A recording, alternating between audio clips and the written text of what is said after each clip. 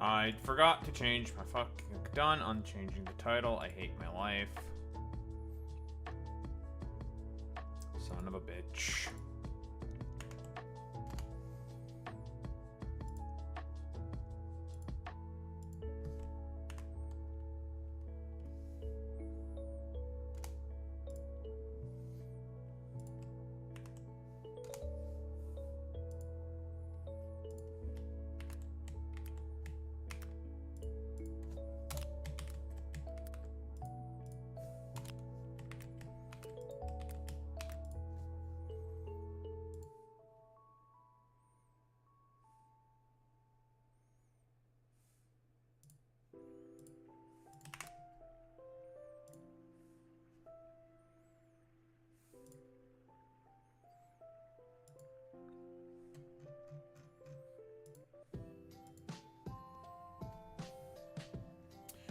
Wow.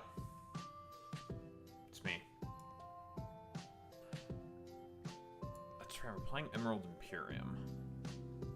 Which means I need my documentation! Yay!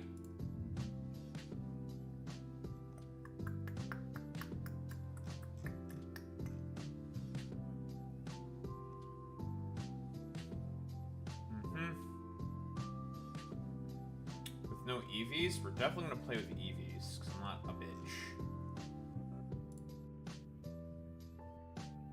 I ain't a bitch.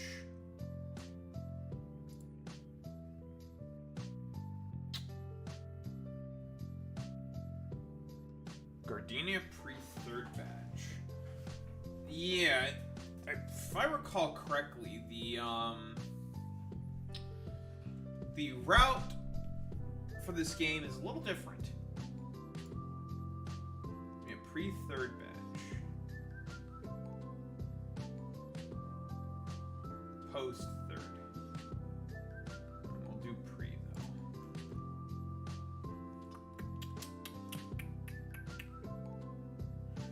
Route 116. That's where the bikes are. Kind of? Not really. Player's highest -1. -2, -3. Okay.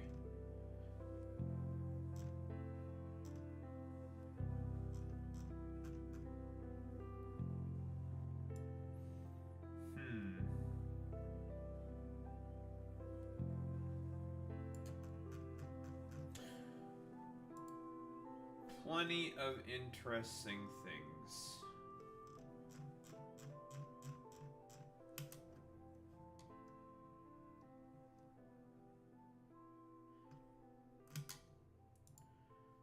And of course, Team Aqua, Team Magma.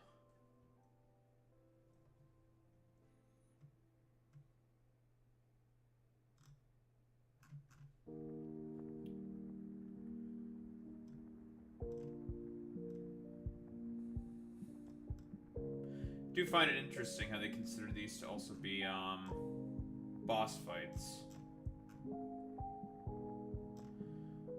And yeah, a lot of this stuff is concepts taken from Radical Red. So yeah, this is supposed to be like Radical Red. However, I would say it's a lot more streamlined.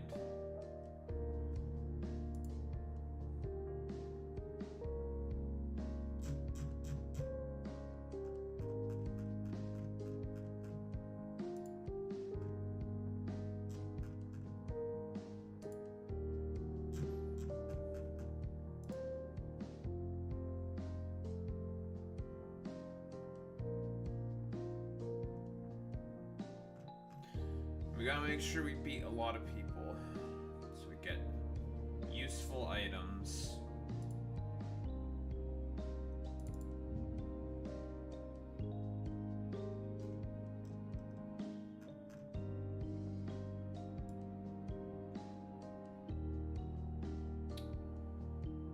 Okay.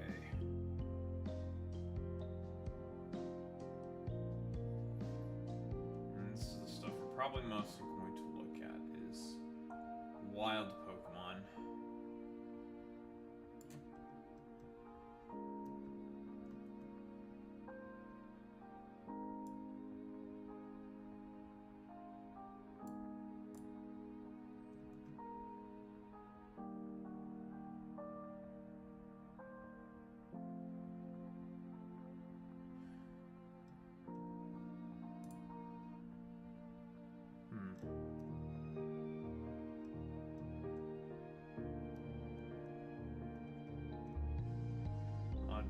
people you can beat to get a bunch of different gift Pokemon.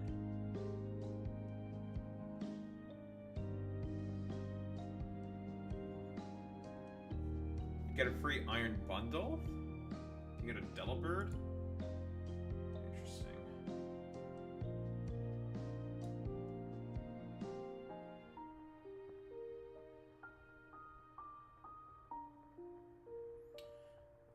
Bunch of legendaries available in the Safari Zone.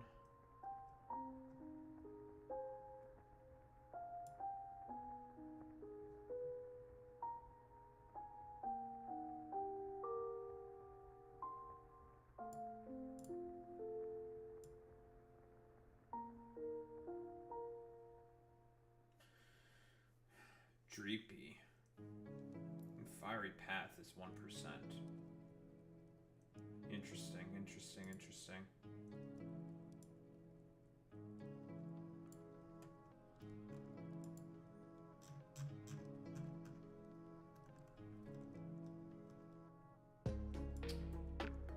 Round 23, 124 has Paradox Pokemon. 127, it's like basically right as you get to Everground, you get Iron Valiant. Evergrande has Mag. Okay.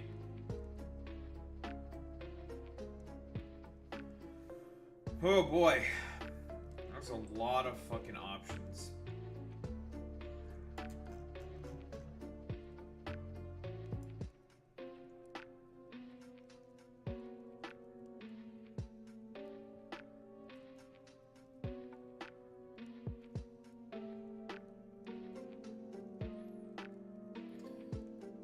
Lots and lots of options.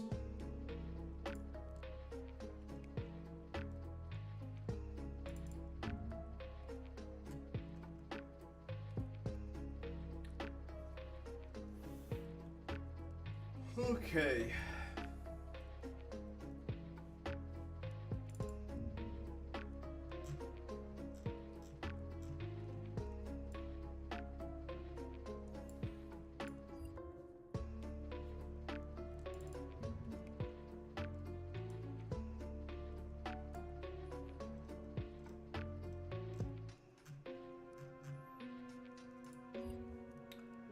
Alright, I think I've looked at everything I wanted to look at.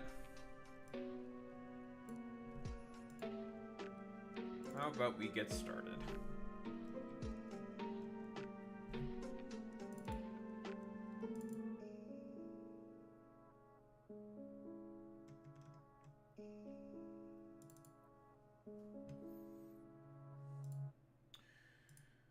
We're gonna have to be opening up that shit constantly over and over again for more reading anyways.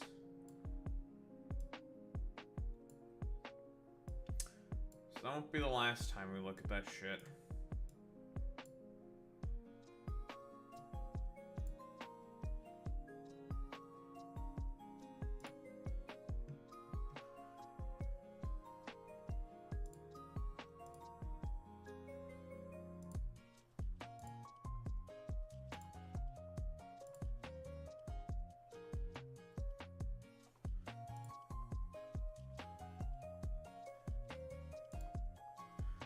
Will you capture the thing I want you to capture?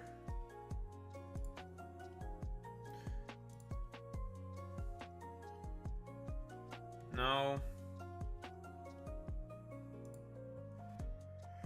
You just want to be annoying?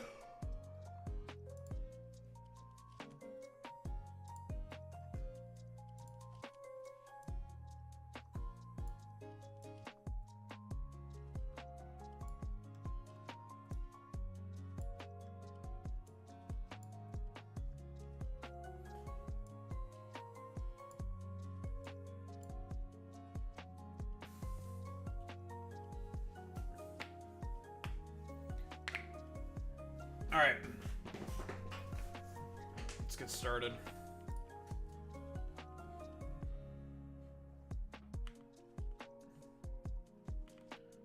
Why are our frame rates so low?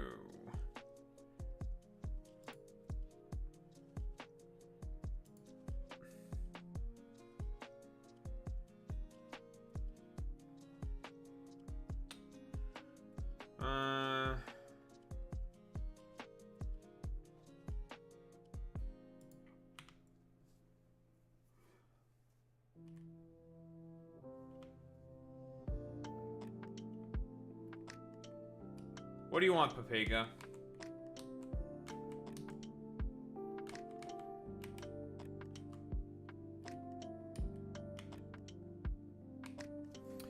If it isn't fucking Putis, Papegis, McFlagis, what do you want?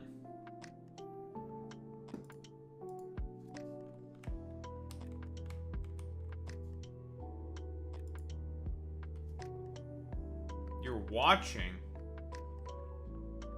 It's kind of gay, bro. Why are you watching another man?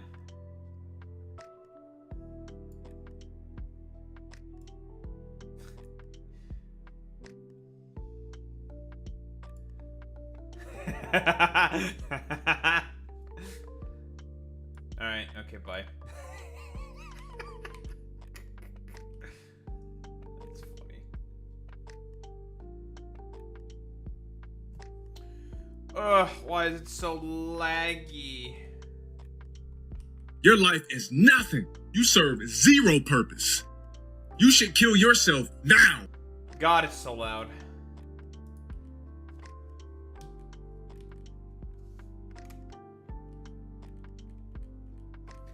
Piplup. I'm a boy. Yeah, this coming from this fucking puto?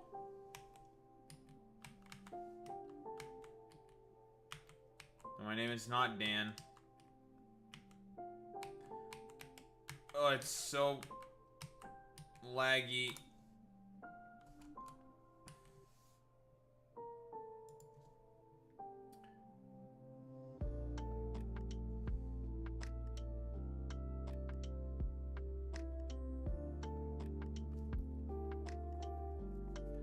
Yeah, the frame rate is not doing well right now.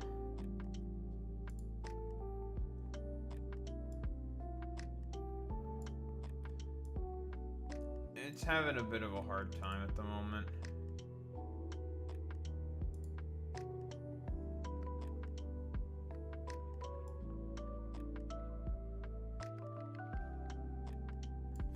Could be because I didn't patch anything.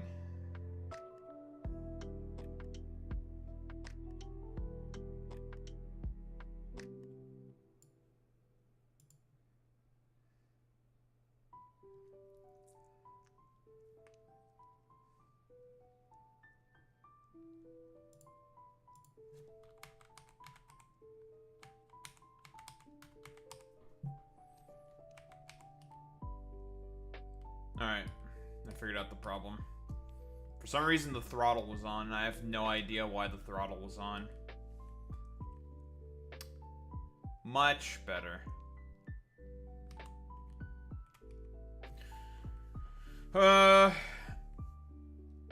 All Pokemon will have perfect but EVs can't be obtained. Boss Pokemon will not have EVs either. Randomizer off.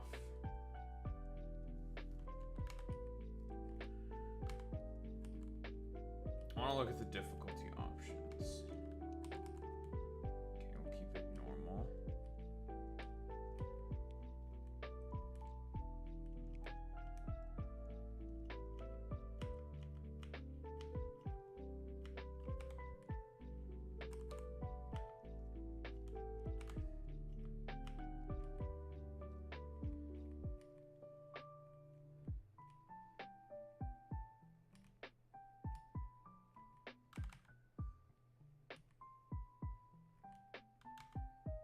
Species and ability.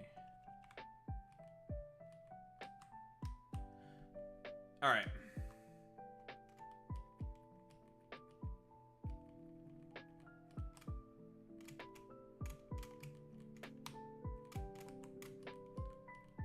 Let's see. Anything in here? Give me the potion.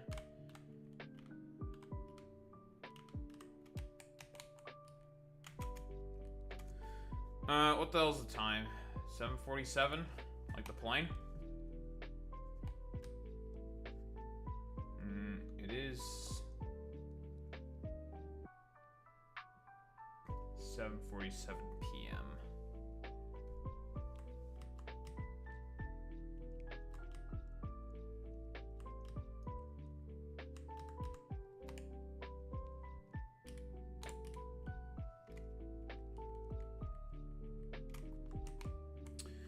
All right.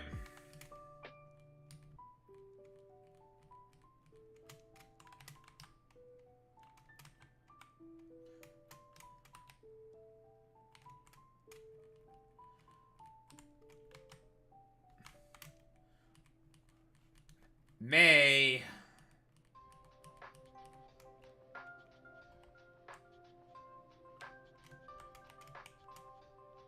Look at this fucking Pepega being a subscriber.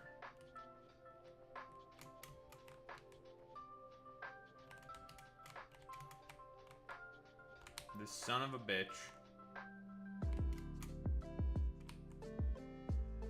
I forgot to talk with May.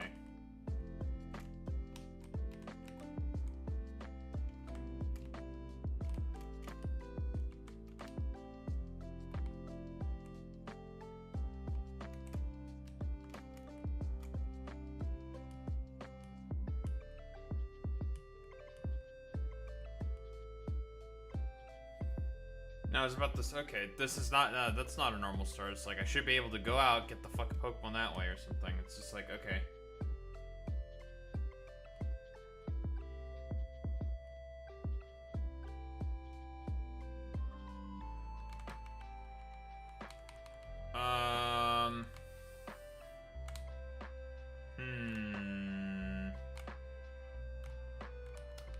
Question is how do you get more starters? Because there's probably a way inevitably to get more starters. Listen, we're gonna get... We always have to get the boy. It's him.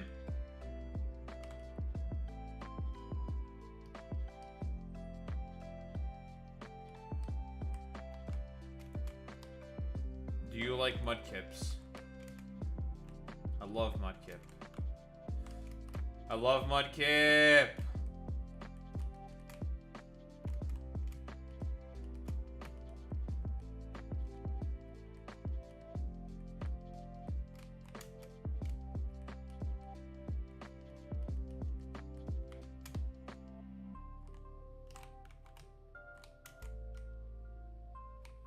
You want to give me a free item? Thanks, man.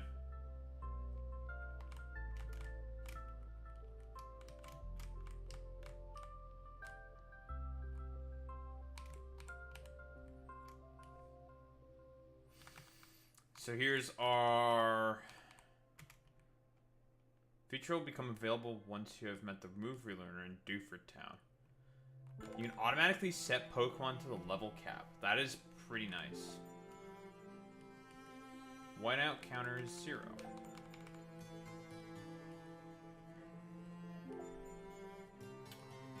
Well, let's start with this.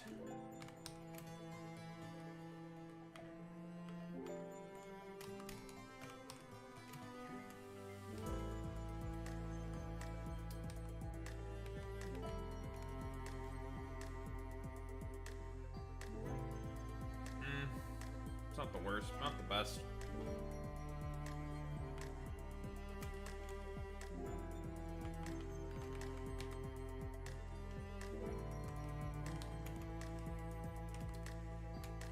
I wonder where's the guy who gives you rare candies. Well, I got a shiny charm. I'll take a shiny charm, I guess.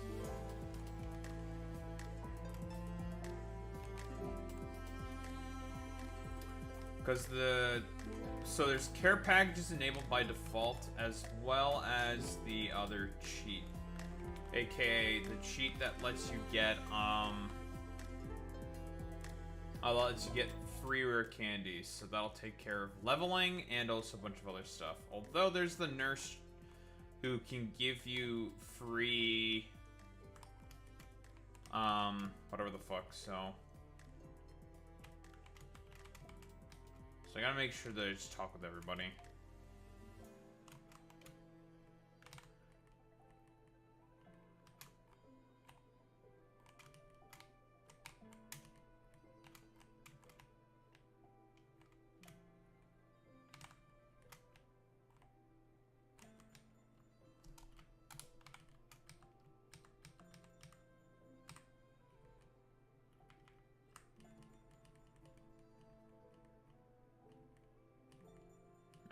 goes May.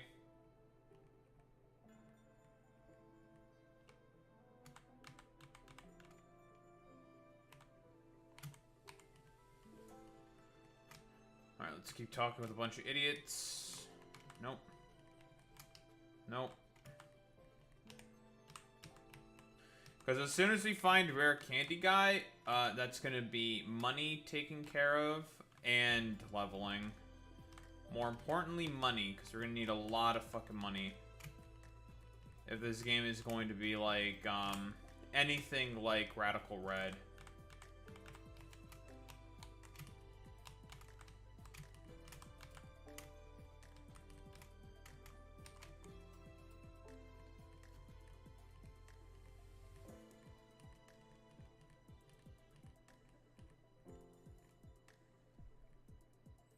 Orange berries, Pokeballs, and other miscellaneous items. So that's our first care package.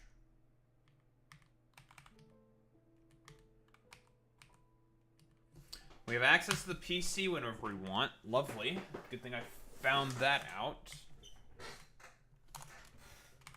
Okay, let's see what we got. What do we get for items? Oh, okay. Feathers. These look like consumable items. Oh, no, I see. This is normally the thing for boosting particular... Okay, I see why they decided to go with steel feather. They didn't want to give you the metal coat, because normally this would be the metal coat.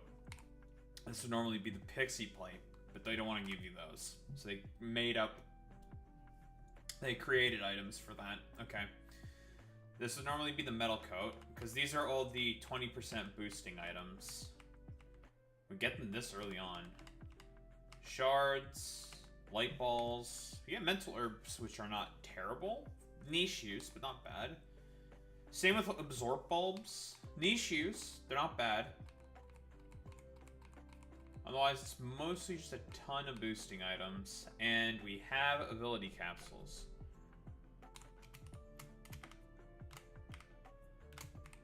Now, I'm going to check to see if in the documentation we can see info about Pokemon. Battles, new mega data, walkthrough. I just want to see, like,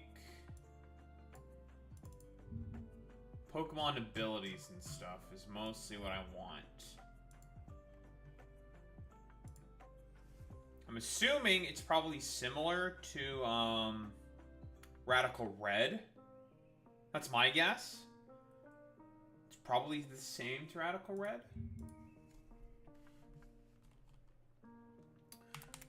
Pokemon Emerald, Imperium.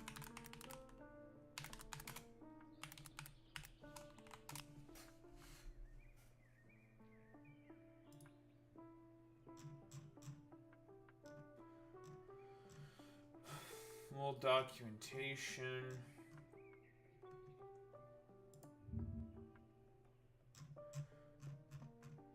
Yes, okay, it's the exact same,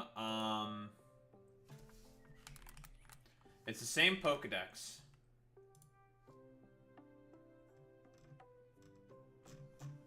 Exact same Pokedex as, Radical Red. Okay, cool. Lovely, lovely, lovely. We love that for us. So if we need to find a particular detail, just do a quick search in the Pokedex and we get the information we need. It's the exact same dex. So if I were you to set an ability capsule, it would accomplish absolutely nothing. So we'll just keep them for later then. Lovely. Alright.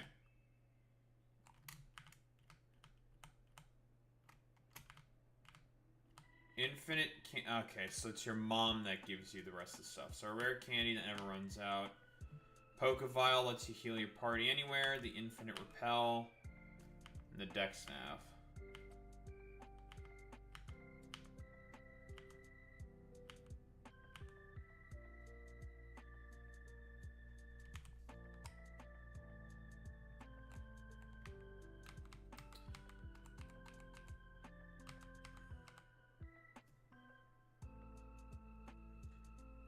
And this is for letting us manipulate the time and day. Okay. So you have the time and... So basically, they give you all of these for free, whereas before with, what? With the Radical Red, you had to do puzzles for them.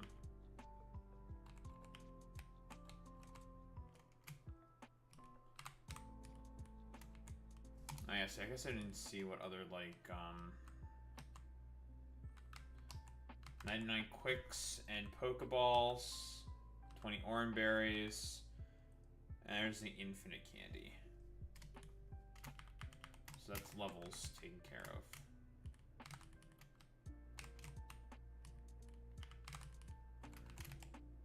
Okay, well, we're going to do the same thing as I normally did with Radical Red, and that is completely fill up the Dex Nav.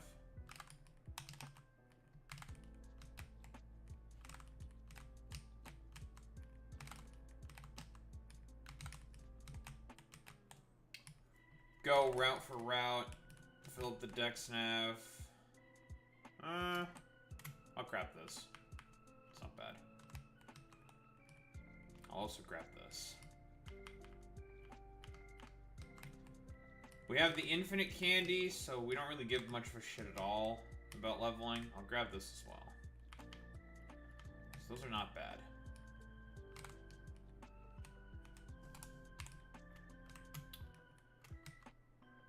Lonely. Only 2 attack. That's okay. Again, once we get to Mauville, Mauville will let us be able to fix all of this. We'd much rather have huge power on that thing. What?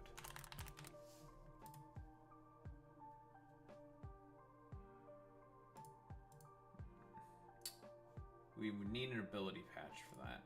Well, I assume we'll get access to ability patches eventually, so it's not the end of the world. Let's see.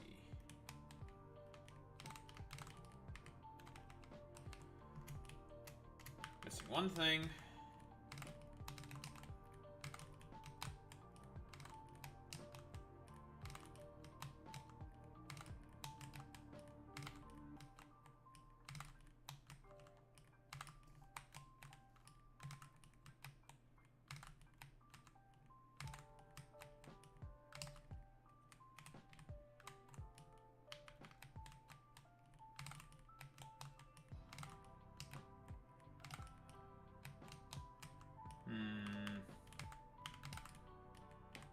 Let's see if it needs to be the nighttime.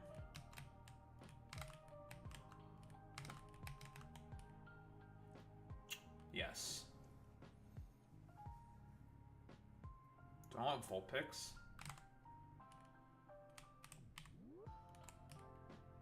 Alright, that's that fold out.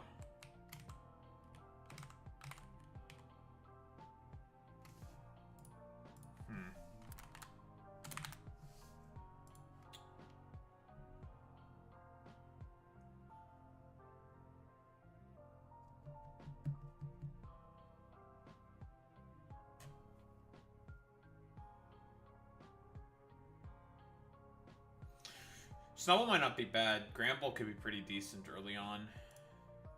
Variant Fighting is always just really solid. I'll catch it if I find another one, which is probably common, so we'll probably find another one. I'll take this, though.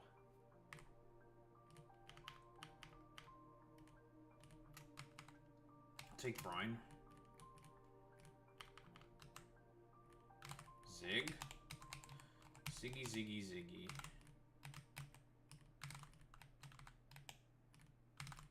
Fucking crab.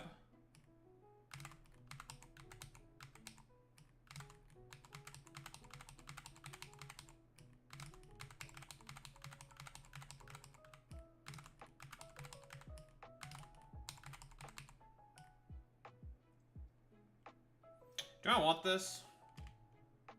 I'll take it. It's not bad.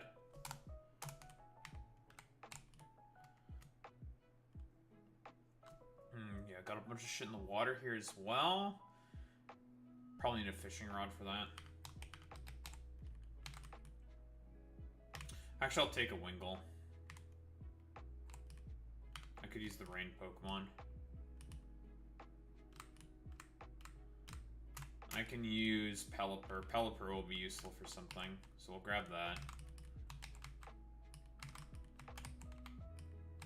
Because Drizzle is always good.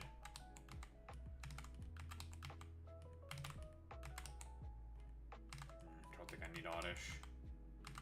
If Oddish is here, then I can assume that Weeping Bell is here. So let's set it to day. Oh, maybe there is no, not Weeping Bell, but, stupid idiot head. I think it's just the 1% encounter poke. And we'll get it eventually.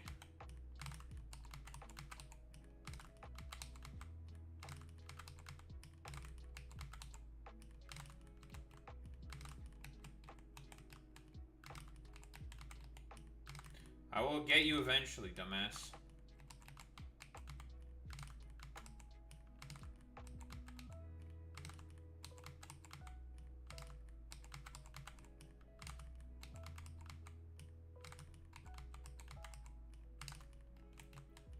I will find you. Fine, I'll refer to the documentation. There should be Route 103? What's in Route 103? Oh, it's fucking Scatterbug. I could move on. I don't give a fuck about Scatterbug. Okay. Let's get the hell out of here then.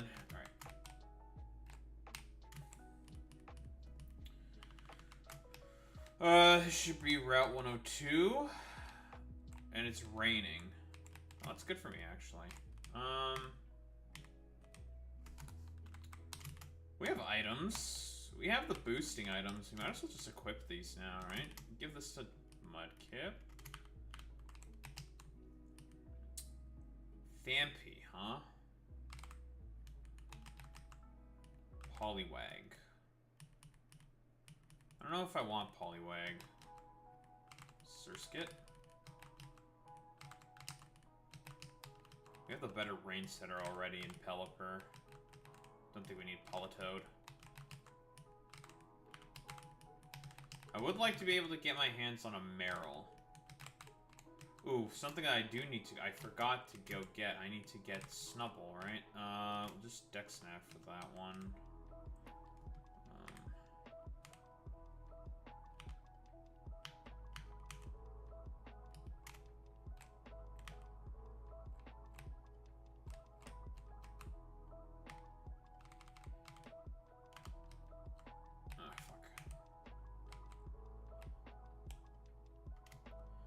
Take Intimidate. Intimidate is useful even this early on. Nice. Okay, let's keep moving. Moving and a grooving and a schmoovin'.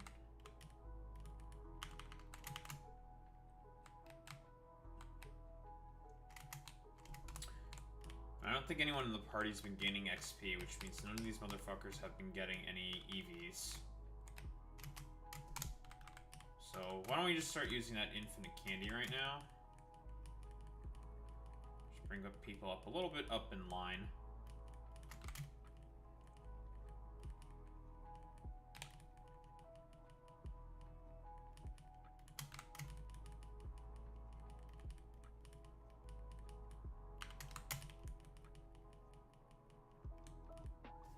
Splooge. Okay, not bad. Okay. Cool. Deck Snap. Kinda do want a Lolapix. I do need an Ice type for that, I'll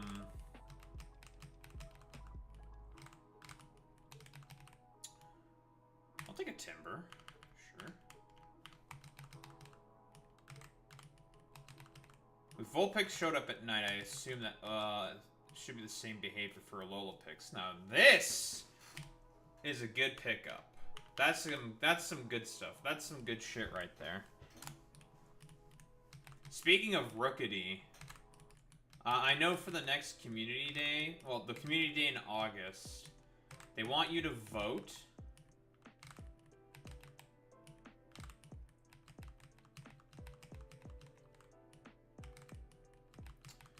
They want you to vote for the shiny Pokemon. And Rookity is one of the options. And if Rookity doesn't get selected, I will crash out. I will do it. Okay, we're gonna register you, because I do want full picks instead.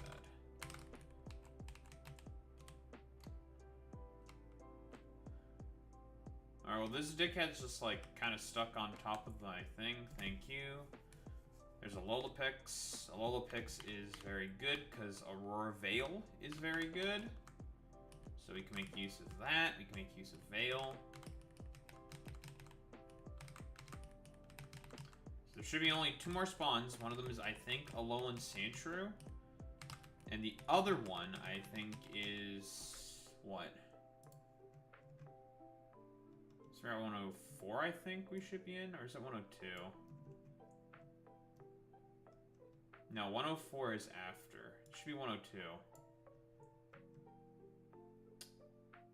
Routes. Yeah, routes.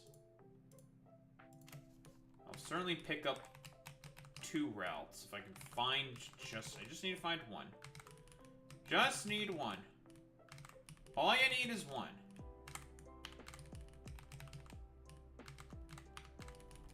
If I get the 1, I can get the other 1.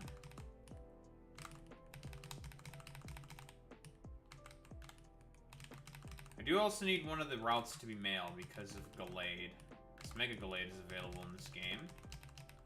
And Mega Gallade is pretty good.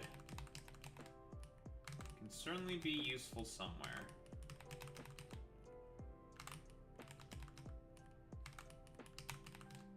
I have no idea if you're still here, puto. But I'm just here to say that you are Papega. That is all. You are Team Papaja.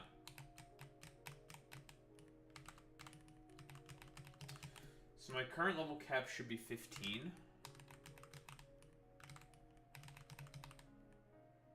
Good start.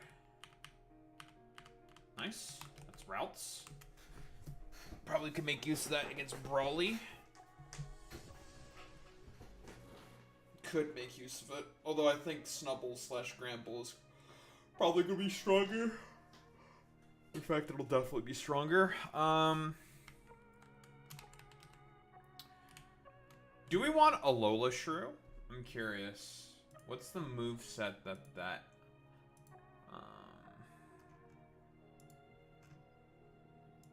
Roxanne's shitter will have?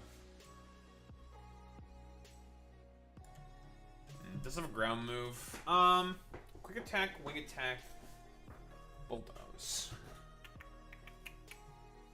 Not the worst. It's annoying, but we definitely need an ice type if we're going to take on Roxanne because of the fact that Gligar exists. It's only got 3 moves, but it's pretty threatening.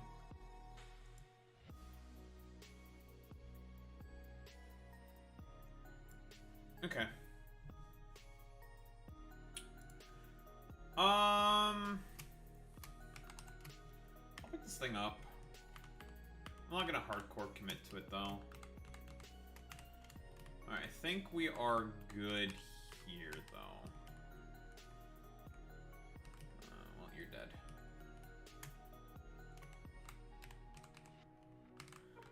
I might go into the grass. I don't need the grass anymore. Hello. Hello, Grubby Grub. Body Slam.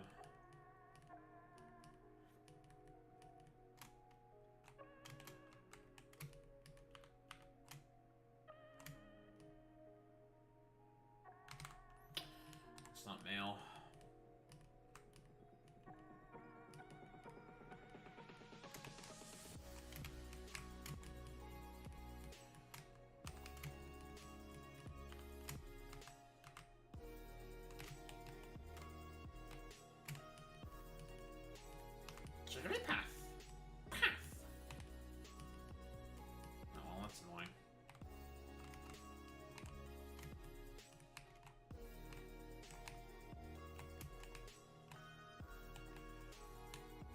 Alright, Petalburg.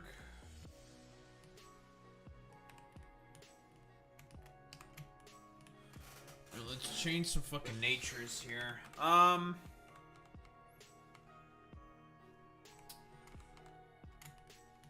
go with Jolly for you.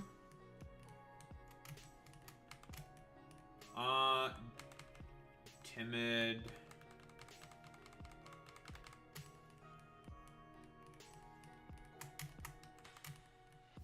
Adamant. Or you can go Jolly as well. Just go Adamant for now. Go Bold. Yeah, go Bold. And then you? I don't know if I'm gonna use this thing for that long. Just go Jolly for now.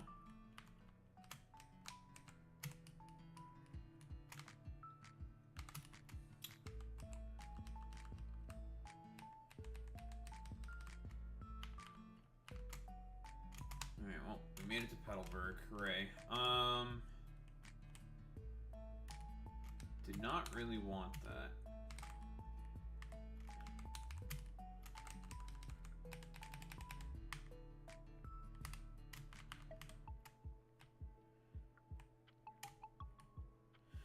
Mail. Perfect. Alright, lovely.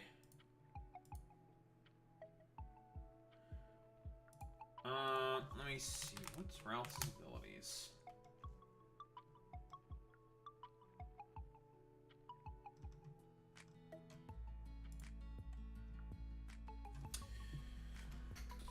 So, it gets sharpness as an ability, which is so much better for this Pokemon. Because it has a ton of slashing moves. Makes it way stronger. Especially once you get Psycho Cut and Sacred Sword. You can go with like Shadow Sneak and stuff for priority, or Leaf Blight or Aqua Cutter for fucking coverage. It'll be really, really good. And sharpness is by default. Although Inner Focus also can have applications. It's not bad because it can stop Intimidate drops, but sharpness is way better. I think that's where we get the Fishing Rod as well.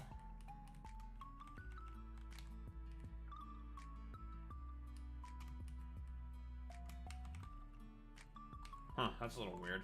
You can get a free escape rope and then they're sold out. Well, I'll take and keep that for now. Sure. It's a little weird, but... it's a key item that you can use as much as you want. I got you. Oh, it's a good thing I came in here, so now we can escape rope whenever we want. But all my fucking shitters have dig. We already have the utility moves.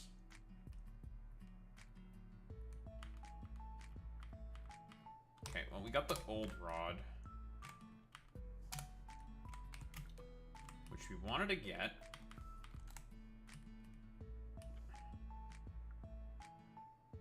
Ooh.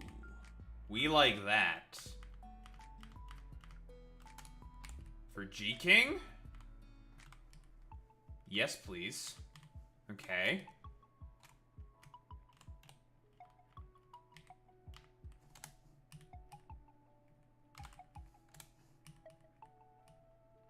Normal Slowpoke. I'll take a normal Slowpoke as well.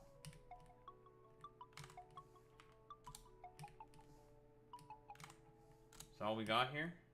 Just the 2 Slowpokes? Well, that makes me want to backtrack and see what's in the water here. So if we can get, like, Magikarp, that'd be pretty nice. Because Gyarados is very...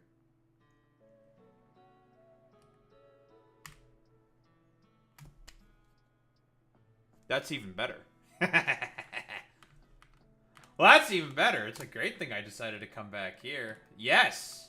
Give to me. Listen. Listen, we all know the mantra, right? If no one else has my back, I know that Azu always has my back.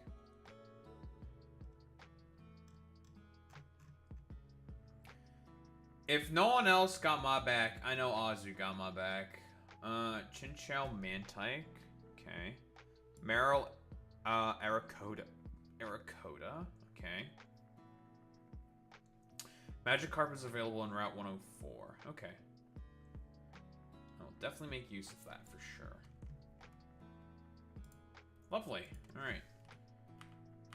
We just have to get the Aarakocra now for nav purposes. Well, it is 30%. It won't take that long. Maybe I'll also catch one just because Barraskewda is really good. Especially in the rain. And if we need to use rain, we can have that option available to us.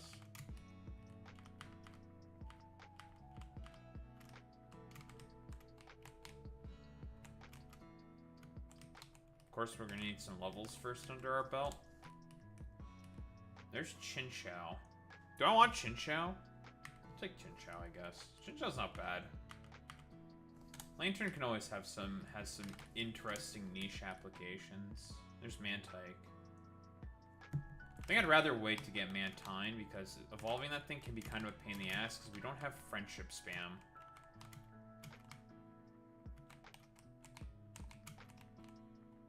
Although honestly, hold on, curious. They changed the evolution for Mantike? Mantike Sevi. Well, that doesn't exist. How do you evolve?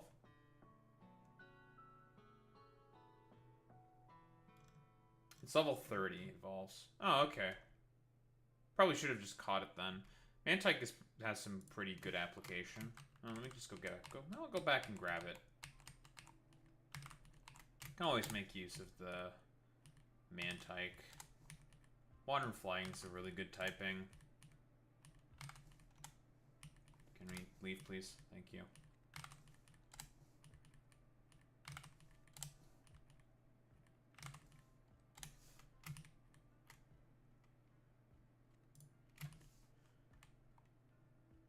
Bro, broke out? What the?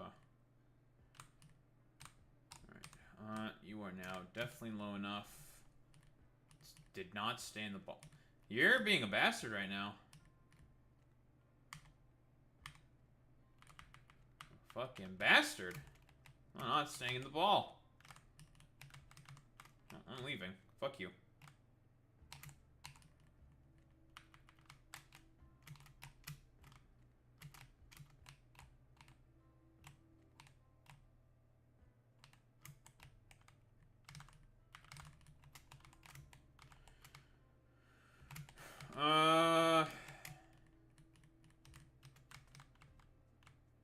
Well, time to talk with all the NPCs, see if I get something useful.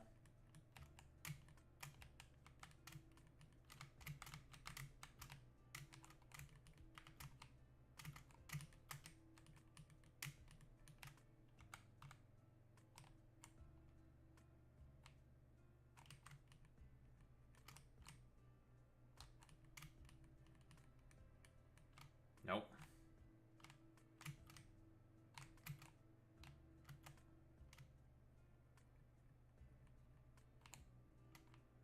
That's a slacking. Hey, what's up?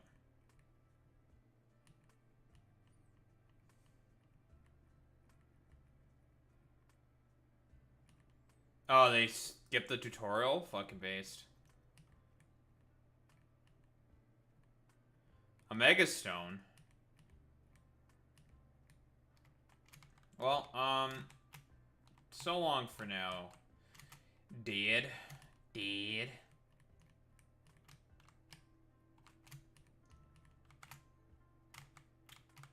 You know, we ain't dealing with no damn tutorial. Hello, Scott.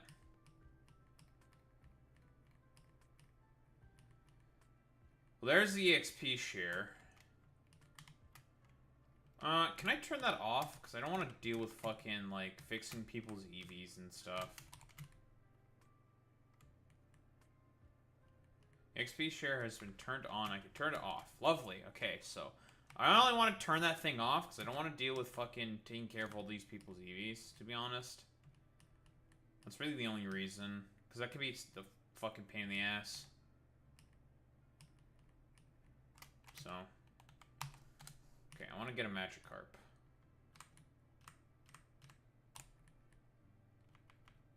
Okay, lovely. What else is available here? I don't remember. It's a 30% chance. We'll get it. Corfish. Mr. Craw is pretty powerful. Alright, well, new area, new DexNav stuff. Schmall. I'll take a Starly. Useless. Useless. A fucking pig. Ursaluna is really good. So I'll take Teddy Ursa, because Ursaluna is really good. Lotad? Well, I have to, because it's the boy. It's him. He's him! We've achieved peak. Who'd put in the lead for now? Fucking bunny. A fucking bunny. Give it a silk scarf. Nice little boost in power.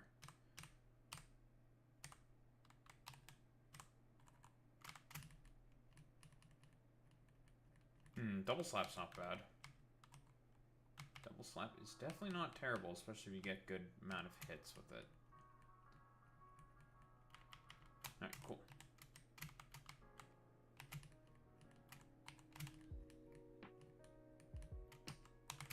Slap the shit out of it.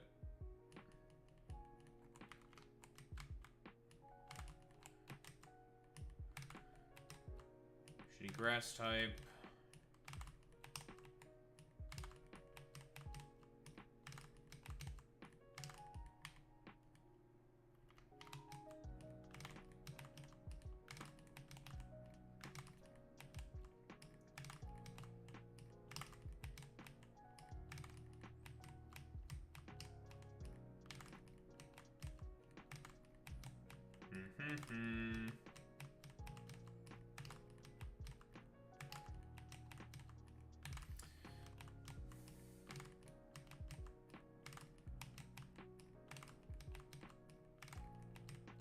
Stop giving me this damn fox.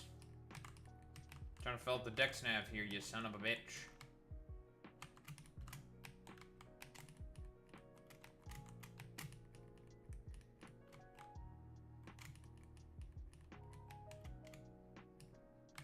A monkey. That is funky. Well, the other two monkeys definitely aren't here, because there's only one slot left. Cookie.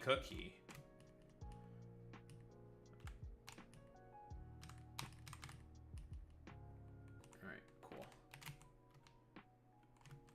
What do we have in here? Another new area. DexNav. No Shroomish in here. Okay. Zigzagoon, which is normal, but no Shroomish. That's unfortunate. Well, that explains other funky monkey. Dupiter.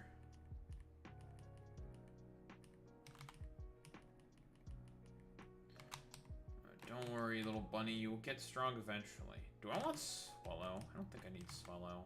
I don't think I need that. That thing is useless.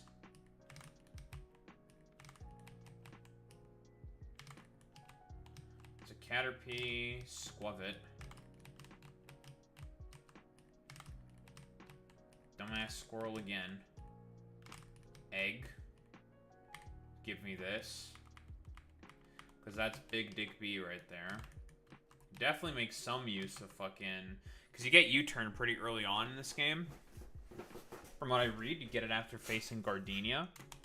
And she does not... she appears relatively early on. Toadschool.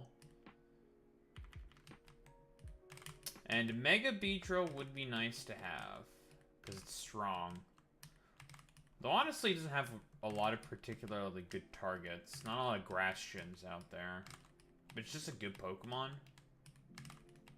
So, just good to have.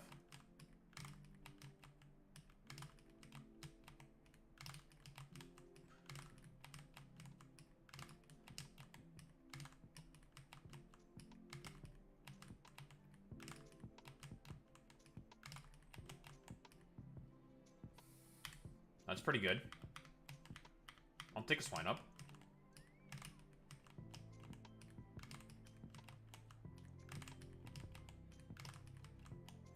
Good pickup, good pickup.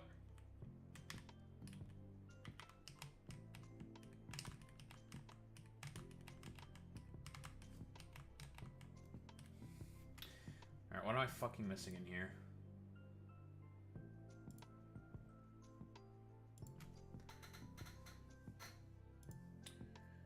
It should be under caves and dungeons, because this counts as a dungeon. It's purloin. I don't care about purloin. I do not give a shit about purloin.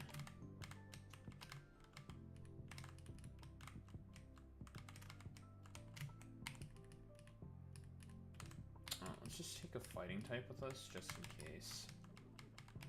We have quite a decent party here so far. I don't know if you have any fighting moves.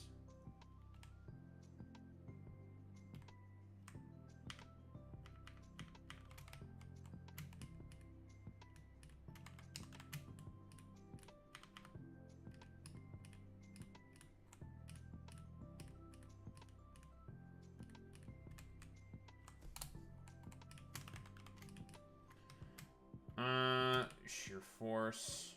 1 IV and attack. Dog shit. Whatever.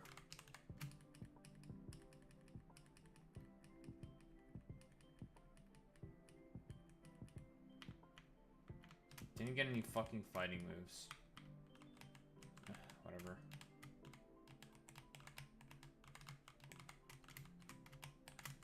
Wait. Thank you. Please.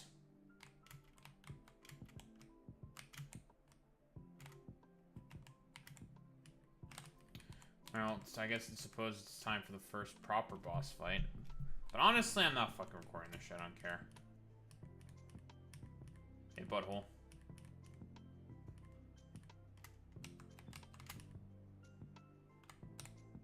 That was a lot of fucking damage.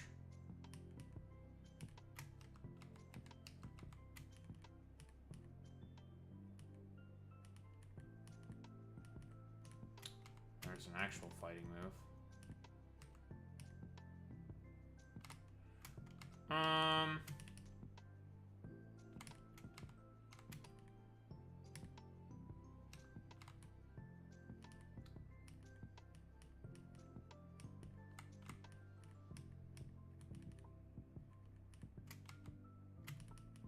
Alright, that wasn't too bad.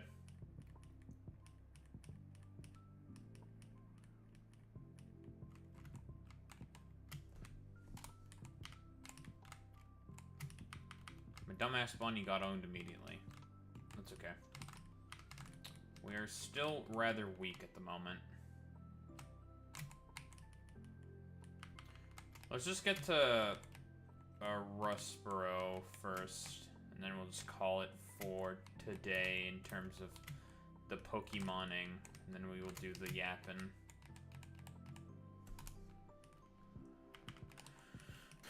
Bug!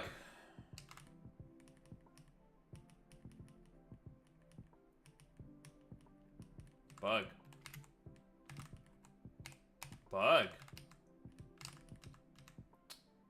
Well, there's Gardenia.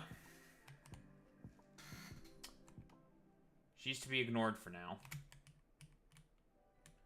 TM 109. Bug bite. Okay. It's not bad. What's in here?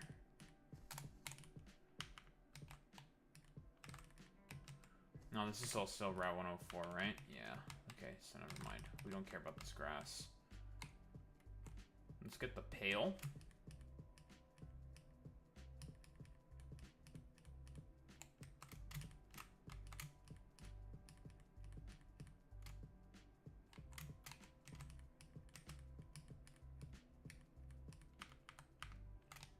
Nice.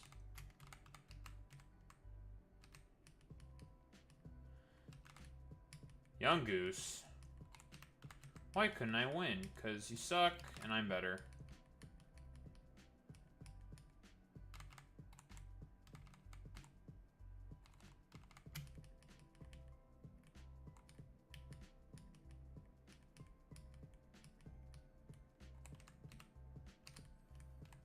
A TM.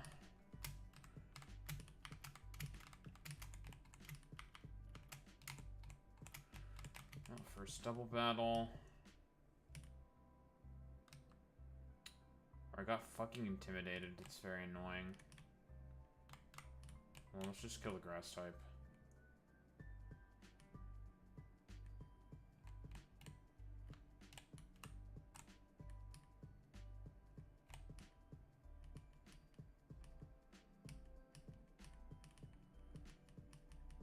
Alright, well, get owned, idiot. Oh, hello, Dawn.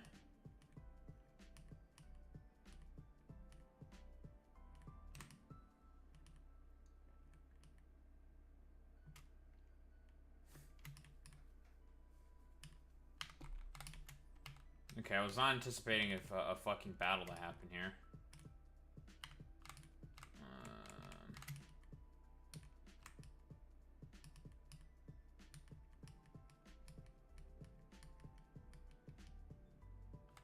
That's a fucking bat.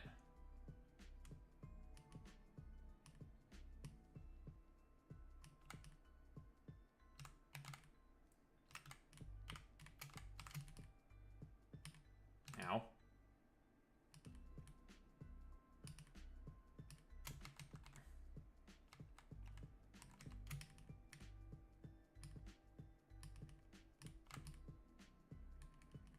Alright.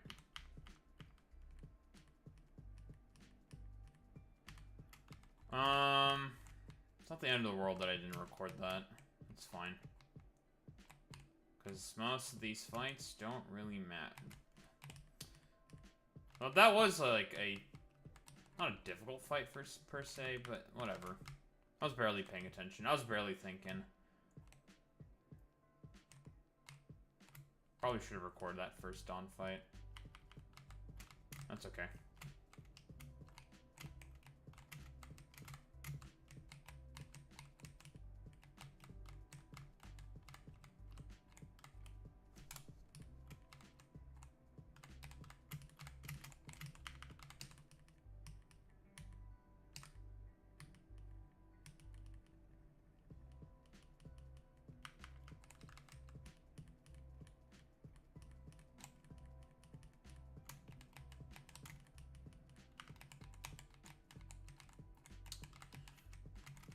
Alright, well, time to scour this damn city of the NPCs.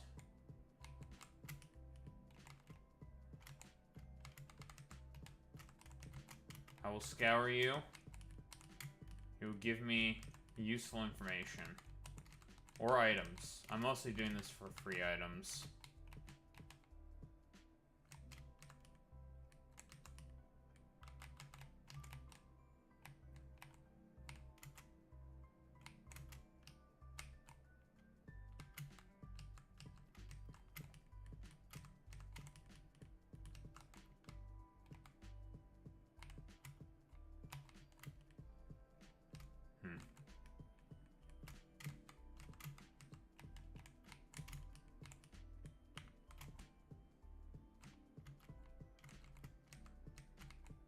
There's grass here?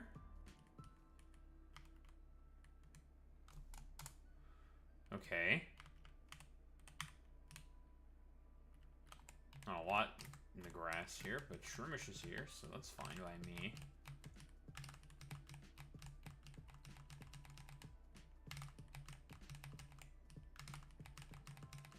What else is in here? Give me your secrets. I don't want mushrooms and birds.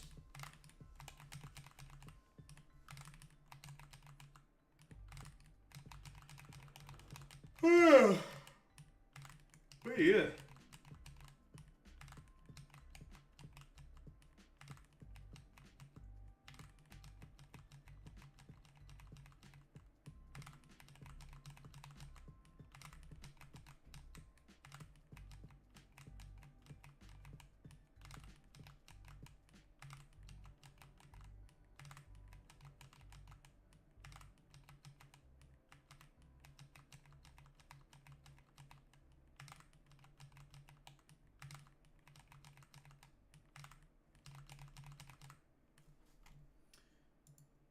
God damn it.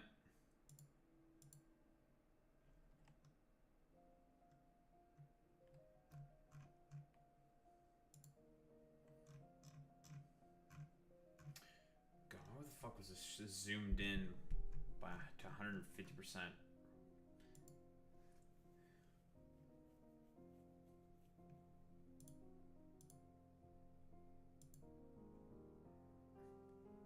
Legendaries and mythicals. Giratina, Dialga, and Palkia are unavailable. Same with Arceus. Cringe. No broken ass Zygarde, Xerneas, or Yveltal. Zacian, Zama, or Eternatus. Nope. A bunch of fucking legendaries are available in the fucking goddamn wild. No Terrapagos, Koraidon, or Miraidon. And now it's Cringe meets Mini. That Cringe Lord finally showing up. Post. Well, they are available. They're just available post game. Lovely. What's in the Rustbro grass?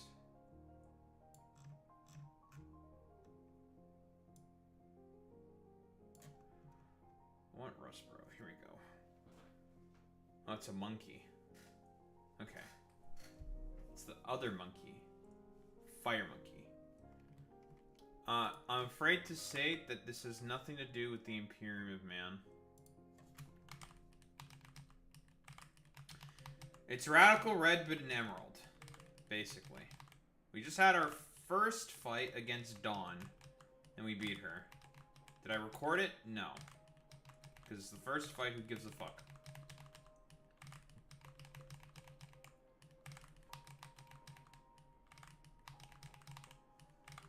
Can I get the fire monkey, please? And so I can then be done with this and then start yapping. Please and thank you!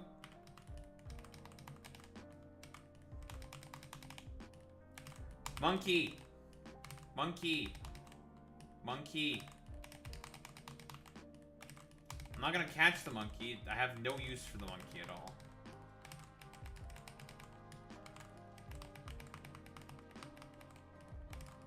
Monkey! Monkey?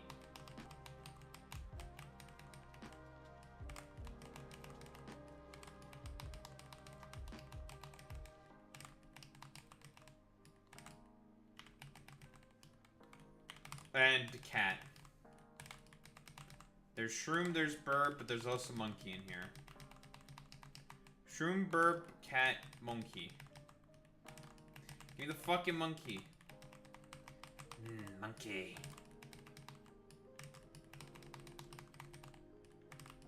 At this rate, I'm gonna get like a fucking shiny before I find this stupid monkey. No, it's 1%. There are very few 5%s. There's a lot of 1%s. Which means it's a rare spawn. Or not even a rare spawn. I mean, it is a rare spawn. Not sure how it classifies 1% encounter rates. I mean, I'm just getting unlucky right now.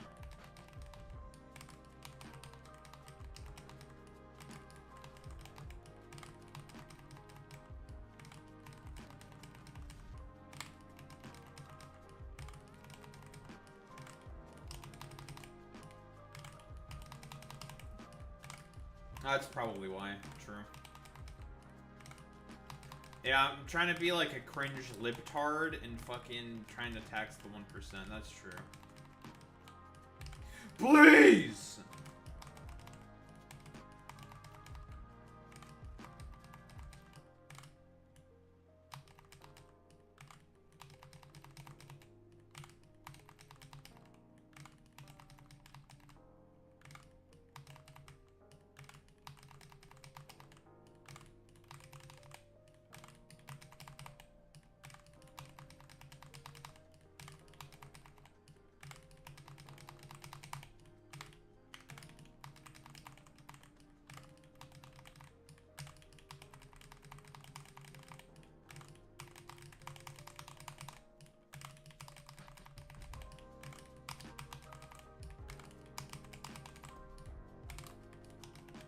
I love how being obnoxious I am, how obnoxious I'm being with my keyboard.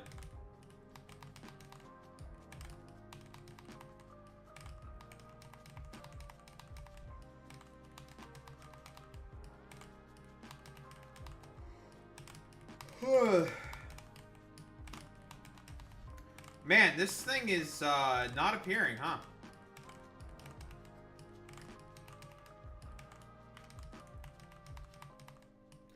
It's being a real bastard. Like a real fucking bastard.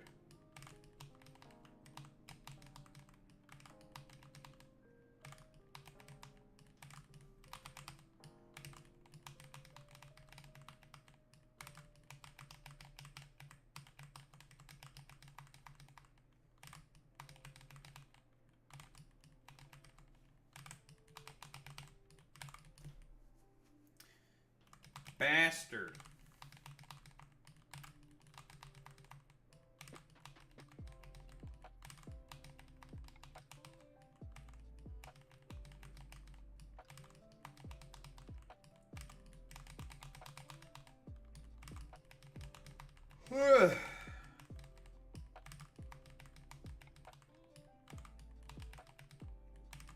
Man, why are you being such a bitch right now?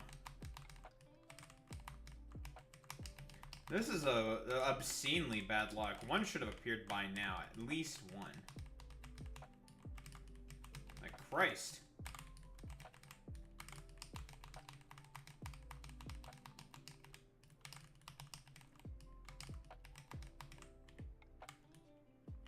It's still there. Yes, I do believe that Toby Fox announced that Deltarune is available, I think. Pretty sure. Bro said, like, it's coming tomorrow or something.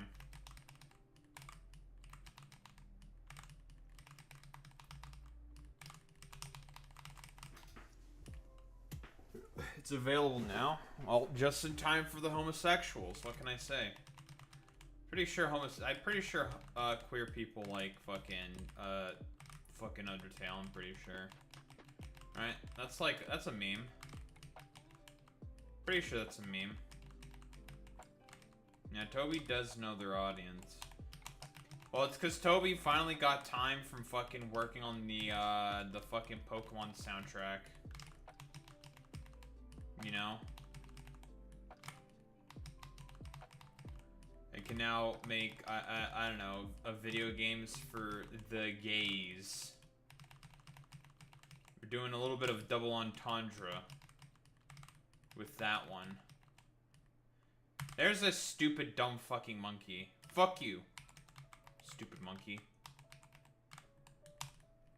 I'm gonna become Frieza and just be like, stupid fucking monkey.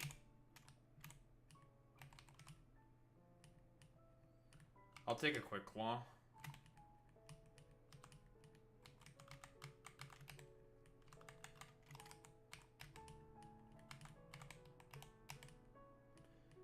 Hi, Scott. Why are you here?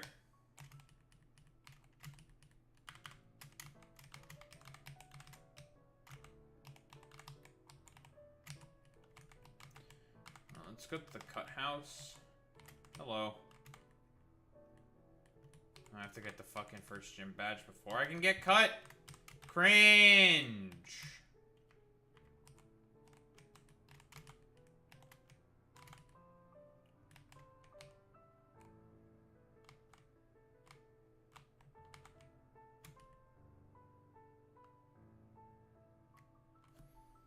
Yes.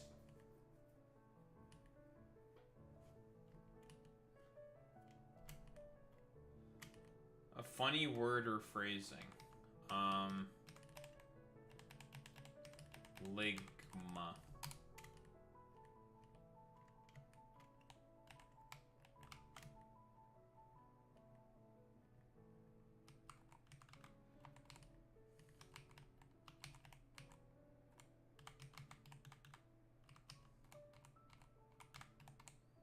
I can't believe that Ligma didn't work.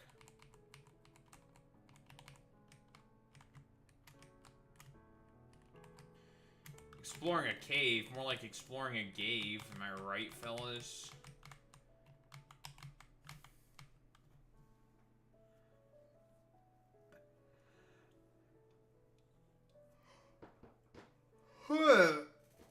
But yeah, the shtick with this game basically is that instead of Gen 1, Gen 2 fucking gym leaders, it's Gen 3 and Gen 4. That is the shtick with this game. So it's the same thing as Radical Red, but, you know, with a bunch of differences. Couple of differences.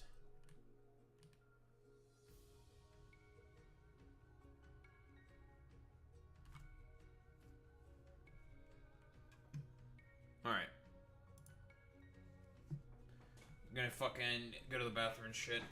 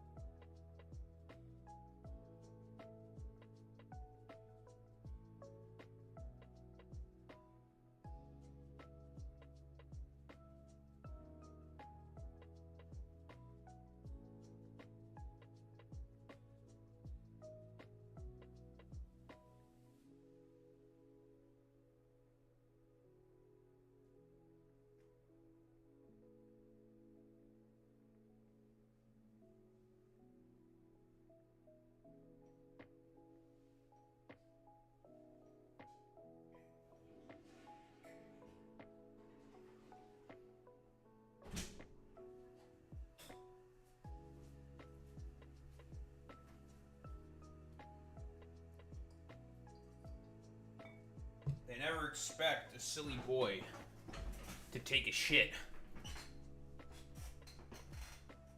We're back. Dawn gave me some items. Let's see what she gave me.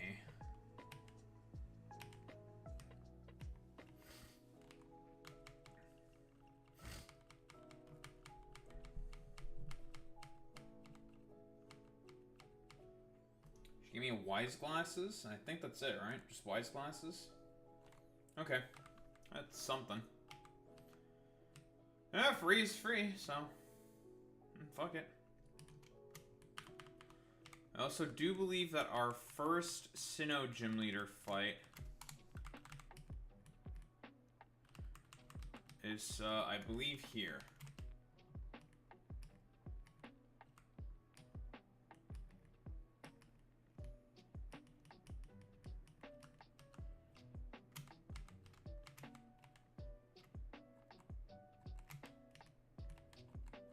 With Rourke. I don't know where Rourke is, but he's around here somewhere.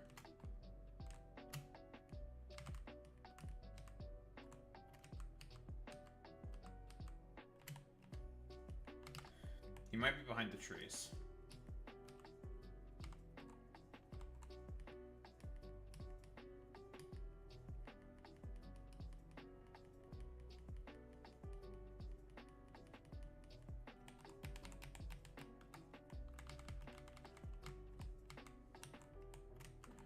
Yeah, Rourke is around here somewhere.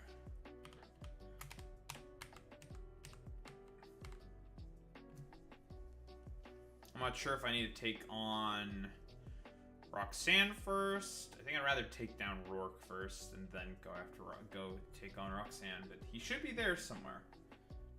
We know where Gardenia is. She's behind trees in Petalburg Woods, so we can't get to her quite yet.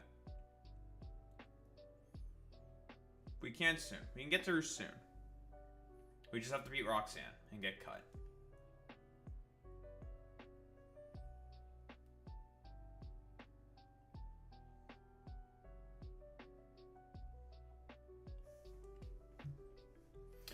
I believe there's also, there's a debate going on right now between all the New York City mayoral candidates.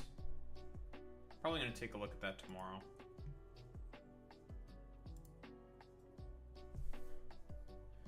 Take a look at that shit tomorrow.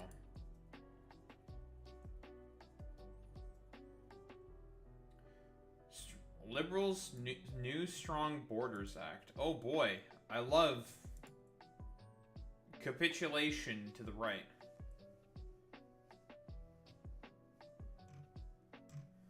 I'm gonna take a guess that, I don't know, Cuomo is probably being, I don't know, a rapist. Yes, Canadian libs. So, I don't know, Cuomo is probably being called out for being a rapist. And, other people are probably, like, mostly just Cuomo, are probably incredulously attacking, Oh yeah, also, besides the rapes, nursing home deaths. That's probably going to look bad for Cuomo, but people are probably going to be constantly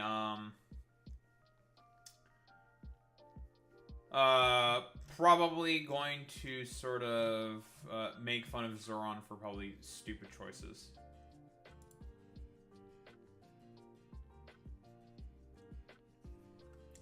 Bro, why the fuck is there a fucking cancer ribbon on there?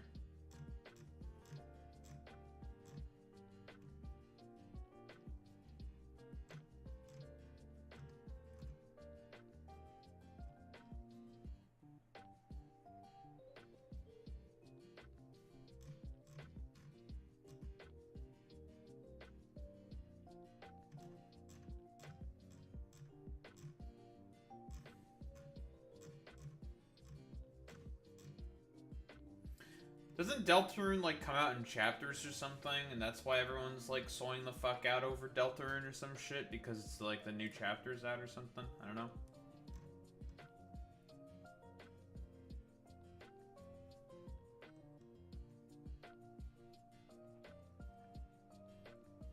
Yep. Okay.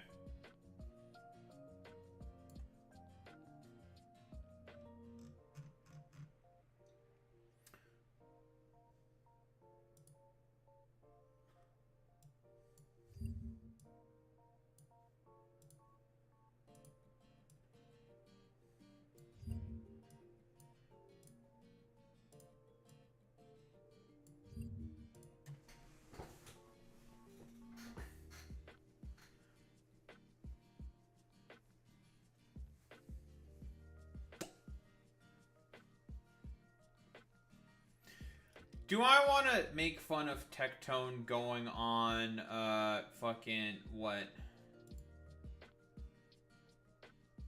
healthygamer.gg and being, like, a stupid little bitch because he, like, did a thing where he's like, I can't believe all these, like, lefties are being so fucking goddamn woke and snowflakey. Or whatever the fuck bullshit. It's like a follow-up to, like, him complaining about that shit because he's just a very fucking stupid individual. Like, he's just really fucking dumb. Because it's like, damn, dude. Like, I wonder why. Oh, I see. It's because a fucking stupid 3IQ troglodyte Tectone fan is saying, like, I like how you just add something defamatory that didn't happen. Trying to defame someone instead of addressing what was said is some coward shit. Okay, why is what Tectone said really fucking stupid? Alright, sure. It's really, it's the easiest fucking shit on the planet. Alright? The existence of fucking minority people within the United States is that of dog shit. Of systematic fucking oppression. For example, if you are black in America, you have to be more wary of cops, broadly speaking, because of the color of your skin.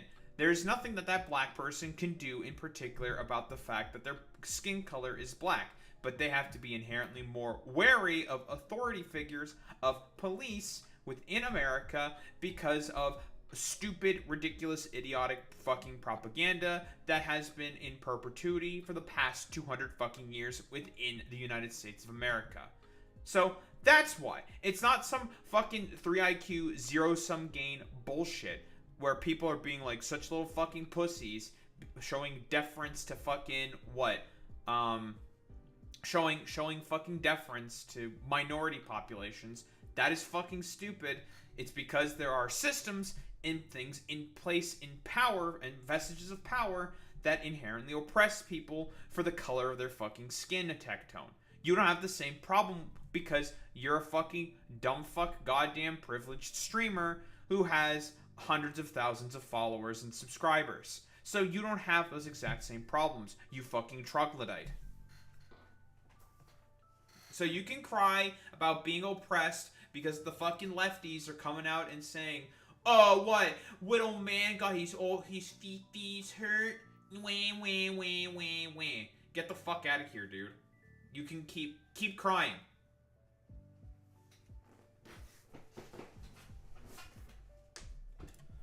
Actually, you know what? We're gonna do the whole fucking thing. Fuck it.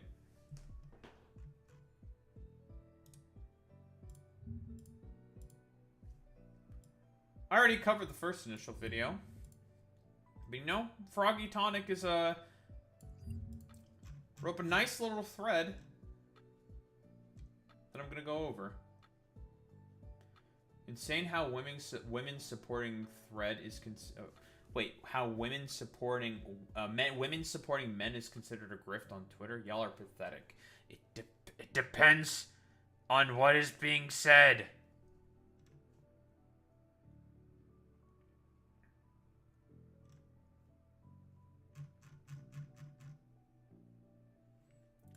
Because, like, all of these motherfuckers will always say the same thing. Oh, you're just, like, reading into something that Tectone said and you're just being defamatory. It's not about fucking defamation or engaging with the argument for these motherfuckers. These motherfuckers don't give a shit about engagement with the argument. No, they just want to oppress minority populations. That's all they care about. They just want to express power. That is the only thing that they care about. Power. know, you're defaming my favorite gotcha pedophile streamer. Yeah, whatever.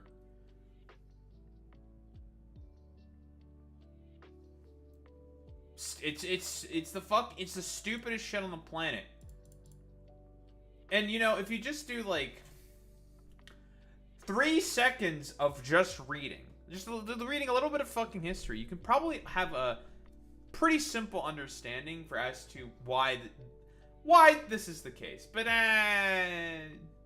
nah. People prefer to fucking suck on that fucking boot. But we'll get to Tectone eventually. We're gonna talk about other stuff first.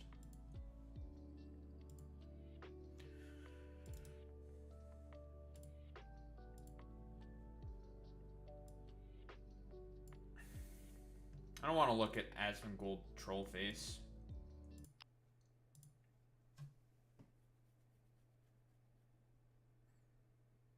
Yeah, unfortunately, yeah, reading. I'm expecting too much from your average internet sort of netizen, I suppose. Expecting them to do a modicum of reading. You're correct, Boy Meets Mini. I am expecting too much from your average netizen, quote unquote. It's stupid, but whatever. Okay. Let's get fucking started with this shit. Alright. This fucking, I don't know, 12-year-old fucking Hassan stalker, you know, who has a seeming obsession with Hassan or whatever. What do we got here? Asmongold does a little trolling to Hassan and his community about Palestine.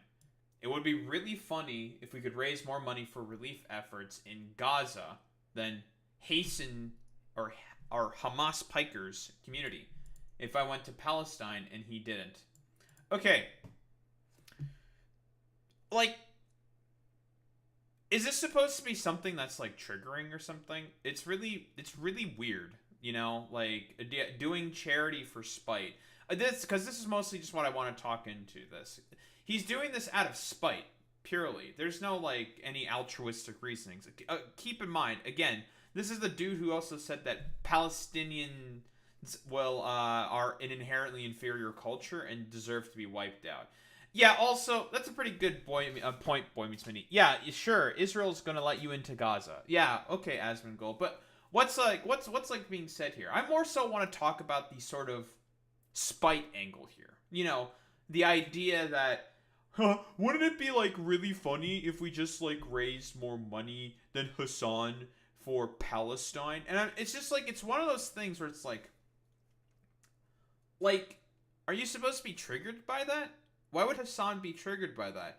I know it's like a stupid thing that I think Destiny said once or some shit, and Hassan just basically was like, okay, sure, man, whatever.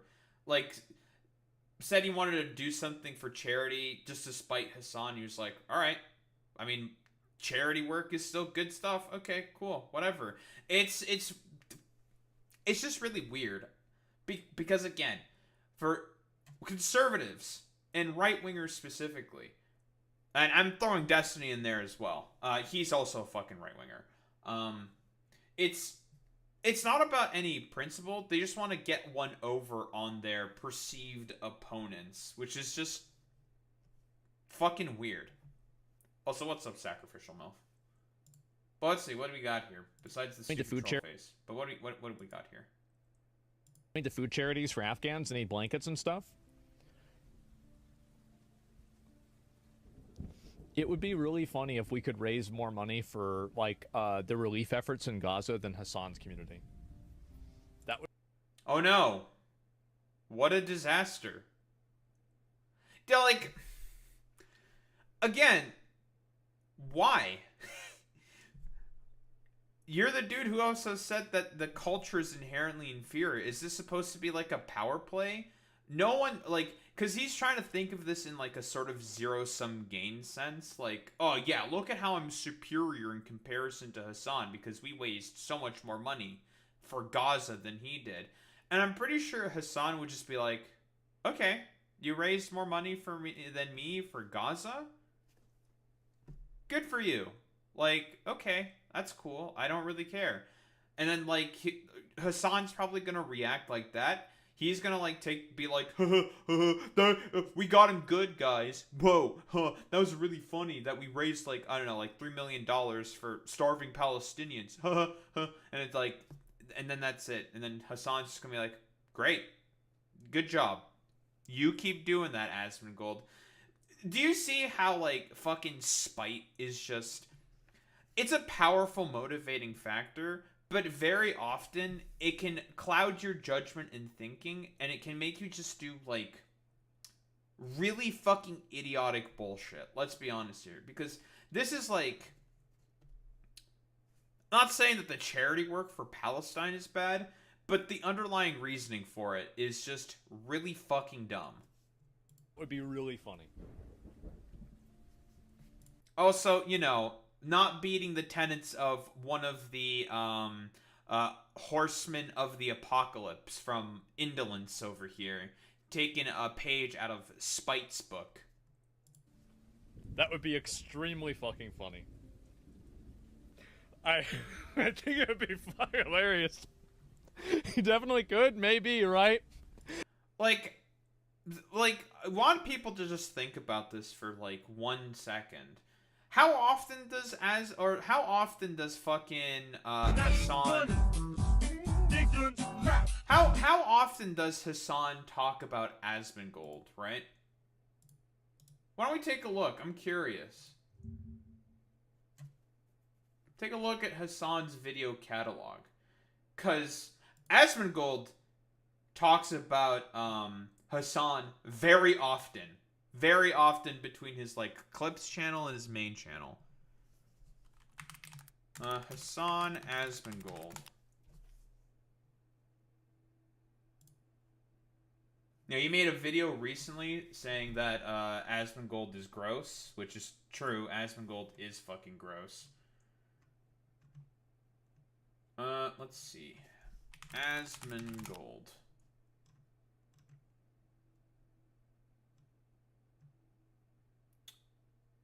Debate. Let's grab this. So we got 1, 2, 3, 4, 5, 6, 7, 8. But this was like 4 years ago. 9, 10, 11, 12. That's not Asmongold, that's Elon. So 12? Okay. 12 videos. Well, yeah, let's go with 12 fucking videos, basically. Okay. Let's see. What about Asmongold? Now we have to talk about, not only look at Asmongold's main channel, but we also have to look at the fucking Clips channel as well.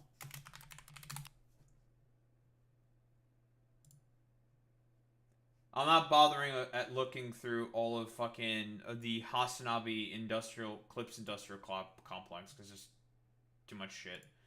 But let's see, Hassan. How about on the main channel? Let's see. 1, 2, 3, 4, 5, 6, 7, 8, 9, 10, 11, 12, 13, 14, about the same amount, let's say. Now, obviously, I also included, let's say, the also significantly older videos. So let's cut out the ones that happened about, I don't know, a year ago, maybe?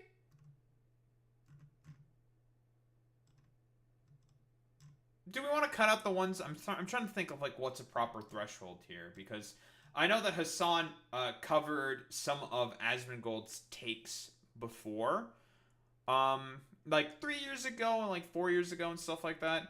Covered some takes from him before. That was like 2 or 3 videos, so we'll cut those out of Hassan's.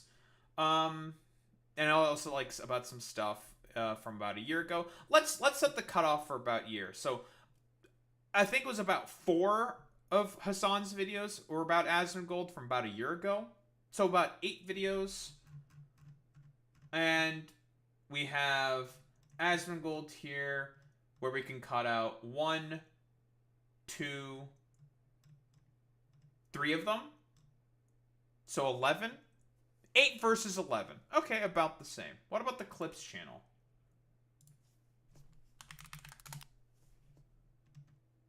One, 2, 3, 4, 5, 6, 7, 8, 9, 10. Well, I guess this is Hassan adjacent.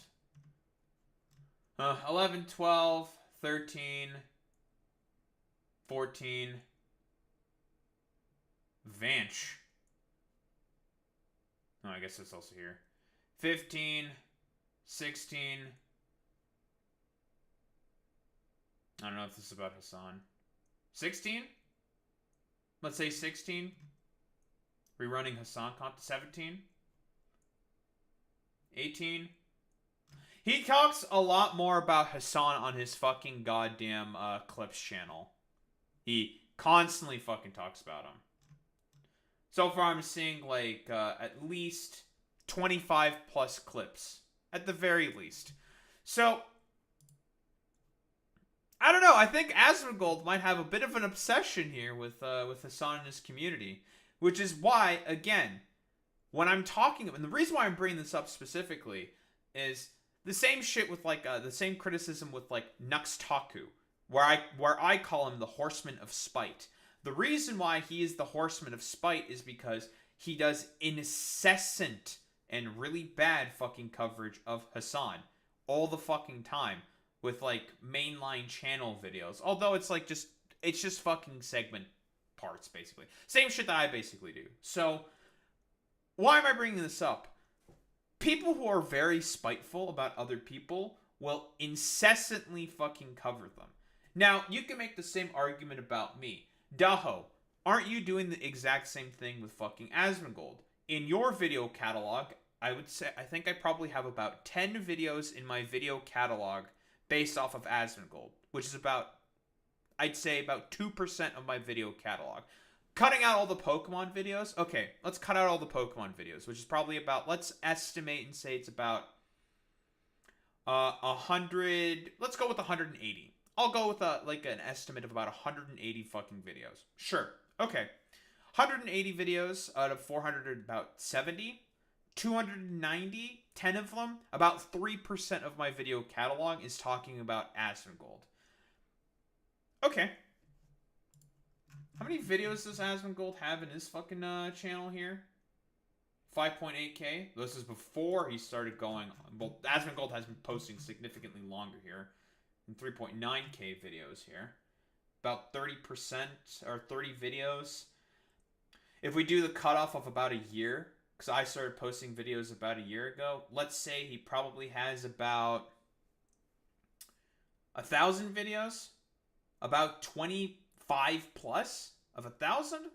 It's about like what? 4%? Not 4%, it's about 2%, 3%. Similar to the amount.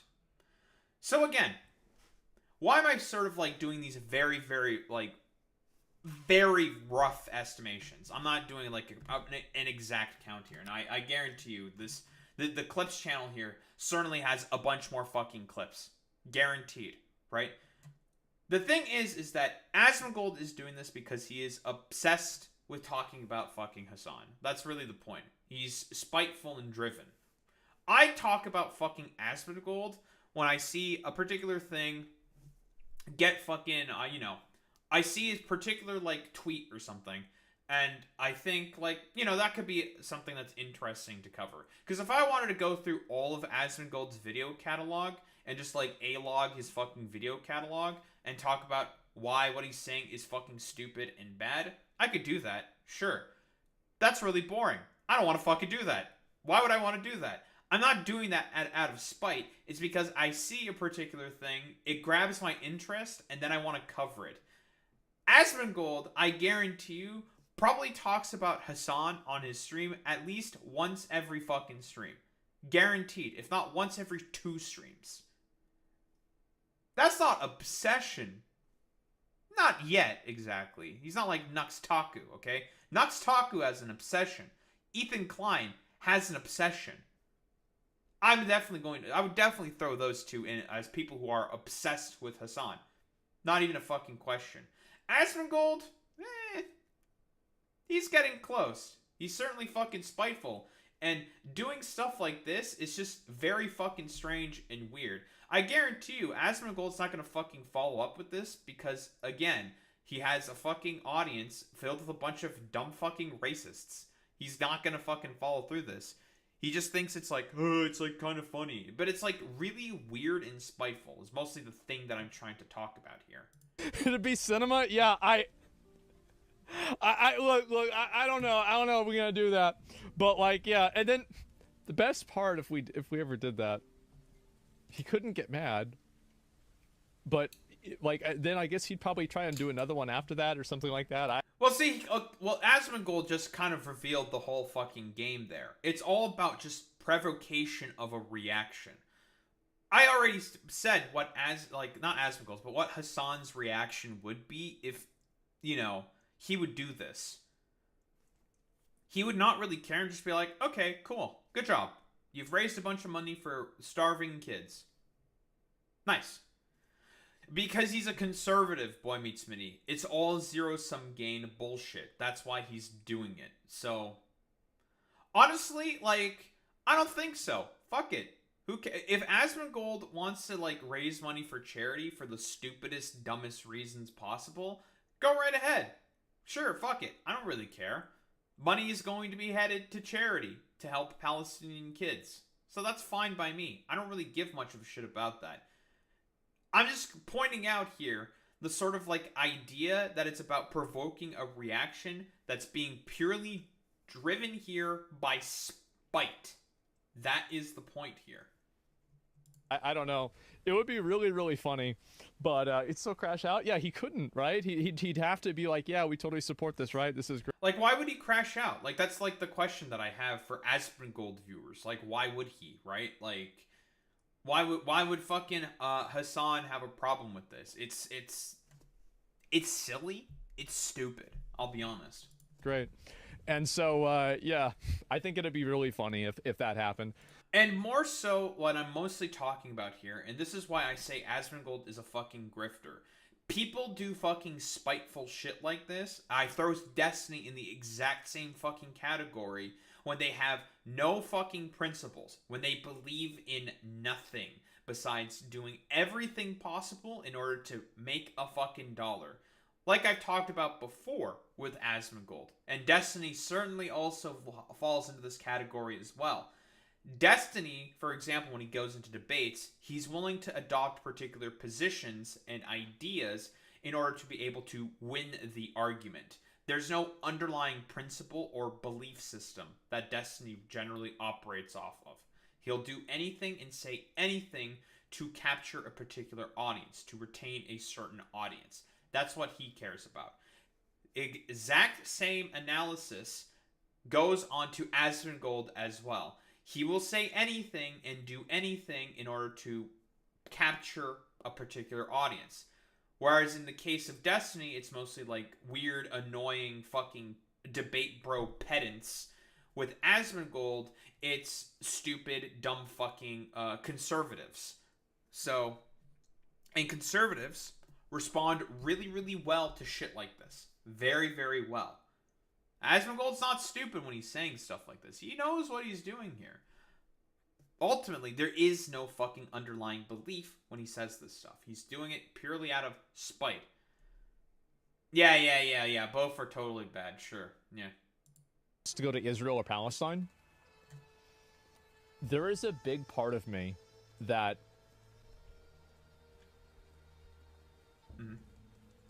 if I went to Palestine and he didn't. So, ignoring the fact that, first off, if you're saying that you want to raise a bunch of money out of spite for the Palestinians, like, the Israelis are definitely not letting you into Palestine based off of that. It's really stupid and weird. So, yeah, like, also, I don't believe him that there's a big part of them. Also, if Hassan were to go to Palestine, if he were to go to Israel with like press associations and press badges and everything, he would be a pretty big fucking target for Israel. The Israelis would fucking go after him.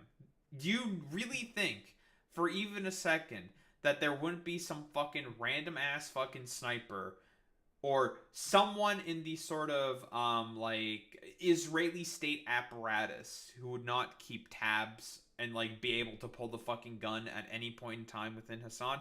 Hassan has actual material danger or like life-threatening danger if he were to go to Palestine. Yeah, or even a settler boy meets Minnie. Yeah, exactly. Like, it doesn't have to be someone from the Israeli state apparatus, right? It could also just be a random fucking, dumb fucking settler terrorist. Asmongold, you wouldn't have those same problems because of the fact that, well, you're pro-Israeli. So it's really strange that he's saying this stuff. Because, again, there's no other underlying principle under any of this stuff besides spite. That's the only guiding principle here.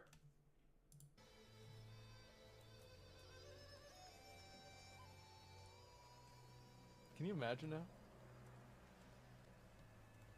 Like, there would probably... You know what would happen, guaranteed? A bunch of, like, I don't know, Asmongold fans would probably appear in Hassan's chat, do, like, some stupid, annoying, baity stuff.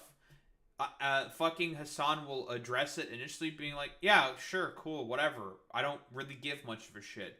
And then they would keep trying to address it.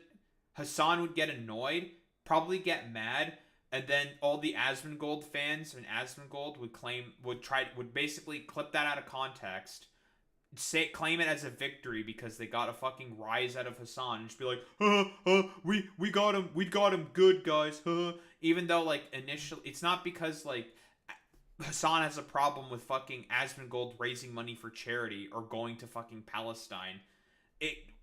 It's because, like, people kept spamming him in chat about it, and he just got fucking annoyed. Again, no underlying principle or philosophy going on here. Is just spite for the sake of spite. That's it. You'd most likely die, though? That's like a 10% chance, maybe. Like, I don't know, probably less. And so, yeah, I feel like there's a pretty low probability that would happen. Yeah, I don't know. And I would be a little bit afraid of that, to be honest with you, though. I'll be totally just to go to Israel. Sure, man. I mean, anything can hypothetically happen in a war zone. Sure. Like, the point here still is pretty simple. It still stands. Asmongold is not doing this out of, like, any principle or anything. It's just because of the fact that he is just spiteful. Why is he spiteful? I don't know. He is currently the biggest political content creator and content creator on the platform. He is the one with all of the fucking power, relatively speaking, and, well, you know, relative sort of, I don't know, money, wealth, and all of the wealth in comparison to Hassan. So, it's very strange that he wants to do this. So, because reality, has Hassan ever really claimed to have cared at all about, like, caring about the fact that Asmongold is bigger than him, right? He more so would use it as a way to do some form of political analysis, some form of analysis and looking into the media environment that we are currently in, and just be like, well, he is currently the biggest fucking content creator because of, like, really extenuating, ridiculous circumstances. And it would be frustrating that this is the sort of cultural media malaise that we find ourselves in, because anyone would think and would be like, yeah, it's pretty frustrating that this is, like, I don't know, the kind of, like, strange position that we find ourselves in. But hey, here we are. We now have to engage with the stupidest fucking timeline kind of a deal. He wouldn't get spiteful about it. That's the thing. He would use that as a sort of point to do some kind of analysis, talking about, like, social media or, like, broader commodification of media and its consequences. He wouldn't be like, I'm so angry about the fact that Asmongold raised more money than me and went to Palestine before I did. I don't think so. Like, Hassan has principles. Asmongold does not. Asmongold is just doing this to try to get a rise out of it. Yeah. Actually, Asmongold, as your lawyer, as your special little, I don't know, like, devil on your shoulder, you should totally raise, like, millions of dollars for Palestine. You should totally do that. Really, I think you should do that. Which is the sort of the position that I would take. I'd be like, yeah, sure, fuck it, whatever. Because spite can go both ways. I can just be spiteful about the fact that, yeah, totally. Man, I would be so bad about that. And just, like, essentially flip the spite on its head, basically. That's, like, the kind of point. It should be really, really, silly. I'll be quite honest. The fact that, I don't know, if he wants to have, like, a competition about it, okay, sure. I don't really give a shit about that. I more so just have a problem with, like, the underlying principle and belief in it. Because he's doing this because, not because there's, like, any, like, stance or belief or principle. Not because he likes Palestinians. He's made that pretty evident and clear. He's just doing it because he thinks he's, like, getting a one-up on Hassan. Whereas with Hassan, he would give less of a shit about the fact that fucking Asmongold raised a bunch of money for charity for Palestinians. Be like, okay, that's cool. Nice. Better than whatever idiotic shit he was doing before. Is more than likely what Hassan would say. But yeah, not really much else to sort of, like, go into here besides the fact that literally this man is just doing this because he thinks he's, like, getting a dunkaroo. But it leads to, like, ultimately a good outcome. And if I'm just doing the strict sort of, like, utilitarian sort of calculus here, I say, go ahead. Sure, fuck it. You're doing this for, like, really stupid reasons, but money is money for Palestinians, so that's fine. Money for aid? Sure, fuck it. That's okay. No problem. Money for charity is just, like, the sort of, like, the good that I'm sort of, like, pointing out here. But, yeah. There's not really much else to say besides, like, the only, I guess, like, Asmongold has taken a page out of the Horseman of Spite sort of page here, and just wants to be, I don't know, weirdly spiteful about charity with Hassan, competition, something, because he thinks it would be funny, because he thinks it's like a dunk, which is just like, okay, sure, man. You do that, dude.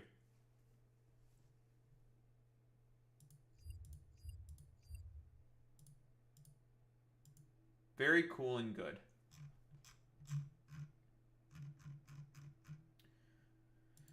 Very cool, very good. We love talking about whatever the fuck. Oh, yes. Also, the YouTube stream. Remember, it's important to like the YouTube stream. Remember, remember, remember. Always like that shit.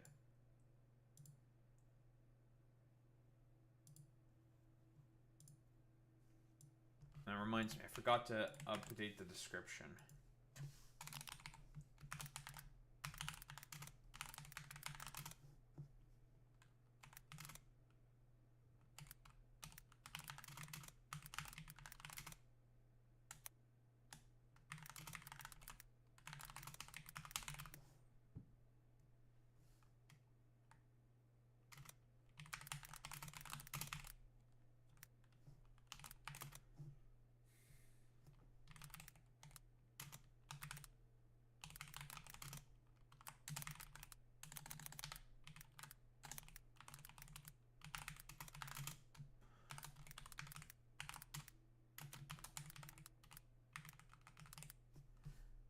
Alright, lovely.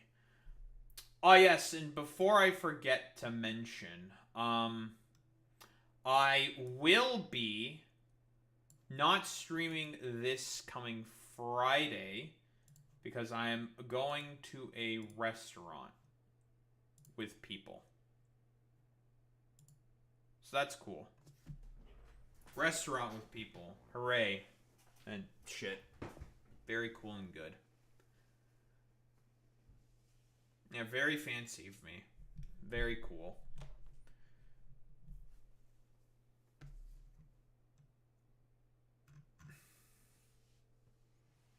Going out and socializing? One could say, yes. One could certainly say.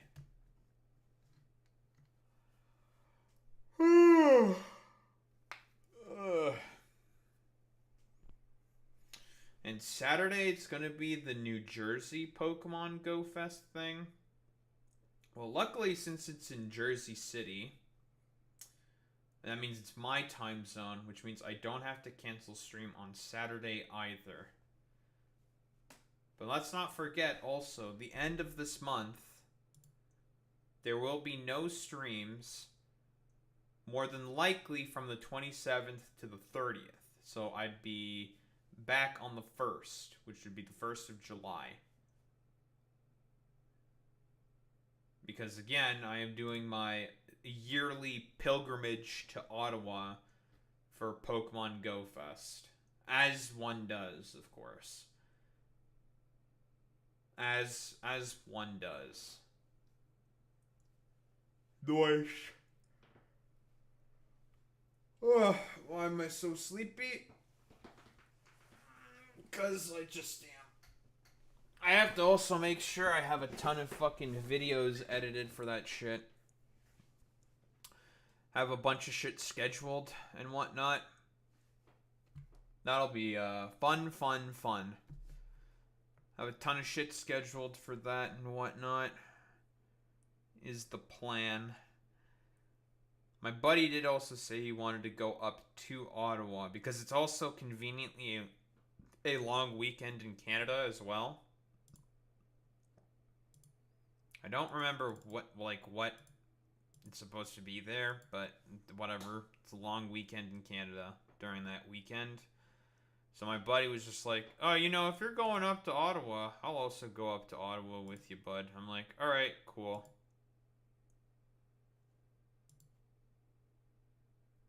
Well, apparently on the 30th, it's International Asteroid Day. So I guess that's kind of cool.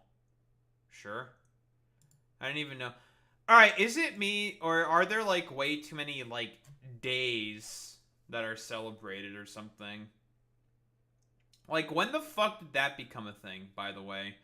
That there's, like, all of these days that are, like, being celebrated for different stuff? When was that a thing? Because I understand, like, it's broadly speaking... Yeah, but you're not getting, like, holidays out of it, though, right? Like... I think it's mostly sort of like a way, I don't know, like part of it could be for like commodification purposes. A lot of it is supposed to bring awareness to certain stuff, which I think is fine. But like broadly speaking, we understand that holidays are mostly used as a vestige for further commodifying products. Like Christmas, Halloween, Father's Day, Mother's Day, all this Valentine's Day, all this fucking shit, right? Yeah, back home in India, people get tons of days off because 5 major religions. Yeah, but that's like a little different, isn't it? Because of like all the different religious sort of shit. Not everyone gets those days off, right? It's a little different. I don't know, it's just strange. I don't like all of this holiday spam. Because it's just kind of like spam. Well, I'm curious. I'm gonna look this up. Canada long weekends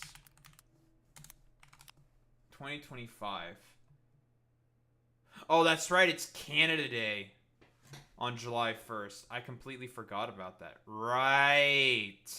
That's why there's a long weekend. That makes perfect sense. How could I fucking forget that? Jesus, I've lived here for 25 plus years.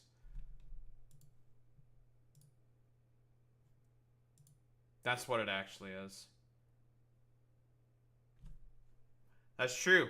Biden did do that. He did put Juneteenth as a holiday. Which is, that is based. I mean, I've said this before, but like, you know, for all of like Biden's sort of like failings, of which there are many, without a shadow of a doubt, there was a lot of stuff that he did which was quite good. But, you know, it really gets overshadowed by the fact that, you know, he let his ego take over and he's like the steward of a genocide. So, all because of his ego. Because that's purely what it was. Let's be honest here. It was pure fucking ego shit. But, you know, what can you do? Okay, we're gonna actually do this fucking... I mean, I've talked about this first video again, but I want to also do the sort of, like, we're just gonna do the whole rigmarole yet again. And I'm so... So fuck it. Why not?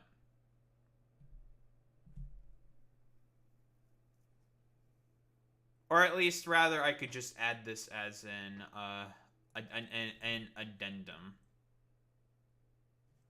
So, that's cool.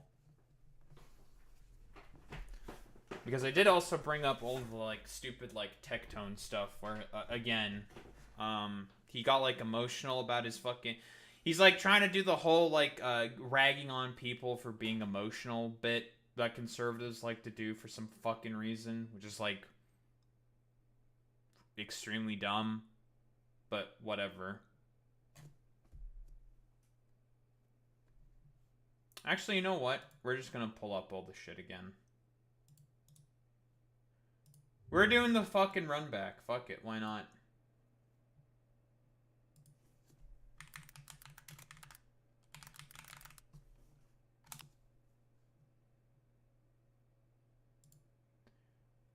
Aim and animations. Because he's a funny guy. Well, again, there's no print, like I've said before, Boy Meets Smitty, there's no principle or anything behind it. He's just doing this to get fucking clicks. Ew! Ew! Excuse me. But yeah, shout out to Amy Lark. That's true. We haven't rated into in a while. Nah, mostly because I kept going on for too long. I'll be honest. That's a me problem. Tell you no to shut the fuck up? No. Fuck you. What are you gonna do about it, huh?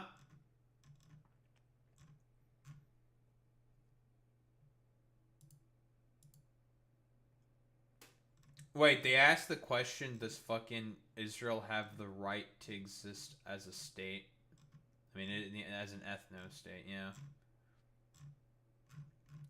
So that's cool.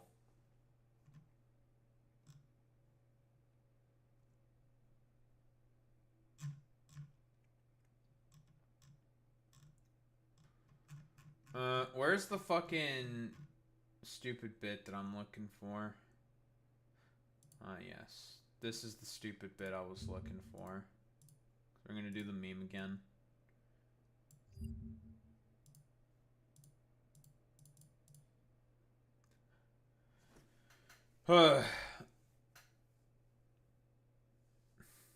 I've tasted being employed and I've tasted being unemployed. I recommend not being born.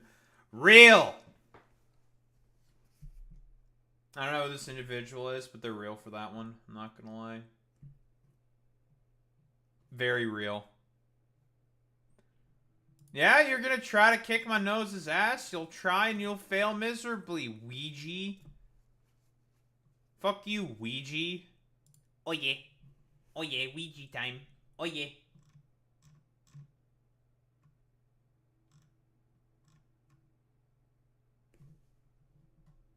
Oh yeah.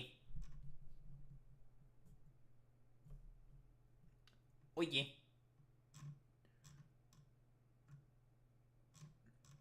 Ouija time. Oh yeah.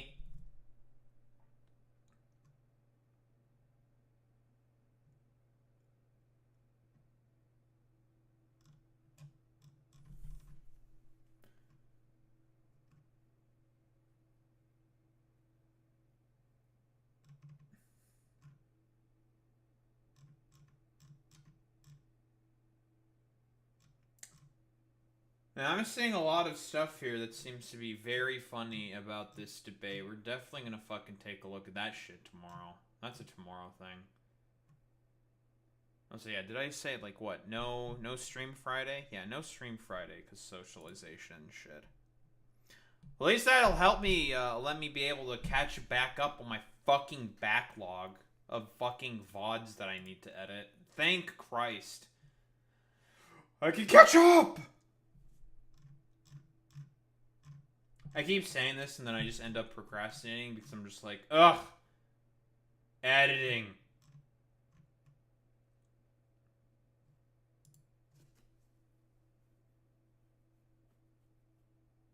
Yeah, ugh, editing. Although, honestly, my backlog for the stuff that I do have edited is, finally dwindling. Thank God.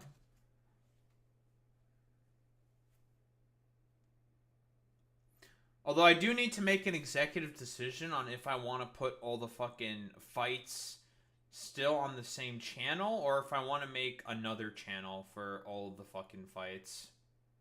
I don't really know what I want to exactly do, to be honest. Because that would mean, like, I guess then I could take, I don't know, how many fucking videos do I have? I could just look at the playlists to get a pretty decent idea.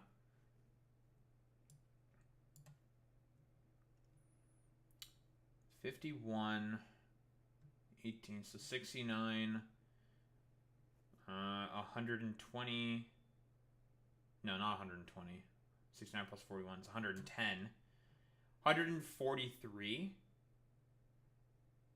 and 190 videos on the dot. 190 videos of Pokemon fights that I have just on the main channel, which is about half of my videos. And I anticipate that, with Emerald Imperium, we're probably going to get about another 40 plus, give or take, if it's anything like Radical Red. I mean, I didn't record the first Dawn fight, which I probably should have recorded, but it's not the end of the world. Not a big deal. Ain't too big of a deal.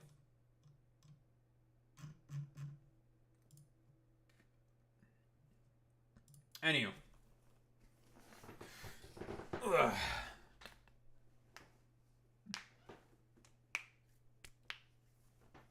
Shall we begin?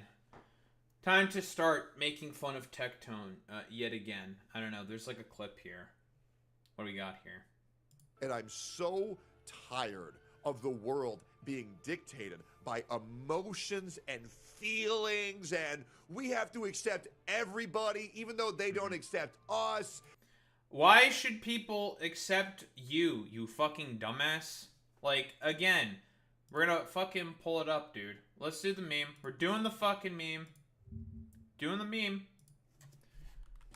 Tectone, it's okay to be white. Let's do the meme. Yeah, man, I wonder why people aren't fucking accepting me, dude. Yeah. Twitter ain't ready for this take right now, but it's okay to be white. We're, like, repeating, like, stupid, dumb fucking 2014 Gamergate era, fucking, dog whistles and fucking shit. And also, like, again, bro is also obsessed with, calling Frogan fat. Even though, again, she's not really fat. Yeah, Frogan the Hut, or whatever the fuck. Yada, yada, yada. Implying that she's, like, fat. Even though, again, we're doing the fucking meme again. It's the meme. Yeah, this is fat, guys. This is fat. Yeah, you know, the encouragement of purgating and all this other fucking bullshit. It's fucking nonsense, obviously. It's really, really fucking stupid. The point of it is just to, like, for harassment and fucking bullying. Even though, at this point, Tectone got fucking fired for that. Not fired, but he got banned for that shit initially for 2 weeks. He appealed.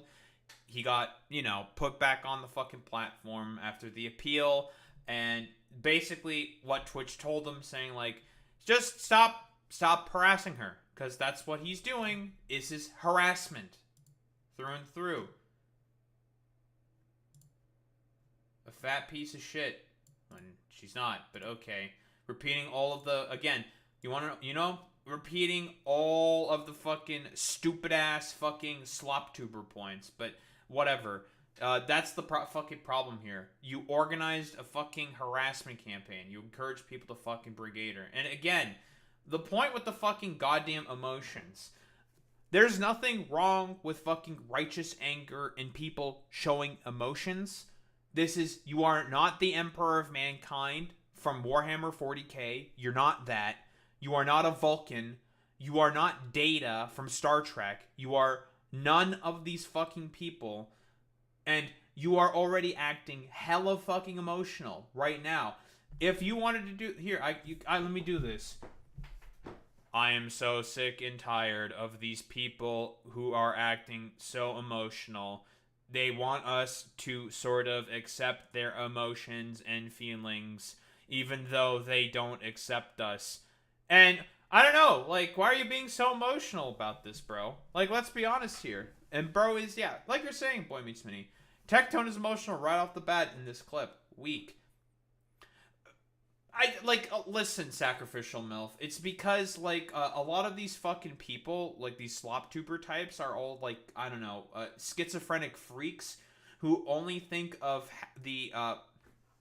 that the perfect womanly body is something that is just completely unknowable and unobtainable, but it exists out there and it has, like, it's under the construction of some form of Western beauty standards. It's complete fucking nonsense. In fact, honestly, it's one of those things where it's like, fellas, is it gay to like women? Quite literally. Because all the motherfuckers that do this shit constantly, are all fucking extremely repressed fucking weirdos. Who Tectone is. And this new era is just a bunch. Oh, also, he's been divorced before. So that's probably another reason why he's acts like this. It's divorced man energy stuff. It's a very powerful energy. A fucking pussy limp dick soy boy. Where if you don't accept every mental illness as the status quo, you're fucked up. If you don't No one is saying to accept every mental illness as the status quo. No one ever has done that. Ever. Mostly people are saying that, hey, society should be accommodating to people who have mental disabilities. For example, if you have cerebral palsy and you're stuck in a fucking wheelchair because of cerebral palsy, well, that's more of a genetic defect. Same fucking thing applies here. Or like you've gone fucking brain dead or something. If we live in a equitable, fair society, as which very often, a lot of the times, these the sort of like nations of capital, like capitalist Western nations, like to sort of frame themselves as constantly, like to pretend that they are, then we should acknowledge and be able to recognize that, hey, if we want to have a fair fucking society, we should be able to help accommodate, help people, because that's what you do when you have a collection of people. You form community with one another. You help each other out. And it's the exact same things with people who have mental disabilities, who have genetic fucking defects. Was it their fault that they got those fucking things? No. More specifically, what I think he's talking about here in terms of mental illness is probably trans people. Tectone has been transphobic in the past. He's agreed with Asmongold's idiotic bullshit when he said that, you know, trans parents of or parents of trans kids are all mentally ill for letting their children fall with this delusion, quote unquote. No, that is stupid. That is what he actually means. Oh yeah, 1000% sacrificial MILF. Yeah, their perfection will never fucking exist. This mythological woman in their fucking minds never will fucking exist. But, you know, It's all because of patriarchal fucking standards and bullshit. That's the fucking reason. Accept these people's imagination as reality, you're fucked up. Your mental illness is not our responsibility, and I will be... Yeah, it is. Because guess what? People fucking live in society. If we're talking about minorities as well, what, about 1% of the US population are trans people? That's a lot of fucking people. Let's be honest here. 1% of about 300,000. Or not 300,000. 300 million is about 3 million people. That's a lot of fucking people that you should be able to accommodate for in the richest country on the fucking planet. So, yeah. If we're also talking about, I don't know, people with, like, mental illnesses or other disabilities or whatever, that's also probably about 1% of the population, which is about, again, 3 million fucking people. And again, in the richest country on the planet, you should be able to, you know, help accommodate for them. Help them have a meaningful, peaceful existence within life. Because, again, have any of these people sort of asked for these sort of, I don't know, like, malaises or changes or states of being to come into existence for them? No, they never fucking asked for this. Because everybody, guess what, is built different. But if you want to talk about a good fucking society, it is about how you can help and take care of those on the fucking margins. That's what it's mostly all about. If I ever bend the knee again to this forced progressive nature, it's so lame. It's not forced progressivism or whatever. It's called having basic fucking decency as a human being, of which you should be taught. But again, we live in indecent times. Indecency and common courtesy are now values that are simply frowned down upon. Things that are, seen as cringe or stupid. It's ridiculous. All for, like, in substitute of all this, like, stupid zero-sum game, like, alpha fucking bullshit or whatever. It's nonsense. How do people in this world not be miserable with these lame motherfuckers that take up our whole society? What are you fucking talking about? Take up the whole society. Let me tell you why people are fucking depressed constantly. Productivity to wage gap. Whoa, it seems like it keeps coming up over and over again. I wonder why people might be fucking depressed, Tectone. Why people might not be happy with the state of society. Because broadly speaking, they know that the US is extremely rich and can help provide and be able to have, compensation and wage rates that are able to help be able to survive and even thrive in the fucking society that they're living in. However, society caters for fucking losers like yourself. I remember seeing, I think there's like a post saying that Tectone is, his net worth is allegedly $3.3 million from what he has said. Society currently caters mostly to you.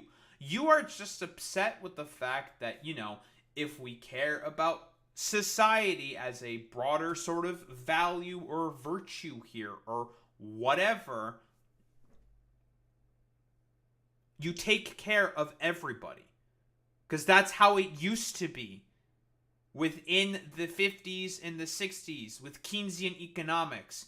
Yet again, the most prosperous economic time in human history was the time of Keynesian economics. But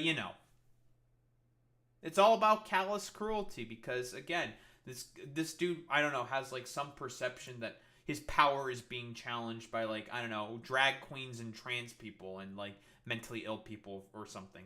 It's silly. Oh, yeah, he doesn't know who Keynes is. Like, whatever.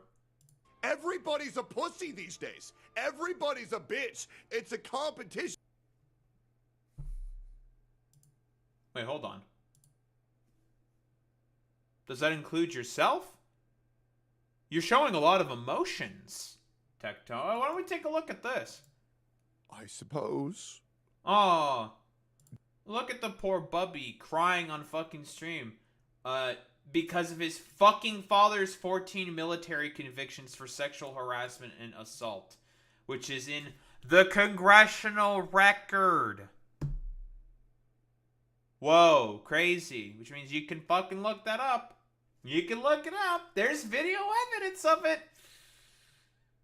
But, you know, everyone's being a fucking pussy right now because they want to show some form of fucking emotion. Yeah, okay, bro. Whatever. Due to this all being resurfaced by Hassan, Uh-huh. I suppose I will know. You're the one who started this all by chirping at fucking Hassan. His fans dug that shit up about your fucking father, and you're getting fucking triggered about it. That's the fucking problem. You're the one who fucking started this whole fucking spat, buddy. No longer be interacting with my father in any way, shape, or form on my stream. Wah, wah, wah, wah, wah. Cope and seethe, you fucking stupid ass bitch. Listen, sexual harassment and assault does seem to fucking run in the blood of this fucking family, because, you know, we all know about the Pinky Chew allegations. Of course, it's all alleged. And he's like saying like, oh, yeah, what do you mean? Like, that totally wasn't me, bro. Yeah, dude, whatever. That's still being fucking investigated, and Pinky Chew is saying, like I said, there was an update to this, saying that she's still working with a special victims unit about this. And unfortunately, stuff like this takes a lot of fucking time. So, you know, Tectone keeps saying that he's innocent, even though, like,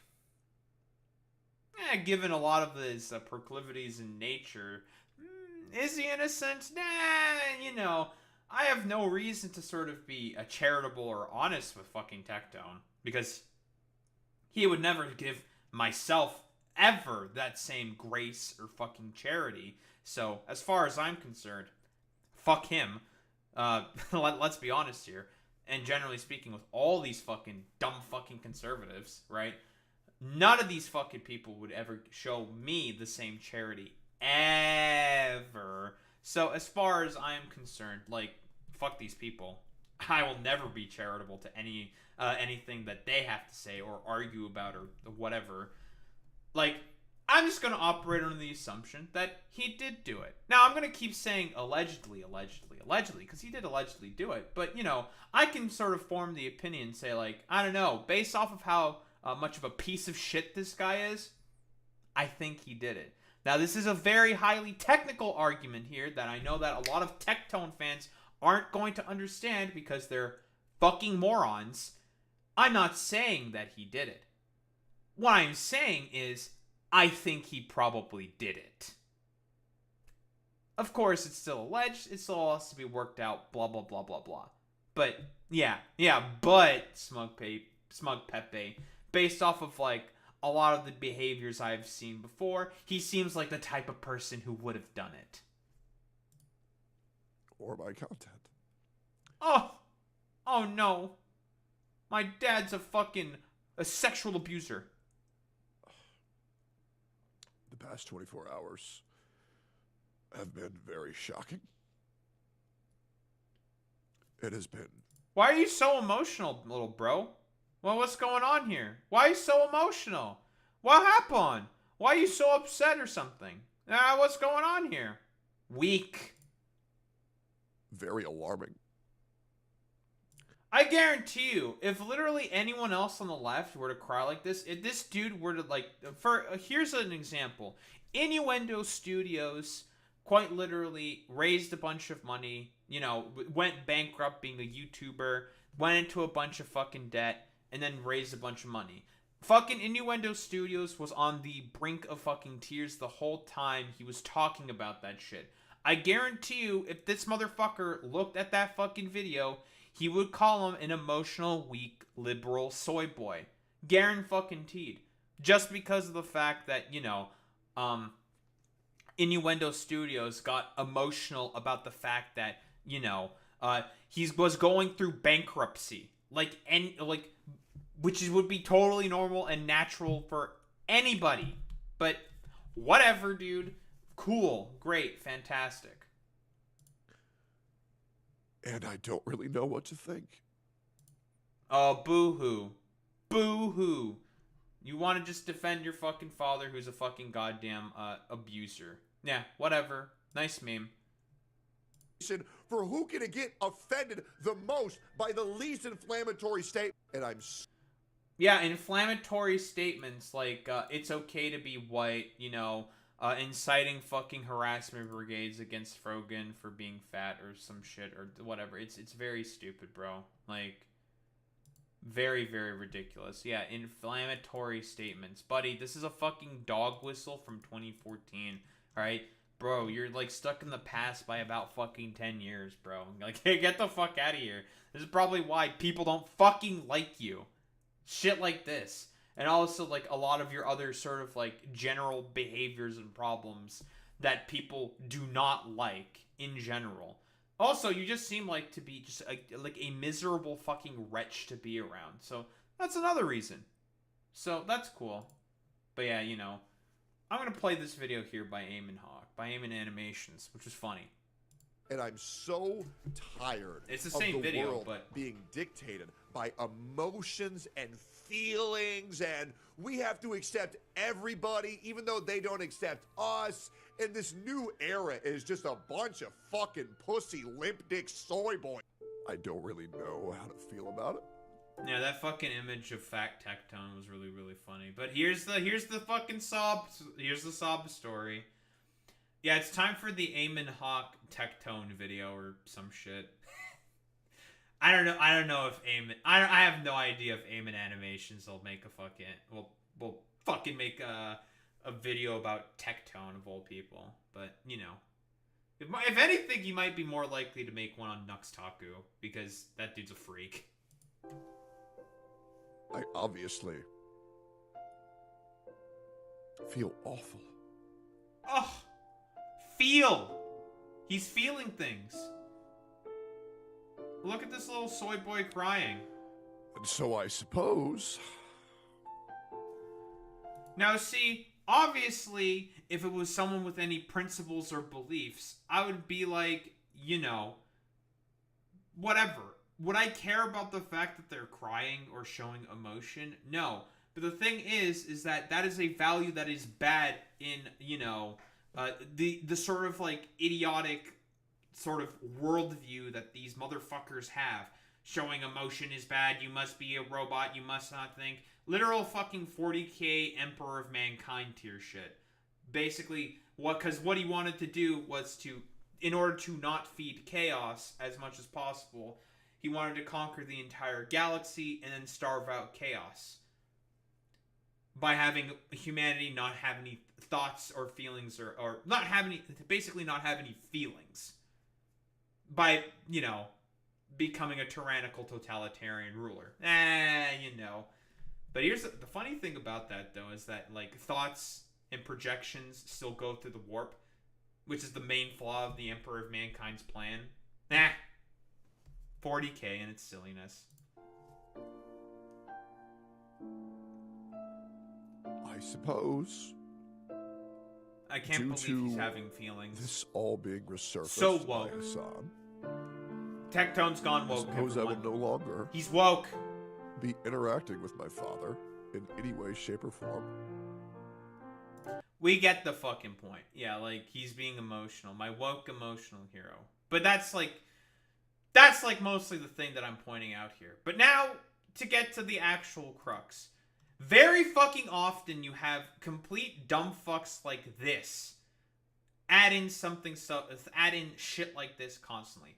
I like how you just add something defamatory that didn't happen. What, this fucking clip? What are you talking about?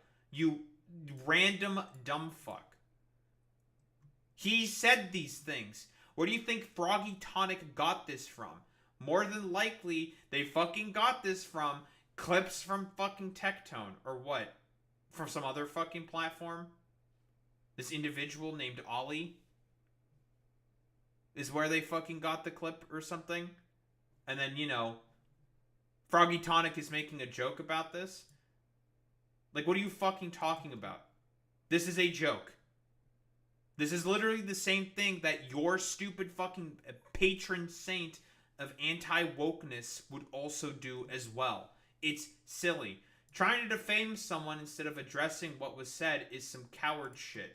What is the fucking defamation sort of thing here? What? Thank you, lolly rapist, for the 20 gifted subs. As I was saying,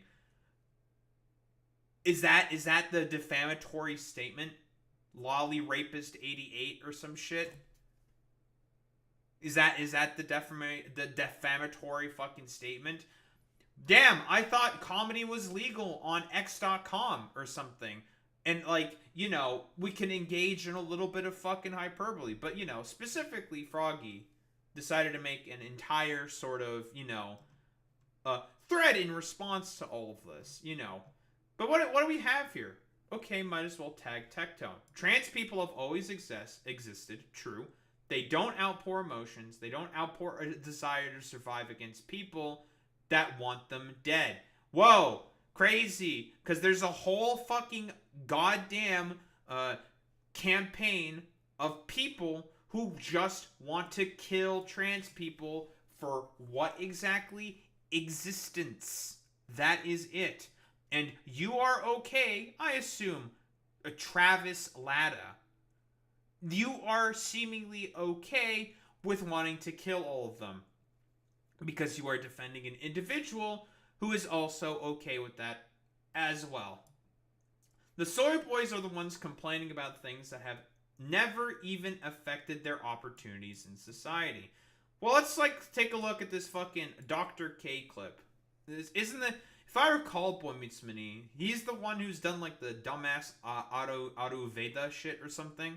He does like all the fucking dumb fucking Veda shit, which has like no basis in medical reality at all. Also, this doesn't only have to extend to trans people. This can also be about black people, other immigrants within the United States of America. They have been who are constantly getting fucking persecuted for what exactly? Very often crimes that have been done by the United States itself throughout Central and South America. But you know, tomato, tomato, potato, potato. The main problem is actually trans people because of fucking stupid scapegoating that the Republican Party and broader vestiges of power within the conservative sort of intelligentsia have conjured up in order to be able to have an avenue towards power. Because again, maintenance of hierarchy and control. That's ultimately what these motherfuckers want. And they will stomp on basically everybody in order to achieve those goals. But let's see, what's this dumbass have to say here? Sorry. Oh no, he's crying. It's really hard to know. Whoa, what are you? In emotions and feelings in my streamer? That's not allowed. We have to be unthinking, unfeeling automata. We must be nothing but homunculi that can have anything imprinted upon them. Ridiculous. Whether I'm the problem or not. Because it keeps happening. And it's happened so many times that I don't know when it's going to stop. Because it just keeps happening over and over again. And pretty much what's happening is that I'm not sure. Like, is this just I'm assuming it's in reference to the information about his father sort of being like pulled out. Because again, the problem isn't the fact that Tectone is being emotional, right? I don't give much of a shit about that. The only reason why I'm making fun of him right now for being emotional is because he would just do the exact fucking same thing. So I'm doing something called tone matching, you know? That's when you match the tone of someone in like a particular debate in order to be able to keep up rhetorically with them in terms of like the level of engagement that we're sort of, you know, going along with here. You know, just some simple definitions for you people. I just keep pissing people off. And like I keep on hurting people. Yeah, because you're a fucking asshole. I wonder why. Maybe if you were to stop saying all the idiotic fucking bullshit. You know what? this is actually like an Ethan Klein type situation. He recognizes what he's doing is wrong and an inaccurate fucking thing to do, but he keeps doing it.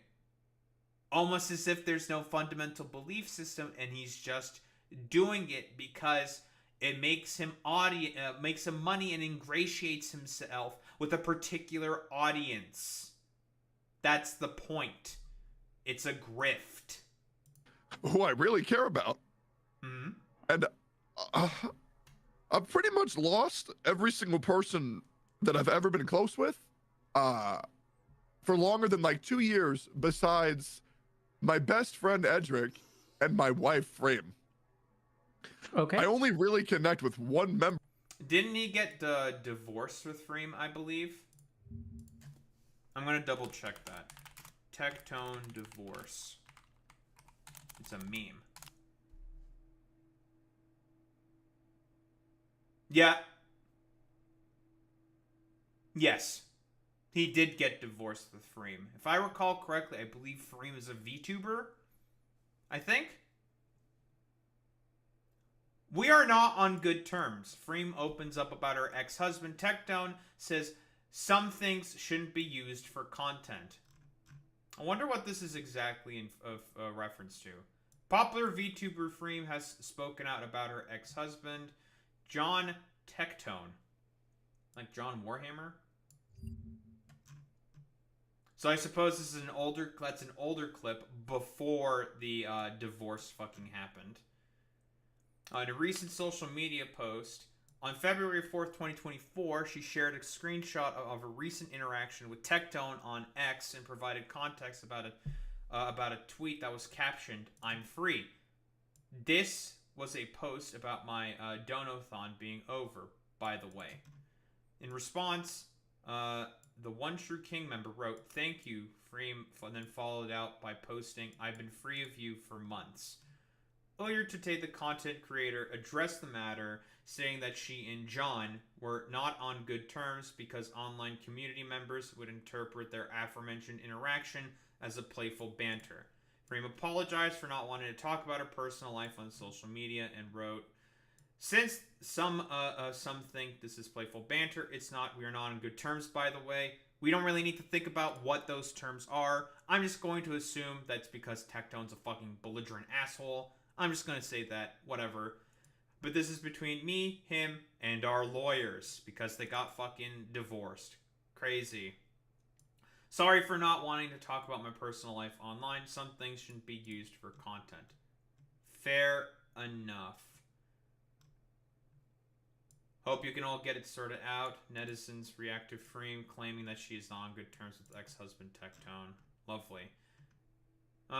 Tectone, popular Twitch personality, best known for playing gacha games on his channel. Maybe that's why he's such a piece of shit. Too many gacha pulls that were fucking dog shit. That's probably what it is. He's a well-known OTK member, having collaborated with several. Well, he was a well-known OTK member, collaborated with several prominent internet personalities. On December 16th, 2022, the content creator released a twit-longer statement announcing he and Freem had divorced. The 30-year-old claimed the situation was not caused by anything negative, as they loved each other now as friends more than ever. An expert from the twit-longer reads, "Now, before speculation occurs, no, neither of us cheated on each other and neither of us treated each other poorly. I'll be the judge of that. And most importantly, neither of us hate each other. To be honest, we love each other now as friends more than ever. Sure, whatever." Trying to make it sound like they're on good terms, even though Freem has stipulated herself that they are not on good terms. So, whatever. However, on February 4th, 2024, Freem mentioned that she and Tectone were not on good terms. Over 186 netizens chimed in, with users stating, "I thought there was no way when he said y'all were on good terms. Heal the way you need to, deal with your shit the way you need to." Sure. And then there's more fucking reactions, right? We're not on good terms. It's private stuff. Whatever. You can fucking speculate for as to what it is.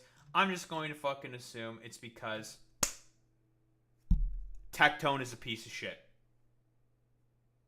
So that's the operation that I'm going to fucking, or rather the assumption that I'm going to operate under. So, okay, well, I guess he only has his best friend left. So that's cool. Member of my family anymore.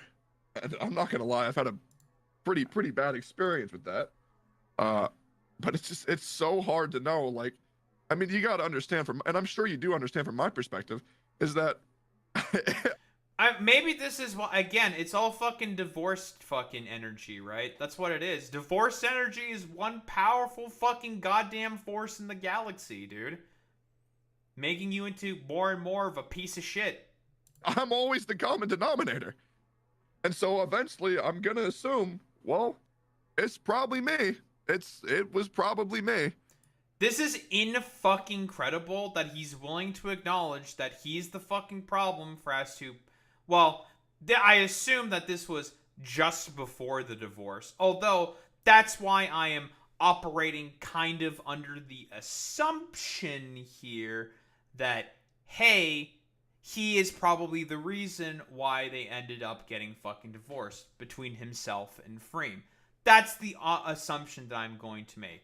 And it's because he's a popular fucking personality, and more than likely, that power started getting to his head. Very, very common amongst content creators. This is an incredibly fucking common thing. And now, since he's, well, had the divorce happen, he's becoming more and more of an ostensible, like, heinous fucking piece of shit. More and more so. He's digging himself a deeper and deeper hole. He's going down the rabbit hole of, like, dumb fuck, like, lowest common denominator, right-wing-esque content constantly. And this is, broadly speaking, why people, I would say, do not really like him all that much. Because, again, it's the same thing with Ethan Klein. Even Ethan himself has said, like, yeah, dude, when I get mad about particular things, I, like, become more sheltered. I sort of, like, go into my own bubble and stuff like that. I become very mean and blamey of, like, other people. Exact same behavior is being admitted to right here. And will Tectone reflect on that? Probably not. He has a new audience now. He has a new audience capture who are willing to support him and his worsening fucking behavior. And that is probably the biggest problem. Wanting to exist as an oppressed person isn't being offended, it's surviving. For example, saying that trans suicide is funny is not the least inflammatory statement. It is an absurd level of cruelty and apathy, and is deserving of a violent response.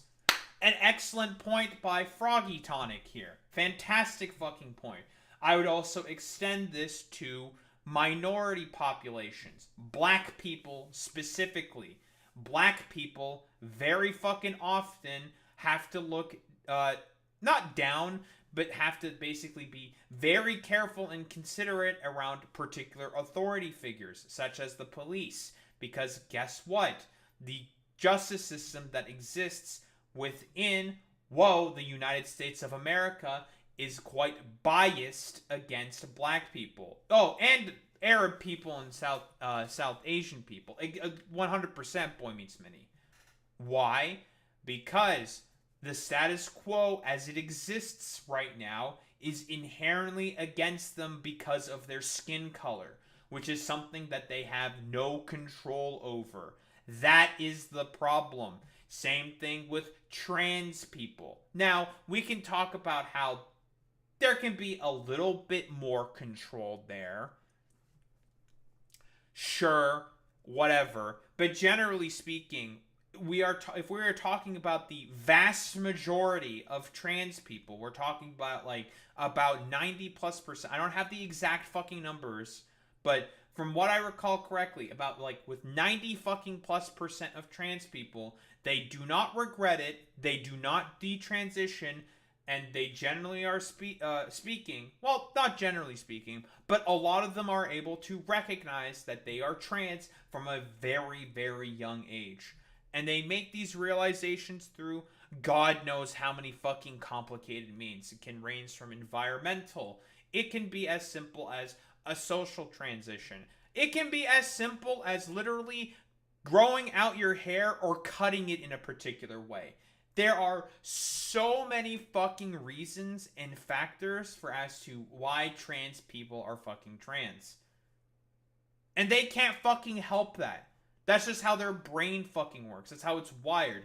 Which is why constantly I talk about the death of subjectivity. Fucking shit. Daho mentioning the death of subjectivity yet again. Crazy. Who would have fucking thought? Mark that on your fucking bingo cards yet again. People like Tectone are wholeheartedly incapable of being able to see and think like other people. Because again, he is a millionaire. He has power. He doesn't want to essentially see how other people think at all because he's essentially won at the game of life. Why the fuck should he have to care about any of this stuff? He doesn't have to give a fuck about anything. Like, fuck it. Who cares? If I just want to be a complete belligerent, stupid asshole, fuck it. YOLO swag 420. Woo! I will suffer no fucking consequences because the current status quo of society caters to me specifically. A rich, cis, heterosexual, white male. Quite literally. Like, and you can, like, cope and seethe about it and say, like, that's just not the case. What do you mean? There's, like, all this fucking propaganda and stuff. Do we have to, like, look into who are the main people who are in the main vestiges of power in the United States, specifically with, like, politicians and stuff? Who most senators are cis white males, cis white heterosexual males in the House. Same case. CEO positions, same case. Who would have thought? Millionaires, billionaires tend to be cis white males. So we all know about this. We all know about the suffering that a lot of minorities have to do. And guess what? Don't be surprised if they get fucking pissed with you if you are gleefully for taking away whatever tiny amount of rights that they fucking have in comparison to people like yourself who are millionaires. The current status quo is a bunch of billionaires making you think it's better to hate people with a different skin color than you than the ones who are actively milking you while destroying every crumb of social safety nets you might have had. It's not tolerance of others. Again, it's all divide and conquer fucking bullshit. Feeling at odds in your own body is not imagination. It is a feeling that everyone experiences. Trans people experience it in a drastic way that can lead to death. There is a cure, and it is matching the body to the mind of said person. Dude, I fucking have man fucking titties, okay? I fucking feel insecure about that. I don't fucking like wearing, like, I don't know, tight clothing as a response for that. I've always felt insecure about my body because I used to be way fatter than I was before. And then I lost a lot of weight. And then COVID happened and I got depressed. And then I put on all the weight back on again. That tomato, potato. What can you fucking do? Crazy. But for trans people, you have to multiply that by like a factor of about 100. Crazy. Caring for the mental issues of others is not everybody's responsibility, but it is your duty as one part of society to be tolerant and care for the others who fall down. Exactly. Because again, for a lot of people who are mentally ill or disabled in some way, generally speaking, that's not their fault. It's either because of freak accidents or say like they were just born that way. Is there anything that they could have done about that? No. So it is important as a duty of society to be able to help take care of those people. If you do not enjoy the principle of solidarity, you are free to remove yourself from society. There is no forced progressive nature. The nature of humanity is to share, to bond, to make us collectively thrive. Again, before the sort of advent of civilization, humans lived as tribal fucking societies, communal fucking societies. Even back during the times of primitive accumulation, you know, borrowing a term from Marx there, people lived together in villages. People were not fucking exploited for their fucking labor. Well, then the advent of slavery kind of became a thing, but that's more of a sort of different tale. But broadly speaking, during the times of primitive accumulation, people organized themselves in tribes and did everything communally. Crazy. Intolerance, on the other hand, is a made-up concept that is forced on people to nurture cruelty. In our current design, make money off of idiots like you. I'm not miserable because I recognize that people of color and the gays do not take a big part of our society. I recognize that they are marginalized, and as such become increasingly louder the more we try to erase them. If we don't erase them, they'll just chill with us. Yeah, because again, they're just human beings. They're not aberrances of society. Gay people and people of color have existed since time immemorial. For as long as we could record history, they have fucking existed. Crazy. And a lot of ancient societies have recorded and acknowledged their fucking existence. As far back as fucking ancient Mesopotamia. For you idiots out there, that would have been about 2000 BC, give or take. Very rough numbers here, but ancient Mesopotamia existed very, very long ago in the Maghreb. What's the Maghreb? I'm not 100% sure. I could be getting that fucking particular region wrong. I'm Googling this. The Maghreb. Oh, it's in Africa. Fuck! In the, Tigris Valley. That's what it is. Right? It should be the Tigris Valley. Yeah, the Tigris and the Euphrates River. Tigris Valley. There we go. Listen, I still got my fucking geography on point.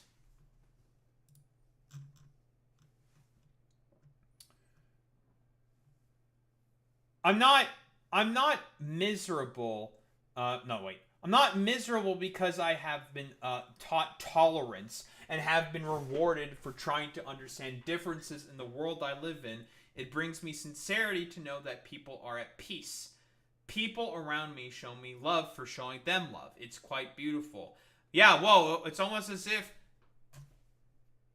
if you give people an inch, they can take a mile.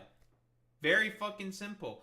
Or rather, let's be honest, not even just that concept, rather. More like also, if you just treat people how you would want to be treated, you typically will be treated well. Crazy. So yeah, but of course, like, a lot of people are fucking stupid dipshits. Or probably being stupid dipshits about it. Interesting, what makes ogres endearing is subverting... what makes ogres subverting our expectation that they're violent and repulsive, so when they are, they just become a danger. And so yes, women who do hang around abusers are misinformed and or pick-me's. That's true. Yeah, this is in response to what? It's insane how women supporting men is considered a grift on Twitter. Y'all are pathetic. It depends on how it is said. If it's just said, and I think this is in reference to a particular VTuber who just said, like, dude, why am I getting so much hate for saying that, like, men are getting treated like shit? This person has commonly done the sort of, like, idiotic fucking tropes of, like, why is it so difficult for women to participate in the dating market? It's because of, like, the hypergamy fucking shit and yada, yada, yada. Doing, like, the whole fucking, like, stupid incel grifting talking point stuff. That's the fucking problem. That's fucking misinformed or pick-me shit. Broadly speaking, everyone on the left has talked about why why men are currently fucking suffering. If you just want to talk about, like, you know, sort of like intersectional analysis and the problems that men are currently facing, guess what? It's got a lot to do with this particular chart. Crazy, I know. And this guy, I guess, is still fucking coping about it. So, whatever. Very stupid. Not really much else to say besides, again, just another instance of a man with a lot of power recognizing his position in the hierarchy and defending it. Let's be quite honest here. For Tectone, it is about maintenance of hierarchy and control. Even though he may not fucking recognize it. Or really fucking know about it. Let's be honest here. He's very fucking dim-witted. Keep it a buck fucking 50. He recognizes his place in society. He is a rich, affluent, cis, white male. And with these fucking privileges that he has, he recognizes his place and position of power. And he will do anything in order to maintain it. And so we get stupid shit like this, where he's talking about people being overly fucking emotional for, you know, wanting to show grace and common courtesy to fucking minority populations. And meanwhile, we have like this dumbass over here doing 2014 fucking alt-right dog whistles.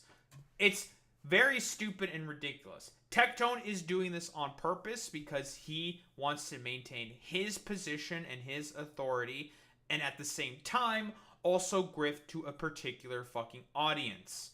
That is why he is doing this, and he behaves in the way that he behaves, and says the idiotic shit that he fucking says. It is all about maintenance of hierarchy and control. He may not recognize that, but he is an unwilling servant to that maintenance, to these systems of fucking power. But he'll never fucking admit it because he is thankful for it in reality. Because guess what? He's one of the ones who has benefited the most from it. That's what this is all about.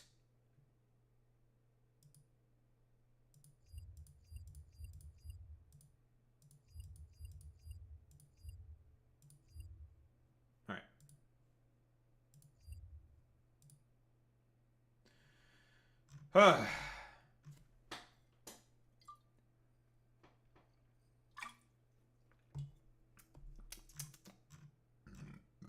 Excuse me. Alright, let's open up the fucking window. I want to open up the window.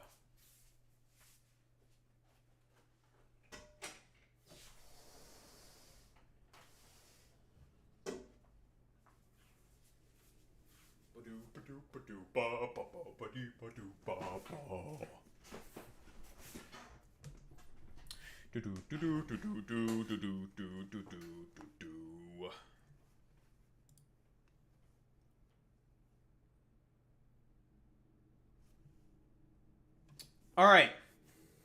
What do we got here?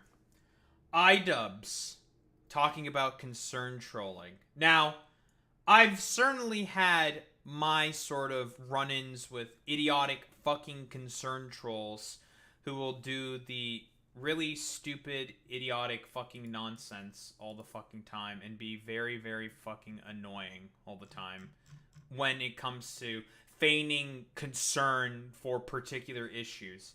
Mostly because they pretend to be like, I don't know, overly woke, annoying fucking dipshits all the fucking time, and I don't like them. That's really all I have to say about, like, I don't know, conservatives, broadly speaking, who feign concern about particular issues or minority populations constantly. I don't like them. They are very annoying. What's going on in YouTube chat? I suppose I will look at YouTube chat. It didn't pop up in the fucking stupid whatever the fuck. What is this all about? I'm looking to go to the video itself, you fucking dumbass. No, I don't want the details. There you go, control room is what I want. And then the dumbass fucking thing shits the bed. No, I hate that. What is going on, Boy Meets Mini?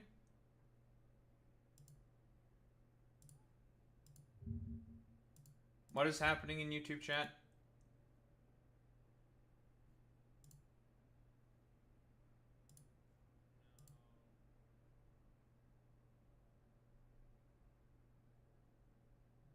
Oh, what is going on in Death of Subjectivity?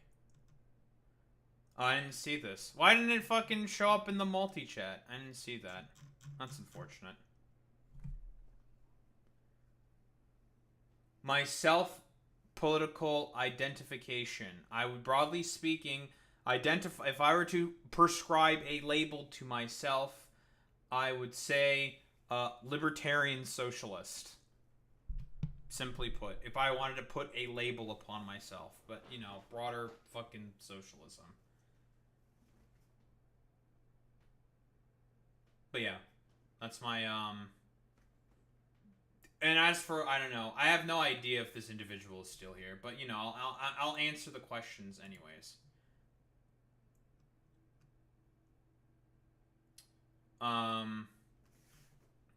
Death of fucking subjectivity. Basically, people not being able to sort of, like, fit within one's mind and whatnot, and sort of, be able to understand their thoughts and feelings and emotions, and not be able to sort of, understand that. And Obama, did you see that Trump's messages with Elon just leaked, where he asked him to fire all LGBT and black Twitter people because he considered them undesirable? Is that real? Like market socialism or command economy? I would broadly say market socialism as a transitionary step, I think, is appropriate. I think. I am most partial to market socialism. I'm not very interested in command economies. Source, I made it the fuck up. Someone play the blurb clip. Someone play it. Fuck it, I'll play it. Source, I made it the fuck up. Although honestly, Barack Obama, let's keep it $1.50 here. I would not be surprised if that fucking happened. I'll be honest. Haha. My source is that I made it the fuck up. Okay, that scared the fuck out of me because I wasn't expecting it to pop up. Haha. But yes. Looks like you're a gotcha player at heart. Is that because of my brain damage? No, it's because you go after children, and there ain't enough room in this preschool for the two of us. Why was that video so fucking good, dude? God. Well, I guess the Stream Elements multi-chat decided to not work. YouTube chat messages should be able to pop up. But it didn't want to pop up. That is very strange. Huh. I'll just keep up YouTube chat open as well, just in case. Where is the pop-out chat? Give me pop-out chat. There we go. Now I will never miss YouTube chat messages. Ignores YouTube chat because... Ignores YouTube chat. Cause I suck. I'm the best streamer. But yeah, broadly speaking, I would say market socialism as a transitionary step to the overall abolition of the the state, the money form, the commodity form, and the broader sort of like systems of communism that exist into like you know autonomous systems like that, as what Marx basically proposed. But yeah, like, I don't like a command economy. Because a lot of, like, the stuff with, like, Marxist-Leninists and shit like that is, the sort of, control... Because overall, The main sort of thing here with command economies is that control in the hierarchy is still overall maintained, broadly speaking, in the vestiges of a few hands anyways. It's instead of private owners, it's people who are representatives of the state, quote unquote. Well, it's MLs who broadly talk about like command economies, generally speaking, right? Although China also fits that sort of bill as well, but generally speaking. Why do I care about politics? It doesn't matter who you do or do not vote for, or what you believe in. It doesn't matter because it changes nothing. Being passionate about it is pretty gay, TBH. A funny horseman once said that politics is very dumb, but very important. If you decide to deactivate yourself and not participate, broadly speaking, in civic society, a lot of the people within the vestiges of power, Barack Obama, can see that as a sort of... I'm trying to think of what the best term would be here. As, like, sort of consent in order to be able to keep pushing forward with their broader project of seizing all vestiges of power under their hands. And broadly, who do I mean by they here? Politicians, billionaires, CEOs, the people who are owners of capital, broadly speaking. Is, generally speaking, I would say people like that. If you basically don't stop, like, wringing your hand over politics constantly and talking about it, it essentially means that you are deactivated and are unwilling to fight the powers that be, who basically want to make everything worse for, well, yourself and your family, broadly speaking. It's more... I see it as, like, an attempt to try to stick it up to the man. As ridiculous and cliche as that is. But I'd rather die fighting in some way instead of just simply go out into the night, quiet inside. Does this kind of make sense?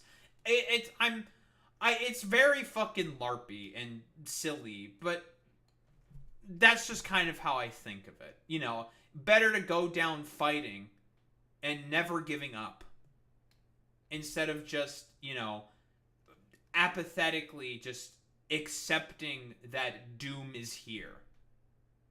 It's a sort of like very Nietzschean will to power sort of moment, I guess.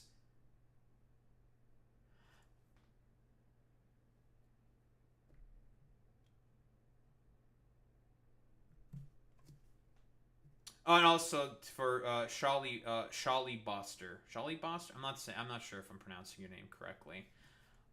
Revolution or reform? Honestly, like,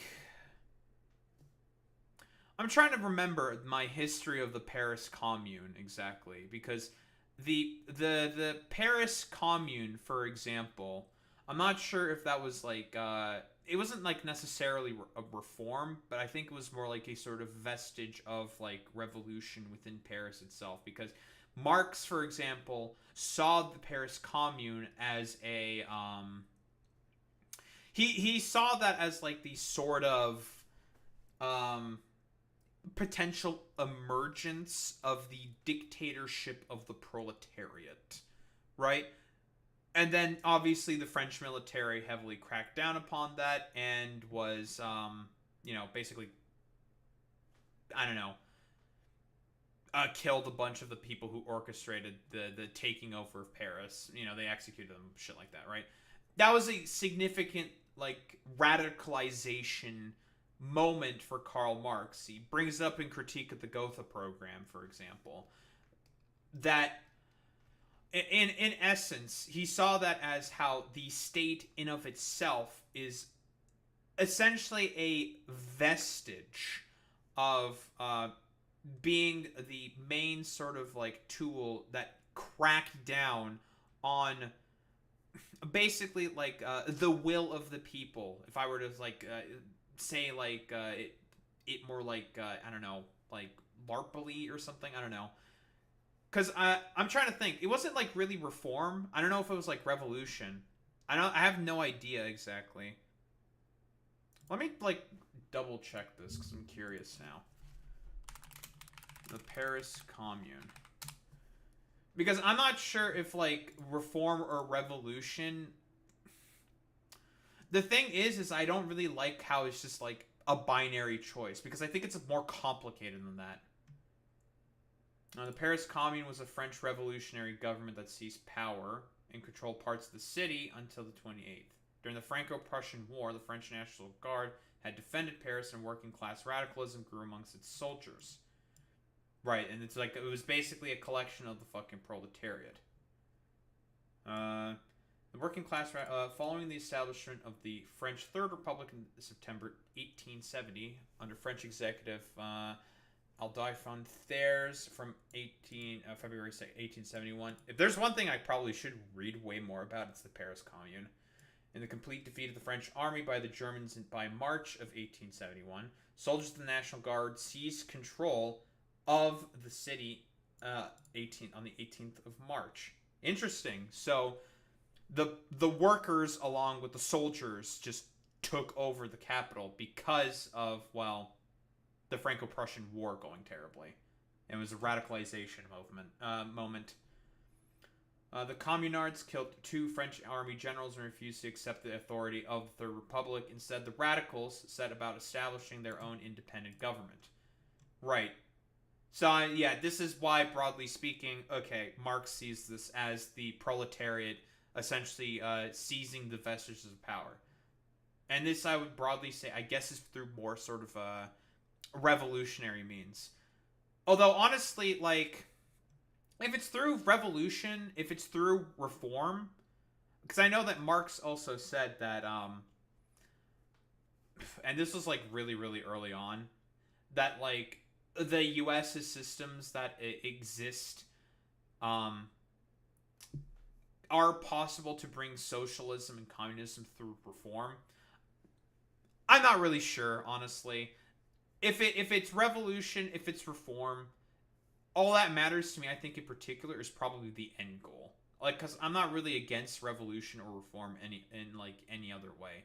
If it can be as non-violent as possible, that would be ideal. However, I'm not delusional in saying that, you know, in saying that that's going to 100% be the case. It's not going to be the case. It's more than likely going to be violent revolution that's going to be the thing that brings the dictatorship of the proletariat into being, into power, I would say. Or at least that's what I think. What's up, Justin? It's freaking Justin!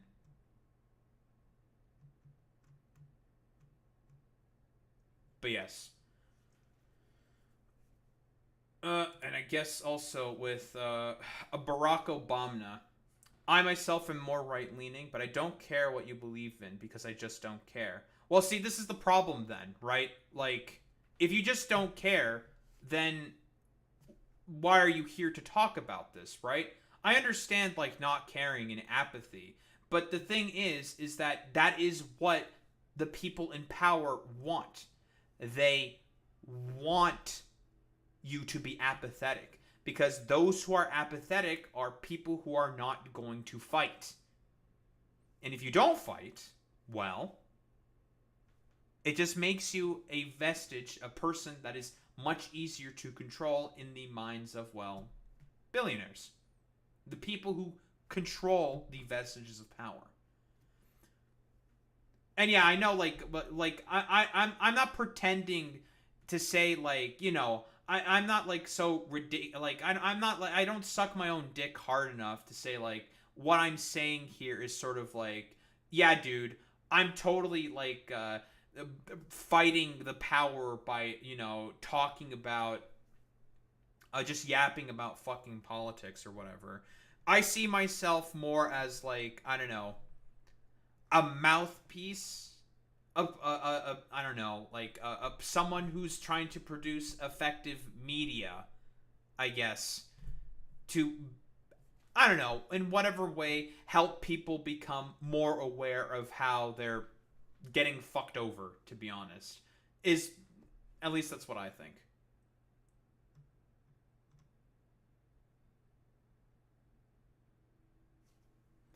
There's a lot of things that I probably should read. But yes, I need to learn more about the Paris Commune because, again,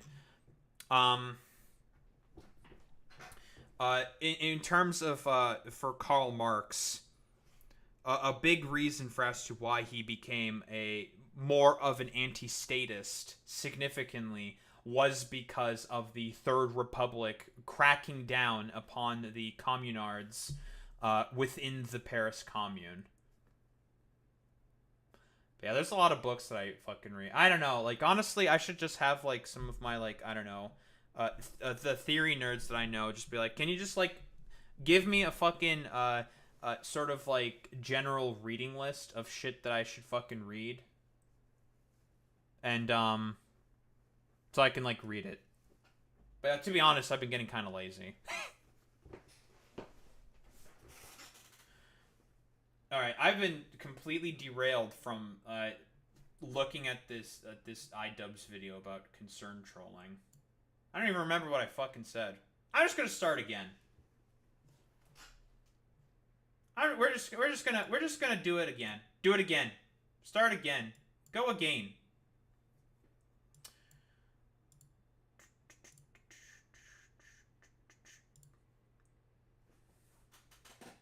I'd be Marxing it Paris Commune style. That's true. So, concern trolling. Concern trolling, concern trolling. We got a video here by idubbbz talking about concern trolling. Now, I am all too aware of people who engage in this behavior, broadly speaking, called concern trolling. You know, the people who basically talk about particular issues in mind where they talk about, I'm very concerned about this position, when in reality, like, they could give less of a shit about, I don't know, that position. You know, there can be, like, various fucking examples. A lot of people, generally speaking, tend to do it. I see it very often from, like, you know, when I do, like, the videos, shitting on the behaviors of a lot of the differing sort of, like, right-leaning content creators that I go after, saying, like, wow, this person is stupid. Very often people will, like, crawl in to do, like, strange, like, woke scoldy behavior when I know that, like, it's complete fucking nonsense, and they feign concern, sort of, like, all of these positions that I know that they don't give a shit about in reality, but, like, they want to have me, like, engage with them in some particular way. I know it's, like, complete bullshit, but it's just, like, I find the behavior in particular just to be really, really fucking annoying. So, you know, what do we have here from idubbbz? I think there's a lot to be learned from the failure of the Second International and the failures of the Spartacists. Oh, I could certainly take a look at it. But I've not read about the Spartacist uprising in Germany, no. I know about the one in Rome that happened forever ago, but that's a little bit of a different story, like a slave gladiator uprising of Spartacus. I suppose that's where the Spartacist sort of inspiration comes from, is Spartacus. Anyway, let's get started with this.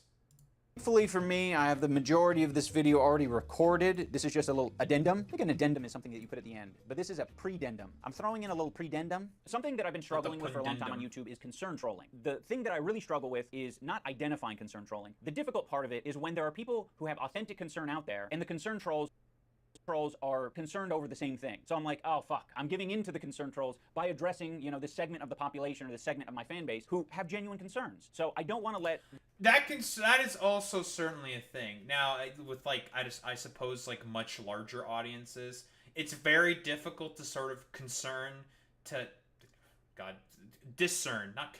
discern who are people that are being genuine and who are people that are certainly not being genuine, to say the least. Because again, consequences of internet anonymity sort of coming into play here. Broadly speaking, people can kind of just say anything on the internet. They're behind a screen. People can just say stuff.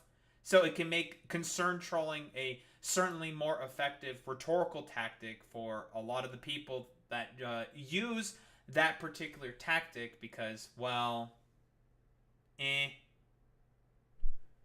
they can just be like, well, I certainly am concerned about what content creator A is saying here because of blah, blah, blah, blah, blah. And in reality, you look at, like, how they've engaged, broadly speaking, throughout social media with, like, differing, like, minority populations or whatever.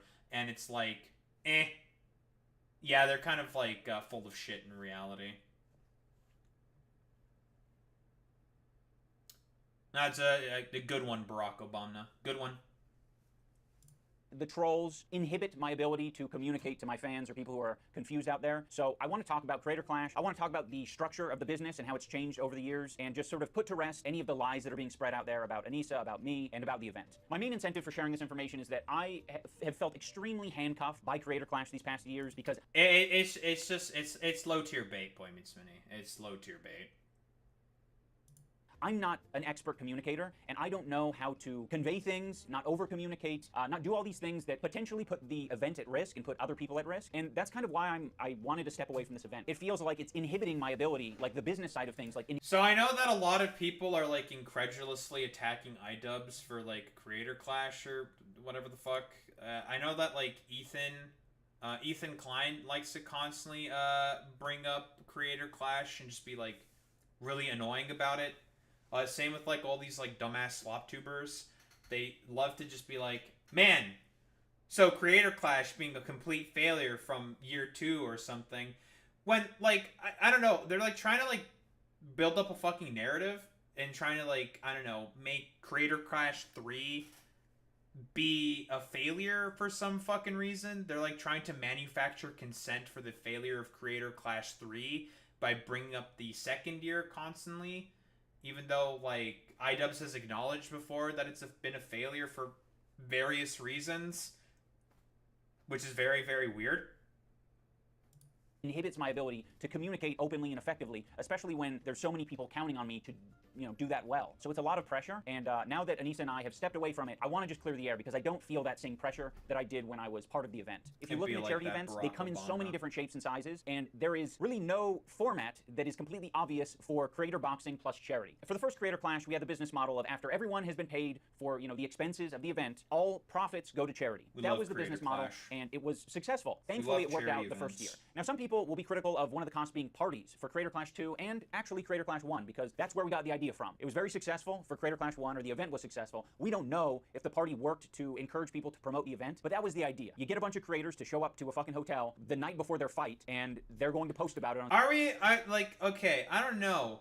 Is this going to be one of those, because again, like, slop tubers, broadly speaking, when they engage with, like, these sort of, like, I don't know, admissions, these sort of, like, critical analyses or self-reflections, I should probably say instead of like people acknowledging their sort of mistakes, they'll basically like cherry pick particular things and say like, oh well, like idubbbz is like lying here because of bibbity boppity flippity flappity boobity wobbity fibbity fabbity or some shit or whatever, and just try to like, again, like I've been saying, manufacture consent for I suppose the downfall of the next Creator Clash event, which I find to be very strange. Like, why do you want the downfall of a fucking charity event?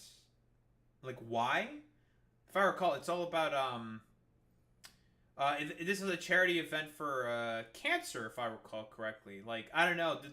Are these people like all secretly RFK Jr. and they want diseases to win? Are they all secret like Nergalite spies and collaborators or something? Have they all fallen to chaos or something? I don't know. It seems a little weird.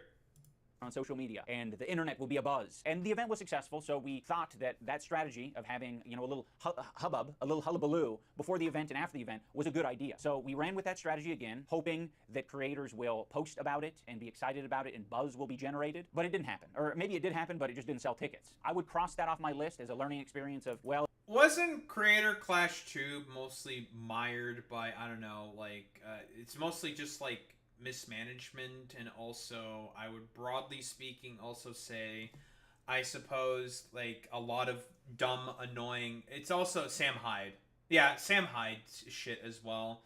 Because not that long before Ian did Creator Clash 2, he released his Sam Hyde documentary or something. And then he reflected on what he did in the Sam Hyde documentary, saying like, yeah, I kind of messed up here. I'll be honest here. I kind of messed up with that one.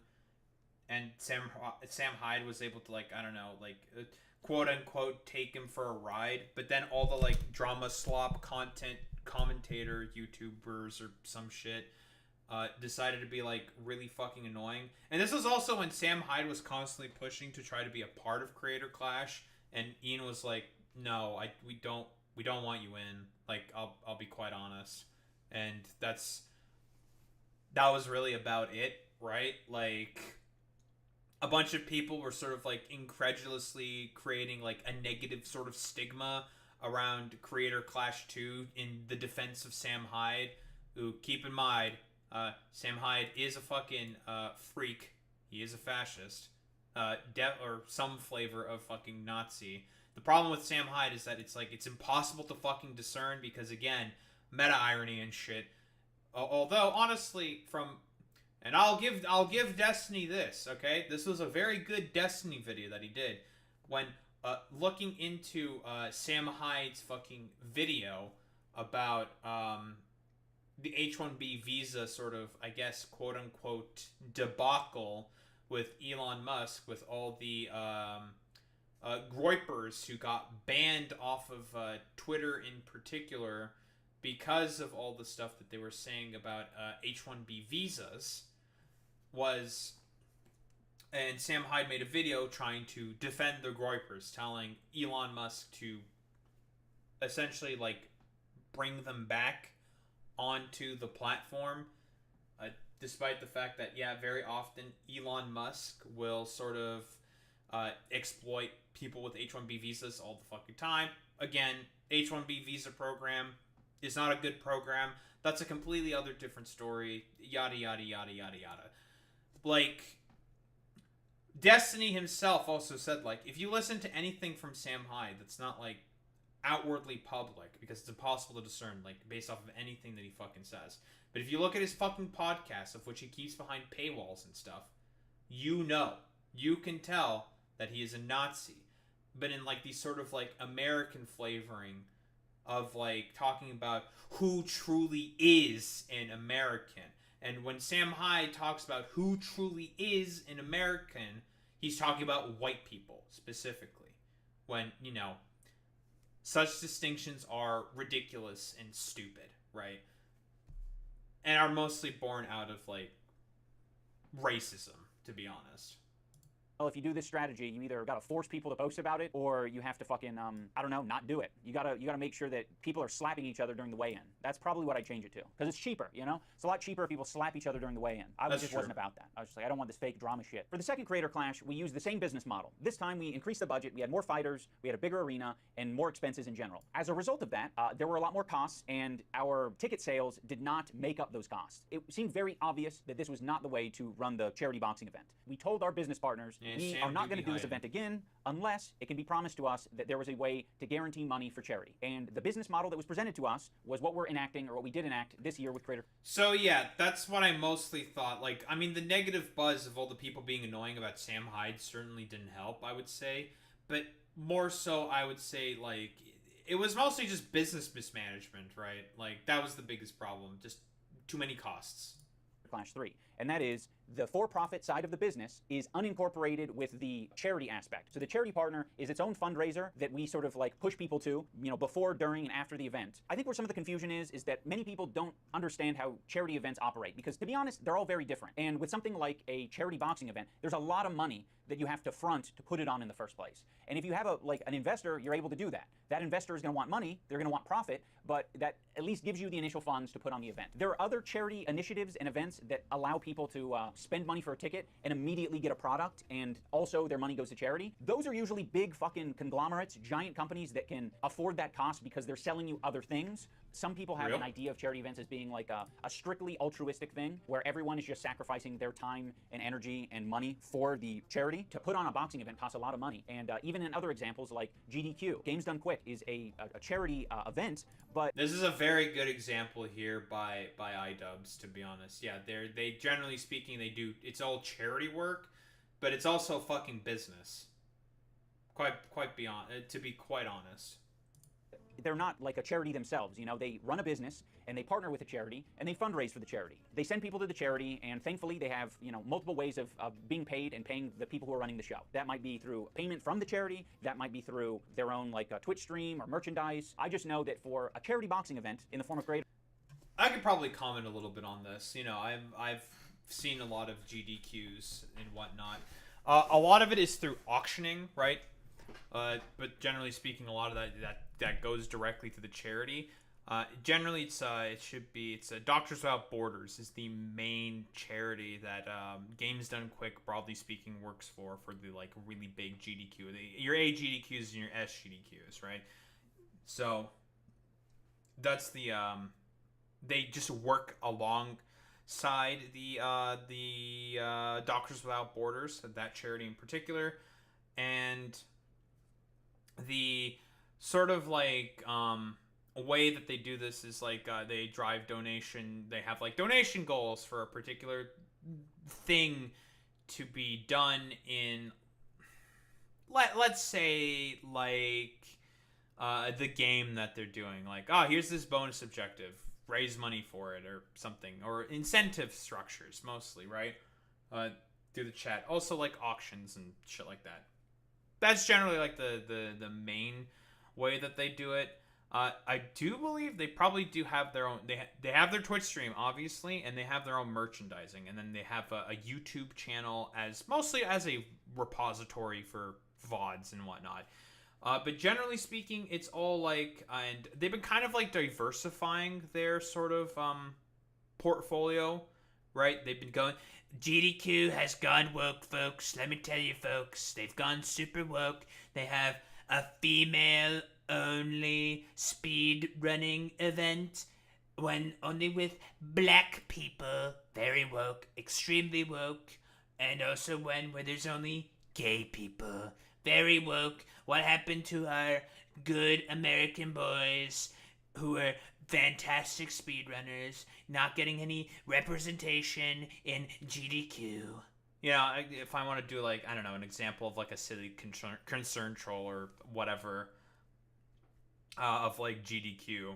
You know, just a stupid example. But, yeah, broadly speaking, it's, trying to think of, like, how their business, the business model would be. It would be, like, because I don't know if they receive any money from, like, charities that they work with. I don't think they do. It's primarily speaking through sponsorships with different merchandising companies. I think it's, like, Fangamer and the Yeti, I think, are the two big ones. And also, they, generally speaking, have a lot of other sponsors. They've had, like, big ones before. I think they've had, like, Red Bull before and stuff. That's the primary way for us to how they do it nowadays. But also, yeah, they do, like, their own events and, like, Twitch streams and stuff like that, right? To try to make some money for the fucking, to be able to put on more events and stuff like that. Because GDQs are expensive, right? Like, you gotta set up the thing, get the venue, you know, yada yada, shit like that. Clash. There aren't too many ways to recoup your money other than ticket sales. And that was obviously the biggest challenge of the previous two events. So yeah, with GDQ, it's primarily speaking through sponsors. When it does well, awesome. But when it doesn't, it's a huge problem. It remains to be seen whether the for-profit business side of the event will be successful. But the main controversy, I would say, is that it was revealed with the change of ownership that Anissa and I, because we're 1/3 ownership of Creator Clash, the business, that we were getting 34% of the profit share. We weren't anticipating this event doing well. Like, we wanted to do well enough to pay back the investors, of course. So that's one of the reasons that we were, okay with the profit share thing. But another part of it as well is that the contract wasn't structured in a way that the profit share could just directly go to charity. It was told to us, like, you could just donate your portion of the profit share to charity after the event. So we were like, okay, fine. And now I know some people will find it hard to believe that Anissa and I were just going to give our portion of the profit share to charity. There's nothing I could really say to, I think, convince them otherwise. It was up to our discretion at the end of the day. And if you don't believe us, I can't say anything that'll change your mind. I guess my only appeal... Yeah, the consequences of all the fucking slop tube stuff. That's what it is. ...is that year one, we made a bunch of money for charity, and I just got the fighters' pay like everyone else. And year two of the event, we definitely got nothing. So yeah, having said all this, I know that there's probably a lot of you out there who honestly don't care, and you're just like, you want to see boxing, or you just want to see regular videos. I get that. For my soul, I needed to communicate it. So yeah, that's a big relief for me. I mean, I'm very happy that, this year money is being raised for charity, and I'm glad to know that we love it's raising already money more for successful charity. than year two. Mission accomplished, as far as I'm concerned. And that was like a lot of that was through the Hassan stream when he was like reacting to the context nuke by Ethan Klein, right? From what I recall, and he was like raising money at the same time for Creator Clash. Was that like? Did they end up raising like? I know they got to like what 100-something thousand or some shit. It got up there. It got up there in terms of donations. So that's pretty fucking epic.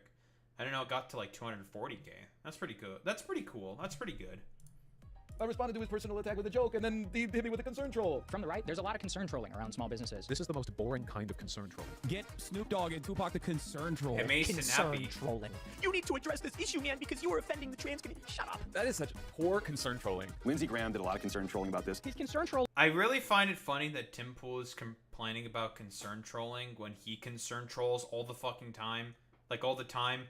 This is a quick reminder. How many fucking videos does fucking Tim Pool have about the America about to have another fucking Civil War II, Electric Boogaloo? Like, how many times? How many times has that happened? Trolling is empirically wrong.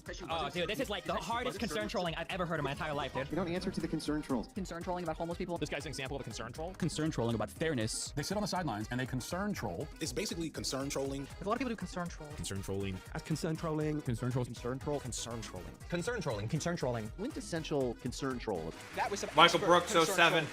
Yes. 07 to a real one. Michael Brooks. I've been working on my laugh lately. I'm trying to get it to a level where it's contagious. I haven't figured it out. I'll let you guys know when I figure it out. Hello, everyone. Welcome back to another episode of idubbbz Complains. In the last couple of videos, I got a lot of comments. Now, I don't have time to read all 150,000 comments, but I also don't want to let down my audience. I want them to know that I hear you. I hear your concerns, and I'm listening. I've put all 150,000 comments into the AI, and I told it to condense it down into a singular comment that is representative of the whole. My hope... That's a thing. You can do that? That's a thing you can do? I had no idea you could fucking do that. I'll be honest. That seems very, very, like a very convenient tool, I'm not gonna lie, because I don't want to fucking read through, I wouldn't want to read through that many fucking comments. Fuck that. Absolutely not. Although, like, what, was his two most recent videos were, I don't know, like, another episode of, like, idubbbz Complains or some shit? What were his, like, most recent videos? I don't remember. I'm curious. What? Video. Oh. Right. It was the content cop and the content deputy. I just forgot. I'm not gonna lie. Is that the one comment will perfectly represent a small fragment of everyone in the audience, so everyone is equally happy. Okay, hold on a sec. Totally. So I'm kind of lost. Who's Hassan again? But hey, it's cool to see a content cop after all these years. Still, I gotta say, something feels different, man. Did we lose the plot somewhere? I miss the old days, but whatever. Keep doing you, I guess. Anyway, peace out. I'm gonna go rewatch some Filthy Frank now. I'm gonna be honest. I'm a big fan of the one comment because I feel like it perfectly encapsulates so a comment stupid, from like a normie viewer who maybe watched you 5 years ago, but they don't keep up with the drama or anything. When I first started my research on concern trolling, I was trying to find scholars on the topic. I know it hasn't been around for that long, but I'm like, surely there's someone who is well versed in the art of the troll. He's mastered that. Yeah, I'm sorry to say, idubbbz. I don't think you're gonna find anyone who's I don't know, mastered the art of the troll. Honestly, like, I don't think there should be someone who should be a master of like concern trolling or trolling, right? We do a little trolling. It's called we do a little trolling. Yeah, we do a little bit of trolling. That is true. I don't think like that's a thing that can really exist. I'll be quite honest. Like, I feel like because it's an art form, right?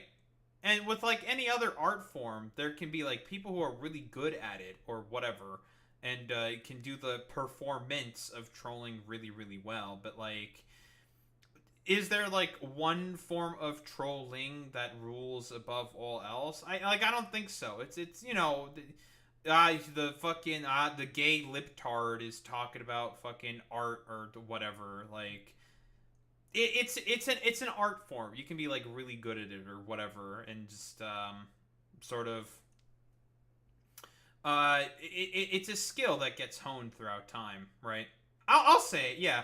I'll say it, yeah. Like, you gotta have skill to be a troll, you know?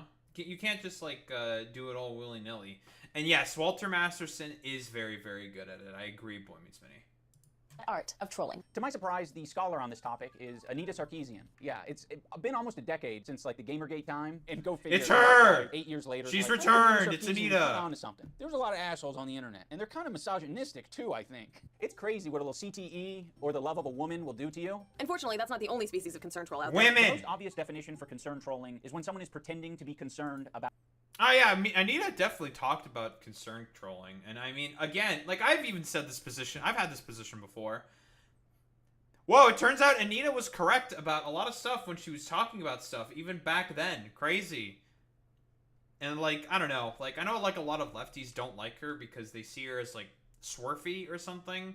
Or, like, kind of turfy. Even though I've not really seen any evidence of that, to be honest. I mean, you know, the second part of my attack on Gamergate arc, sort of withstanding, like, we took a look at some of Anita's biggest fucking videos, and to be honest, I didn't really see anything sussy. I'm gonna keep it $1.50, but, you know, She ended up being fucking correct. I don't know when she made that video in particular, but, you know, she still makes videos, I'm pretty sure, but, Gamergate is long dead and gone by now. About a particular subject or cause, when in reality, they don't give a fuck. They're just doing it to either get attention, start a fight, derail a conversation. To be honest, it's very effective. Because back in the day, you could identify someone trolling pretty easily, and you can kind of scroll past it. They'd have a name like Shit is Fuckus, and they would say fake and gay. But nowadays, it feels like the average troll is going to give you a paragraph or two. I'll be quite honest, I don't even know, like, if those people would be considered. I don't know if I, like, 100% agree with that, right? Like, it's like that fucking obvious. I think it's just like, you know, consequences of like fucking I don't know, internet anonymity and the broader sort of like outrage marketing and stuff like that. Like, cause like even then, like people would just say like stupid shit all the fucking time, and would also like write out complete paragraphs like that and like try to effort post or something. And it wasn't that, like, obvious. I don't know if this is a recent advent, like idubbbz is saying. I'm not sure, though.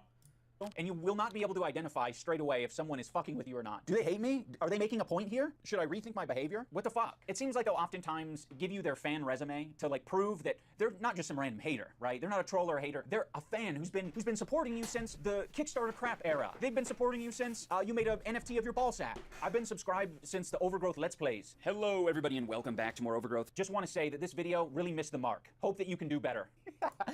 I've seen, yeah, people do shit like that all the fucking time, I'll be honest.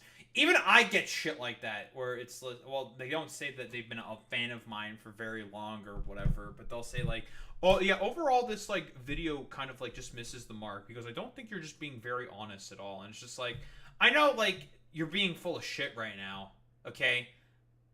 Like, I guess it's mostly, like, the Asmongold videos or whatever. That sniffling dipshit. It's like mostly where I get those kinds of comments. I know those people aren't fucking honest when they say that, because they don't believe in anything.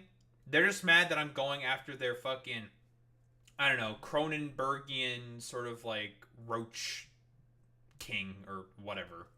That's the thing that they're mostly upset about. Hope that you can do better. It's such a great thing to say. It's like, you're a piece of shit. Part of the reason I want to share this is because I know there are a lot of creators out there who have to deal with this on a regular basis. They have to be the ones to differentiate between authentic and inauthentic. And a lot of the time you just gotta fucking flip a coin or just ignore it outright. And it's really easy to say, like, I would handle that really well because my policy is to not give a shit about any of it. But obviously, if you do want to have some sort of relationship with your audience or the internet in general, you do have to give some percentage of attention to what's being said online. That's going to be different for everyone. Is true. Now, some people might be worried that I'm giving new strategies to all the trolls out there. But don't worry, they already know these strategies. This is kind of like I think this is in all of us, right? Like, if you want some attention, you're going to figure out a way to get the attention. If you want to Come on, crash you'll out! Figure out how to fuck with people. This isn't like some secret sauce, really. There's a few different strategies of dealing with concerned trolls. You can obviously, you know, try to look into their post history, and if they don't come across as credible, if all their post history is wiped, then you can just say, I'm going to err on the side of, you're trolling me. When I listen to Tim Pool, he has... I think that's a very fucking good policy that I would, broadly speaking, sort of agree with. And that's the policy that I also engage with as well. So, like, alright, what does this guy fucking think and believe? What's the post history? What's going on here? Yada, yada, yada. And I try to, like, figure that out. And if I can't figure it out, yeah, like, ignore. For the most part, I just mostly, like, ignore them. Especially if it's just, like, honestly, if it's, like, just things that they just say, like, lip cuck or whatever, like, I'm not going to bother with really any of that shit, okay? If there's someone who's actually trying to present some kind of an argument, I'll fucking engage with it. Or if it's just something that's just like so wildly like dishonest and it doesn't fucking matter, it's just like I'm not gonna fucking bother. I don't care. Like, fuck off. And yeah, Tim Pool is one of the kings of fucking concern trolling. Has like a little bit of a theory on, you know, the left versus right and who is doing more concern trolling. The right has their concern trolls, but it's rare. It rarely happens. On the left, it's endless because people like Patton Oswalt don't. Dude, like, what the fuck are you talking? Yeah, Tim is just wrong here. That's like the primary strategy of fucking right-wingers. They concern troll all the time. And I think Tim Pool himself is also fucking concern trolling right at this moment. Tim Pool loves to concern troll. Care about principle. Now, I don't fully buy into what Tim Pool is selling here. You can kind of look at the political spectrum as like a spectrum. Yeah, and Tim Pool caring about principle. Ha! That's funny.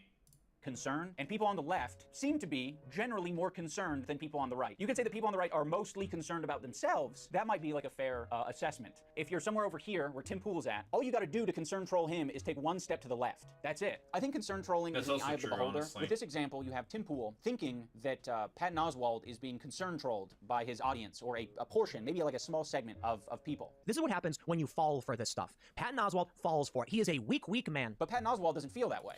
I'm trying to think, like, this was in reference to, and I think it gets brought into, right? This is like all the Dave Chappelle shit, right?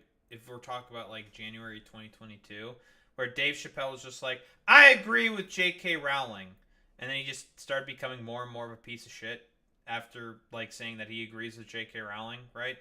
Who, I mean, J.K. Rowling, let's be honest here, is a, well, anti-trans bigot, and is seemingly someone who could give less of a shit at all about, you know, trans people. That saying that, you know, you're with J.K. Rowling and you agree with her, that says something about you. But what? Anti-trans organization?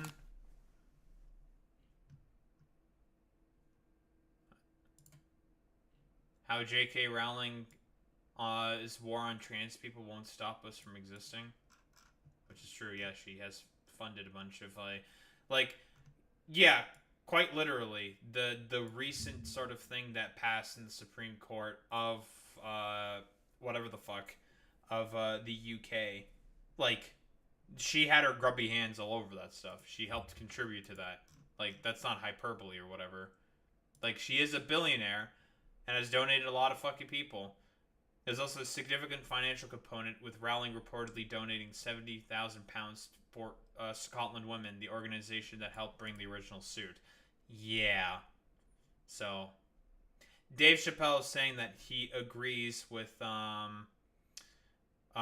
You with whatever.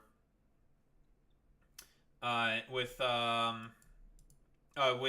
J.K. Rowling, who is who is an anti-trans bigot. That's not hyperbole. This is true. Kind of says something about you, right? You have a good one, Barack Obama. Ta righty. I'm gonna go dunk on, drink conservative tears and watch Hasan Abi drinks Hamas bandana. Silly. You know, he sees it as authentic concern, which is why he addresses it in this Instagram post. By the way, the concern is basically just people were uncomfortable with his association with Dave Chappelle because Dave Chappelle did some transphobic or said some transphobic shit. But Tim Pool has such a fucking low emotional IQ that he doesn't realize it isn't a big deal to listen to what other people are saying and like adjust your behavior. It's all. Dude, fucking fuck Tim Pool is like a perfect candidate for death of subjectivity. Like, death of subjectivity is Tim Pool in a fucking nutshell. Tim Pool, because, well, he's a fucking millionaire who's completely out of touch with reality, will never sort of like understand how other people may think or believe or perceive him. And that's kind of like the main issue with like Tim Pool. Like, you want a case study on death of subjectivity. Tim Pool is a prime suspect. You have a good one, Barack Obama. All up to our own fucking discretion, right? Like, if you aren't to the point, Tim, where, you know, you don't want to apologize for fucking anything, which, by the way, it seems like that's a theme on your podcast, is basically saying, like, I'm not a problem. But acting like that's the way the rest of the world needs to operate, it's like, I think Patton Oswalt is doing just fine operating the way he's operating. Wallow in it. Okay, Patton Oswalt? Never tell an offensive joke again. Never cross the line again. Good luck trying to figure out where that line is. Good luck. You won't... You know, that point by idubbbz where he basically said, like, yeah, Tim Pool is all about just, like, yeah, everything's totally, like, not my fault at all, bro. Nah, nothing I say or do is ever bad at all, ever, dude. That's, like, just such a, like, a perfect encapsulation for us to, like, I don't know, like, the non-sort of, like, death of subjectivity, obviously, but also more, like, so the mind of, like, how conservatives, broadly speaking, work. They never think anything is any of their fault. They always have, they think of themselves as like the absolute perfect snowflakes, even though they say ostensible things, and people, rightfully so, say like, hey, you know, what you're saying is kind of shitty, or you're kind of behaving like a fucking asshole, which I think is fair to say, because very often they behave like fucking assholes. People call that out, and then they're just like, oh, I can't believe that I'm being called out for my dipshittery. I can't believe that people are saying that I am the fucking asshole when they were clearly acting like a fucking asshole. It's completely incredulous bullshit. Find it. You give in to the concern trolls, and you will never work again. It's so fucking funny, too, because Patton Oswalt has been doing comedy since Tim Pool was in fucking diapers. What the fuck are we talking about? Can we please, like, I don't know. It feels like people like Tim Pool love to appeal to, like, authority all the time. In this scenario, can we please appeal to authority or acknowledge that this guy has tremendous authority over you in the world of comedy? Unless you think comedy is saying, like, I went to a Jewish bakery the other day. They had bagels. Really good, really impressed with it. That's the comedy you're headed for. That's the joke South Park made, and even South Park has started pulling its punches. Let me tell you about the real world, my friends. Get woke, go broke. One of the reasons... Get woke, go broke, huh? Well.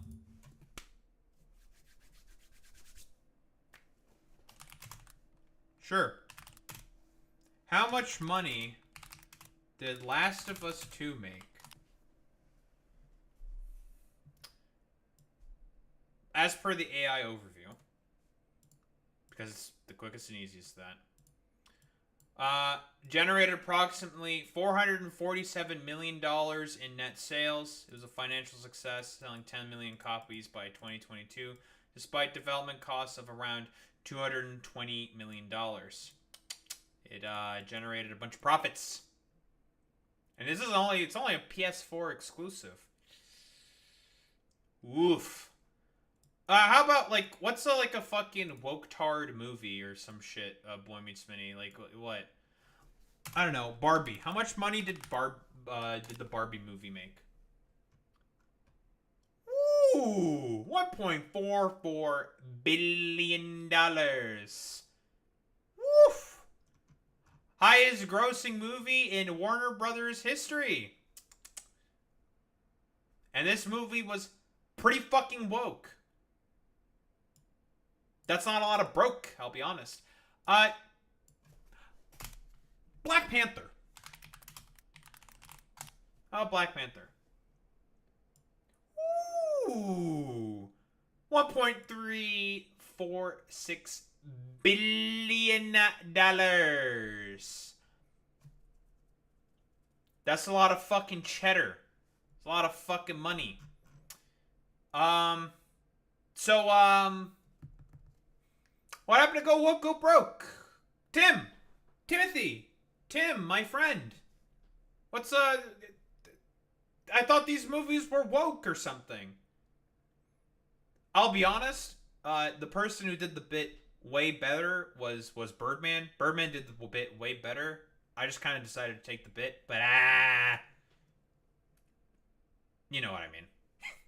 The reason that I'm bringing this up is because after the content cop, I noticed a huge influx of concern trolls. They're trying to impact things in the real world. They're trying to, make people crash out. As content cop in my video. But I will say, one of the concern trolls was super fucking obvious to me. They came into the Discord. I'll read you what they put so you can kind of get a vibe for what a concern troll might sound like. Now, this comment is in reference to me saying that I think he needs a good ass whooping. What are we saying? He needs a hug? No, he doesn't need a hug. He needs a good fucking ass whooping is what he needs. They say just good fucking these motherfuckers do this shit all the time. Say one particular fucking word, and just completely take it out of context from the main overall fucking point. It's so fucking annoying. Because, this is an obvious fucking concern troll. Just being for real, this line in the video was pretty strange. At worst, it's a call for physical assault. Get the fuck out of here, dude. Because, that's totally going to fucking happen.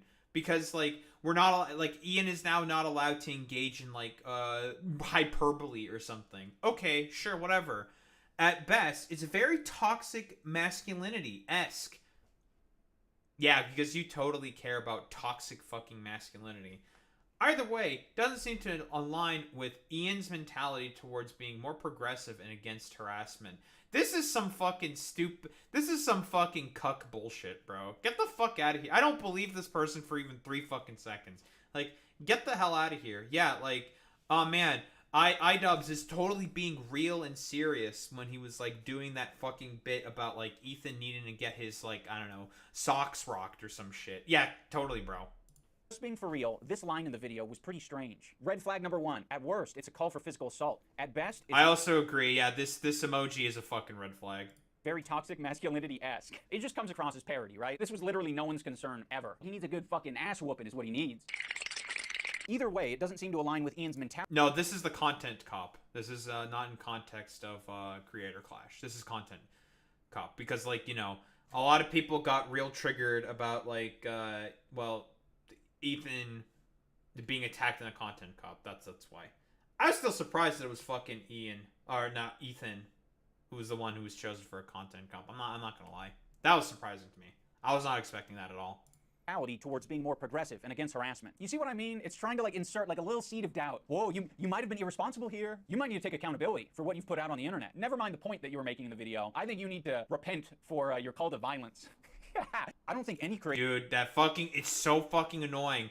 All these motherfuckers are so incredulous when they say stuff like that. God, I hate it.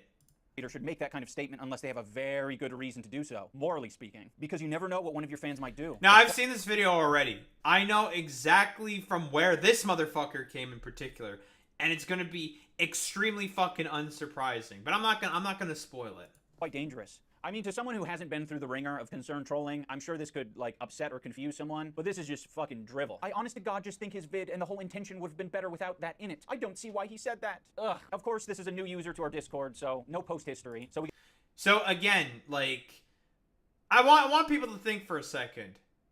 This person who loves to sort of wax poetically, in a rhetorical sense all the fucking time. Who do you think loves to wax poetically in a rhetorical sense? I'll give the chat a little bit, whoever may be here, in terms of the sort of rhetorical sort of prose for us to like what's going on here? Because I know where that motherfucker came from, and as soon as we get to, you know, where this motherfucker fucking came from, it's gonna be incredibly unsurprising, and that this person is completely fucking full of it. We've already given some potential hints here for as to which particular content creator. Now I'm gonna give another hint. It's not Ethan. It's from the Content Cop, specifically about Ethan, but it's not Ethan's community.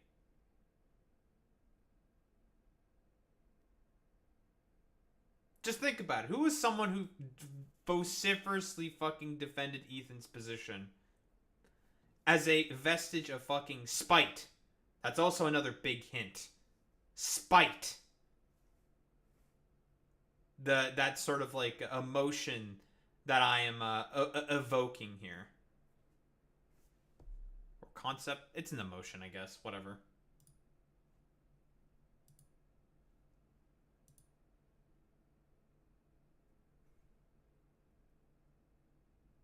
Let's just keep going. You gotta get creative. You reverse search the username, and you find that they have a Twitter. Their Twitter is suspended. The Blue Sky account, though, has tweets like, "So how long until Destiny gets banned from this app? Hashtag DG." Well, would you look at that? It's from a Destiny fan. Crazy. Who fucking does this shit all the fucking time. Destiny loves to fucking concern troll. Constantly. All the fucking time. Whoa. And it does it in incredibly fucking incredulous ways, and loves to wax poetically all the time about it. And when in reality, he's doing it purely out of fucking spite. 100%. It's always like a sort of completely for me, but none for thee type situation. Which is why I basically say that Destiny is no better than a fucking conservative. Yeah, this guy is like a fucking Destiny super fan. Imagine on our fucking DGGL as a fucking hashtag. You're a fucking like a cancerous tumor.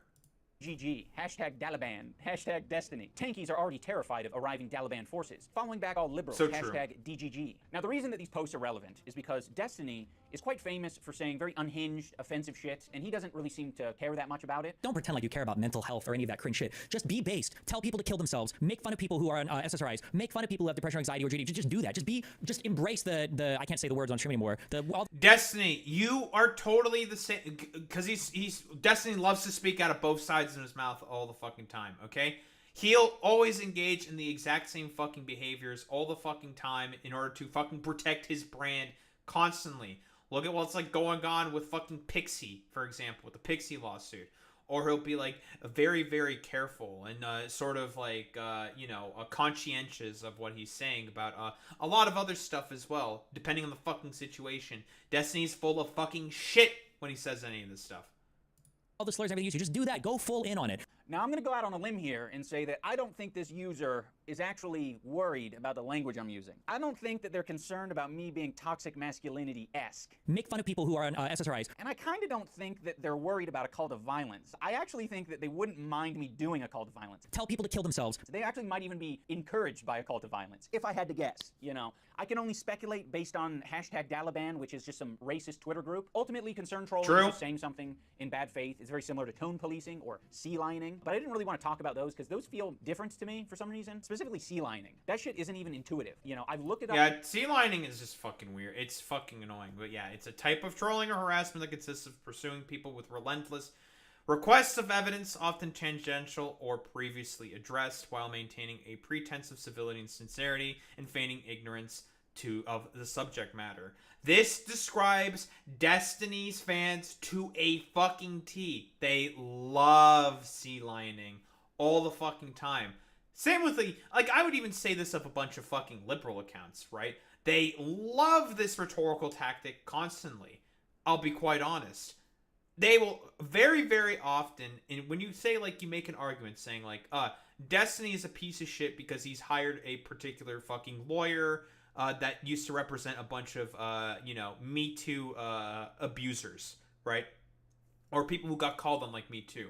You can look this up. It's happened. And then they'll just be like, well, provide evidence. You find the evidence for it. So you're like, this is the evidence, quite literally, saying like, and then they just immediately start calling it into question, saying like, well, you know, I don't really know, but because like I've been seeing like other stuff like this, and based off of like what fucking Destiny has said before, I don't know, like, yeah.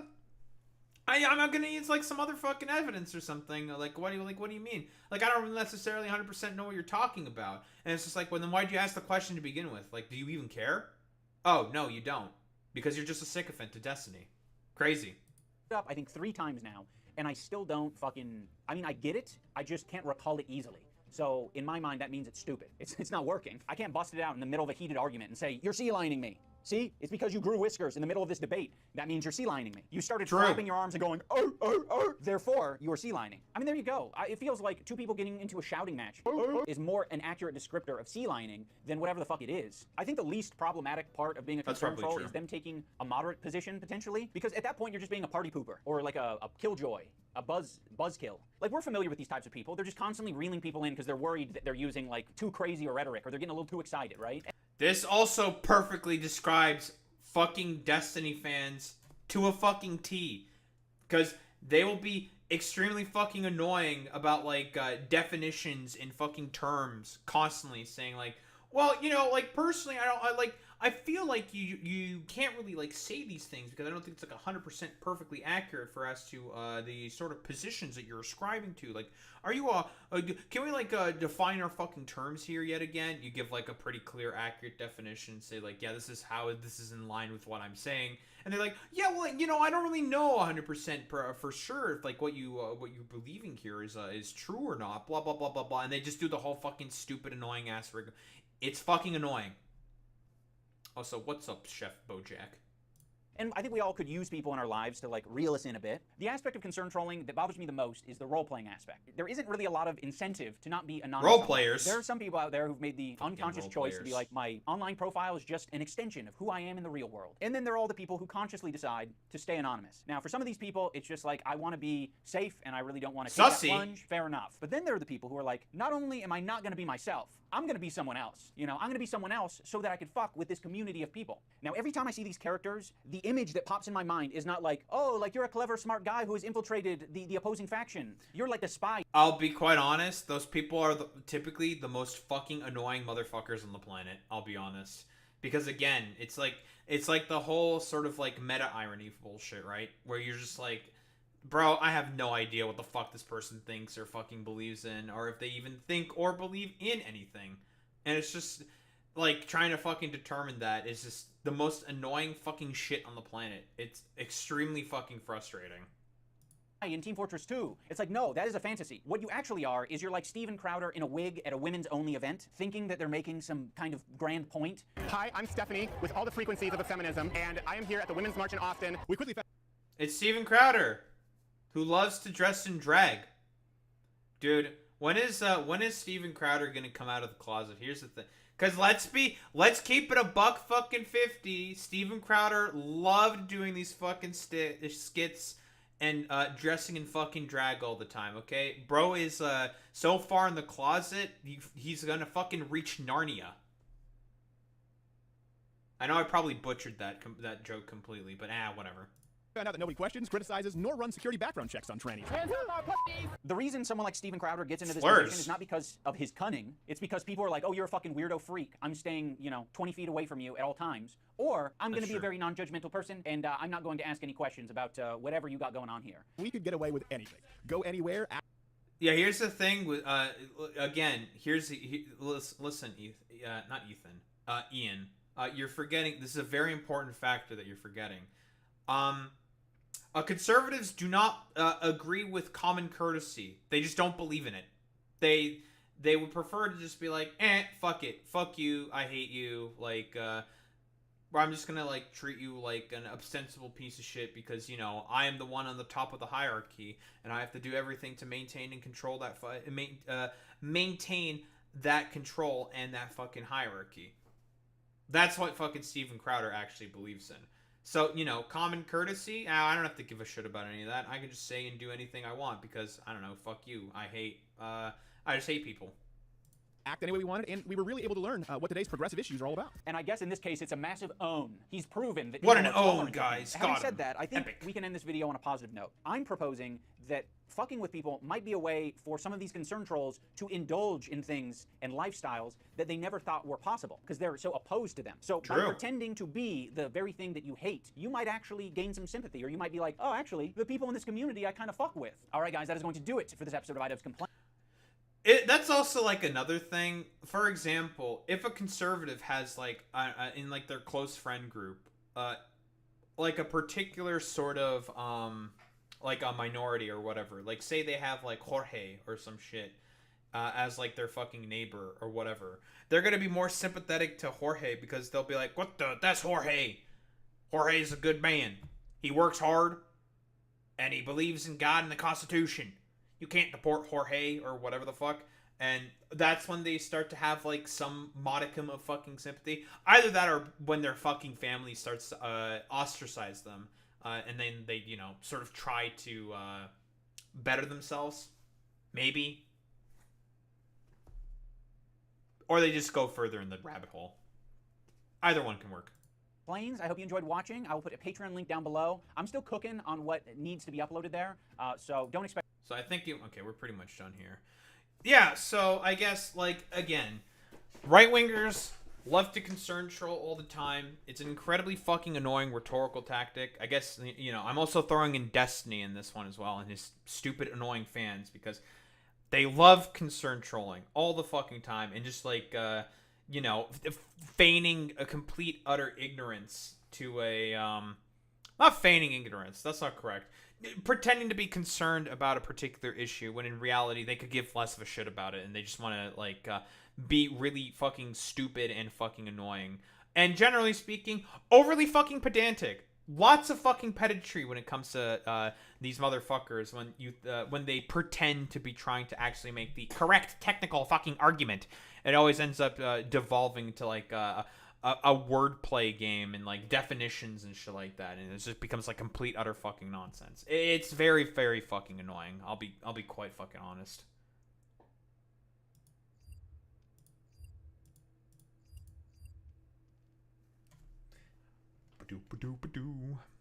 Am I gonna need to delete the VOD because of Steven Crowder saying a slur?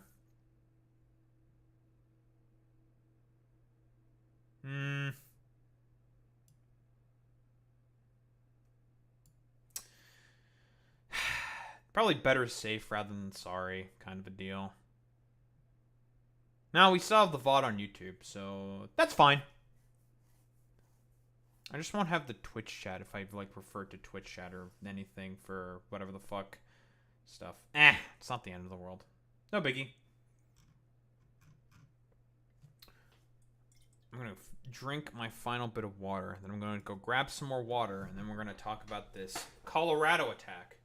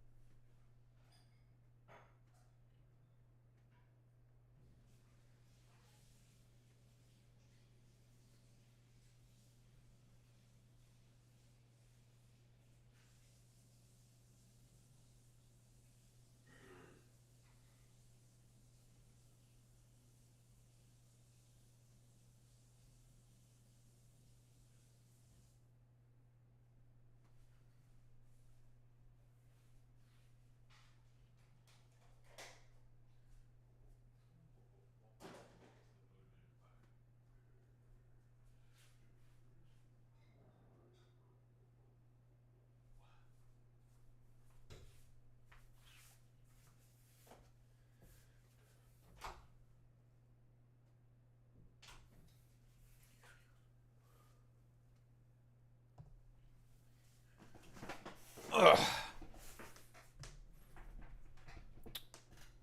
I've made my triumphant return from the depths of hell, I suppose. I guess. I don't know, I'm just being silly right now. We do a little bit of trolling, we say some silly stuff, folks. What can I say? What can I say, folks? We do a little bit of trolling.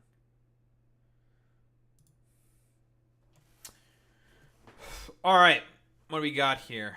Oh boy, another attack. This time it was in Boulder, Colorado. He had fire bombs, like from Dark Souls, where he just like throws it at like the demon and it kills that one demon in particular or something. I'm being a little silly right now. I think this was the dude had the makeshift flamethrower, right? Who attacked like a bunch of Jewish people and screamed "Free Palestine." And we got another one of these. Lovely. Well, why don't we take a fucking... Do we want to look at the video? I'll look at the video. Multiple people were injured by a man throwing firebombs in Boulder, Colorado on Sunday in an attack the FBI and state police are investigating as an act of terrorism. Authorities say a 45-year-old man threw incendiary devices into a crowd near a demonstration to remember Israeli hostages who remain in Gaza. Several people were left with burns, and the suspect was apprehended. It is clear that this is a targeted act of violence in the... FBI Special Agent Mark McCulloch shared details of the attack. Witnesses are reporting that the subject used a makeshift flamethrower and threw an incendiary device into the crowd. That's crazy, bro. The suspect was heard to yell "Free Palestine" during the attack. Yeah, so far, again, like I've talked about before with Elias Rodriguez, this is sort of like, I don't want to, like, I call it the Luigi Mangione-fication term I'm making up right now, especially special, all right? The sort of like Luigi Mangione-ing of sort of, I guess, like attacks like this now, because again, the genocide's been going on for about 18 months at this point. About 18 months. 19 months? I'm just going to go with 18 months. I don't know exactly. Numbers. What are those? Cringe and liberal, I say. Cringe, libtard numbers. The genocide's been going on for a year and a half, give or take. And a lot of people are becoming, for honestly, lack of a better term, way more fucking desperate to try to do something to bring justice. Now, obviously, the ways and means that this is being done are not good. Really, really crazy.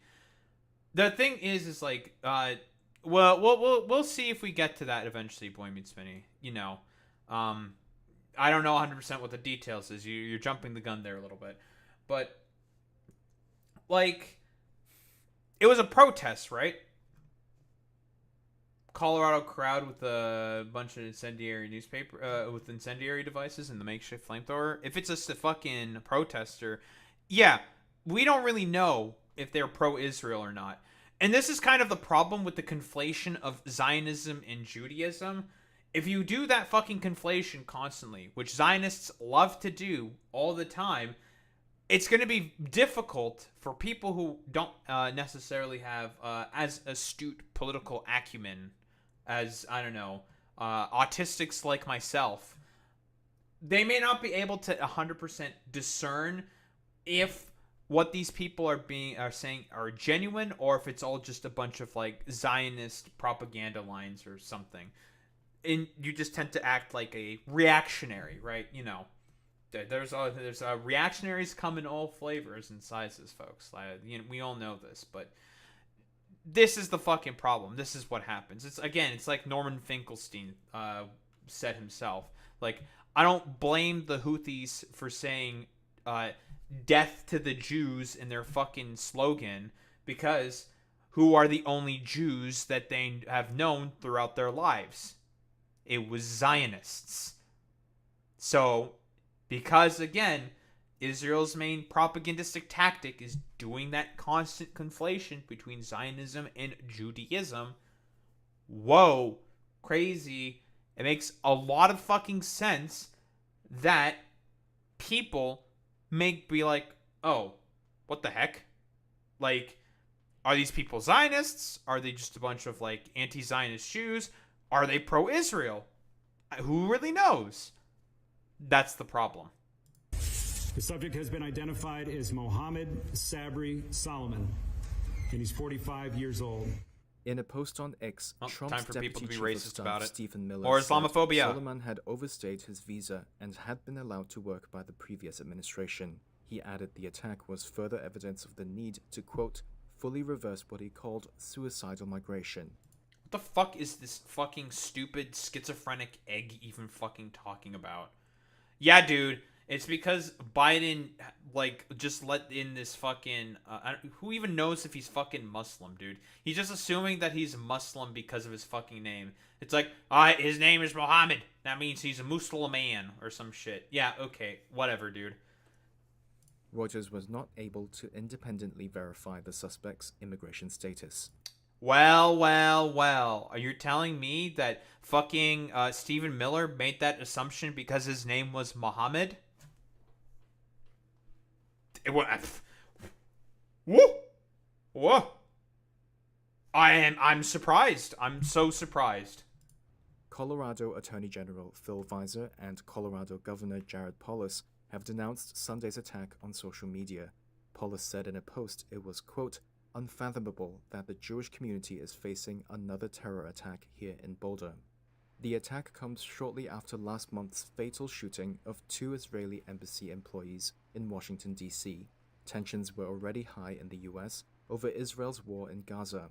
There has been a rise in anti-Semitic hate crimes since Hamas's 2023 attack on Israel, according to Jewish advocacy group the Anti-Defamation League. Last year, the group tracked... I wonder why that's happening, ADL. Could it be because of yourselves and a lot of apparatchiks of the Zionist, pro-Zionist orgs and media and organizations doing constant defense of the fucking genocide? I wonder why that may be the case. Honestly, I couldn't really think of anything. I might just be saying a bunch of bullshit right now. Tracked over 9,300 cases of anti-Semitic harassment and found among them a significant rise in assault cases. Meanwhile, incidents of conservative supporters of Israel led by US President Donald Trump branding pro-Palestinian protests as anti-Semitic have also increased. Who would have thought that it's more violence is going all around because of this idiotic fucking conflation? But, what do we got here in the fucking article itself? FBI direct... So this is the summary. We're not going to look at the summary. 8 people were injured on Sunday when a 45-year-old man yelled "Free Palestine" and threw incendiary devices into a crowd in Boulder, Colorado, where a demonstration to remember the Israeli hostages who remain in Gaza was taking place, authorities said. So, are these guys pro-Israel? I think it's fine to sort of like talk about the need for freeing hostages. Even the Israelis started to go against a lot of the actions of Benjamin Netanyahu because he kept killing fucking hostages constantly. But that's cool, I guess. 4 women and 4 men between 52 and 88 years old were transported to hospitals. Boulder police said authorities had earlier put the count of the injured at 6, and at least one of them was in a critical condition. As a result of these preliminary facts, it is clear that this is a targeted act of violence, and the FBI is investigating this as an act of terrorism. The FBI special agent in charge of the Denver field office, Mark McCallick said, this could be an act of terrorism, right? Is he doing this probably because of the hostages or something? Yeah, probably. This could be an act of terrorism. I don't know if they're just saying this because, again, his name is fucking Muhammad. That you also need to fucking call into question. Yeah, and he's the Mohammed Suleiman. It is possible that there could be a little bit of racism at play. I'm just mostly throwing that out there as like a potential for like, yeah, this is entirely fucking possible. But, the sort of like idea that like increases in like Islamophobia haven't also been happening as a result of a lot of like Trump's rhetoric and the Republicans as how they're behaving in general is also not fucking helping this situation. Yeah, you are correct, Boy Meets Me. Yeah, the racism does not help this situation at all. McCallick named the suspect as Mohammed Suleiman, who was hospitalized shortly after the attack. Reuters could not immediately locate contact information for him or his family. FBI Director Kash Patel as described the incident as a targeted terror attack. Well, Is it a targeted terror attack? Maybe. It could be. We don't fucking really know because, again, it's difficult to discern these things because, again, of that fucking funny little conflation of Judaism and fucking Zionism. We don't even know if these fucking protesters that were doing this demonstration are pro-Israel or not. We don't know that. In Colorado Attorney General Phil Weiser said it appeared to be a hate crime given the group that was targeted. Maybe. So this is why I have problems with fucking hate crime laws, because they can be wielded in this sense. Again, what evidence has been presented to say that the group that was demonstrating here, that Mohammed Suleiman targeted them because they were Jewish? Then it would be accurate to say that it's a hate crime. Certainly, I would agree with that. Or if this is like based off of the basis of what? Anti-Semitism. Is it like anti-Semitism to be anti-Israel or something? To be critical of a fucking state? Well, now we're starting to get into some potentially very slippery slope territories here. But again, like, Zionists are totally fucking okay with all this because they can just use it as like smoke and mirrors to do, well, the genocide. Boulder Police Chief Stephen Redfern said he did not believe anyone else was involved. We're fairly confident we have a lone suspect in custody, he said.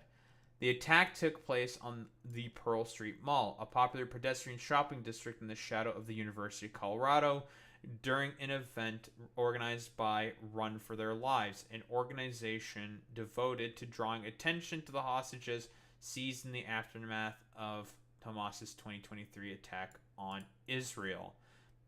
Run for Their Lives. Let's take a look.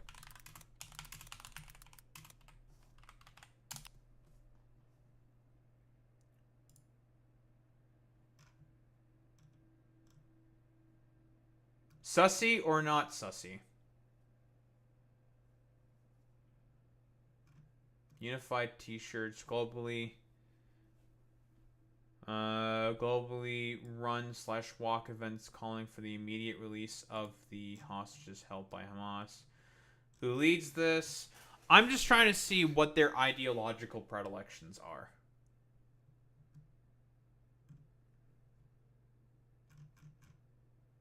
Find a group near you. Press.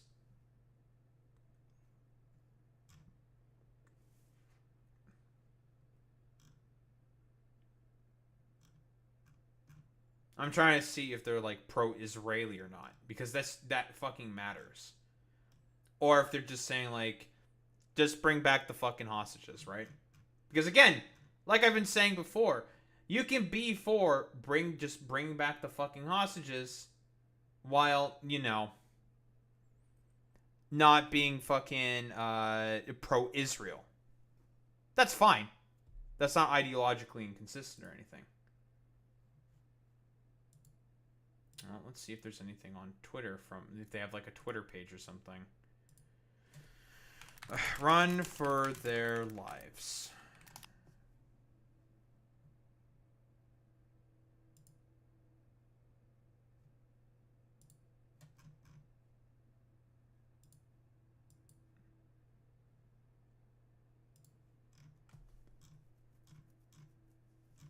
They don't seem to have a Twitter page.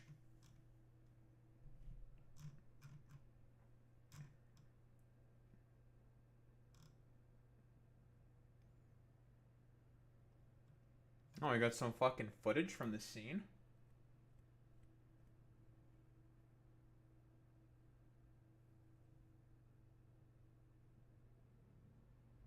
I'm not seeing anything in particular.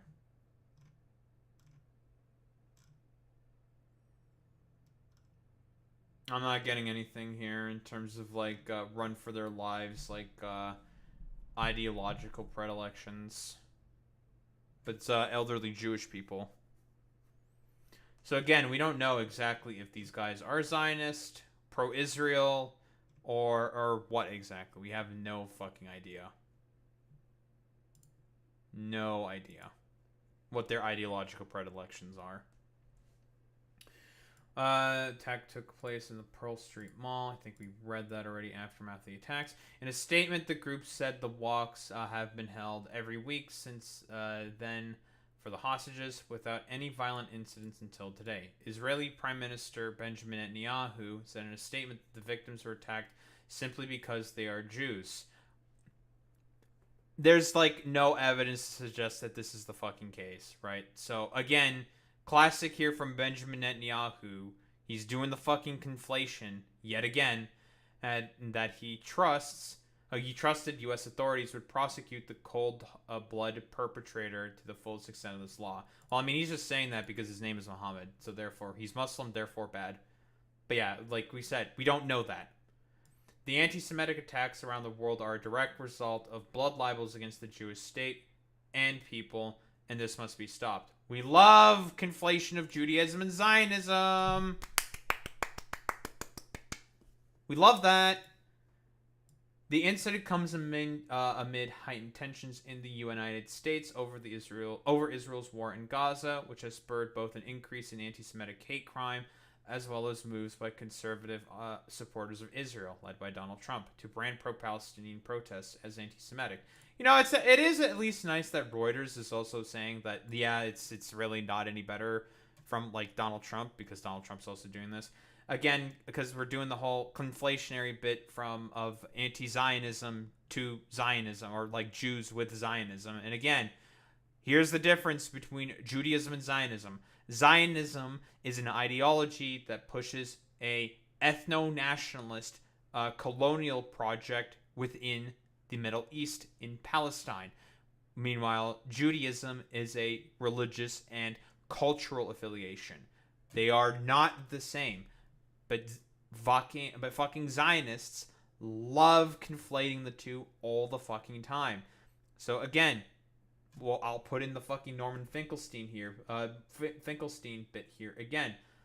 Why do a lot of people tend to just be anti-Semitic? Because again, the Jewish state of Israel all the time often talks about how they are the voices for all fucking Jews. That is extremely fucking dangerous, because guess what? It conflates and confuses the line between what Zionists and Zionism believes and what Jews fucking believe in. Because there's a lot of Jews who are anti-Zionist. His administration has detained protesters of the war without charge and cut off funding to elite U.S. universities that have permitted such demonstrations. Yeah, which is whatever, complete fucking nonsense, like Harvard and stuff like that. Although he's only doing it to make sure that every other university stays in line. If he can go after the big fish, everyone else will also be in line.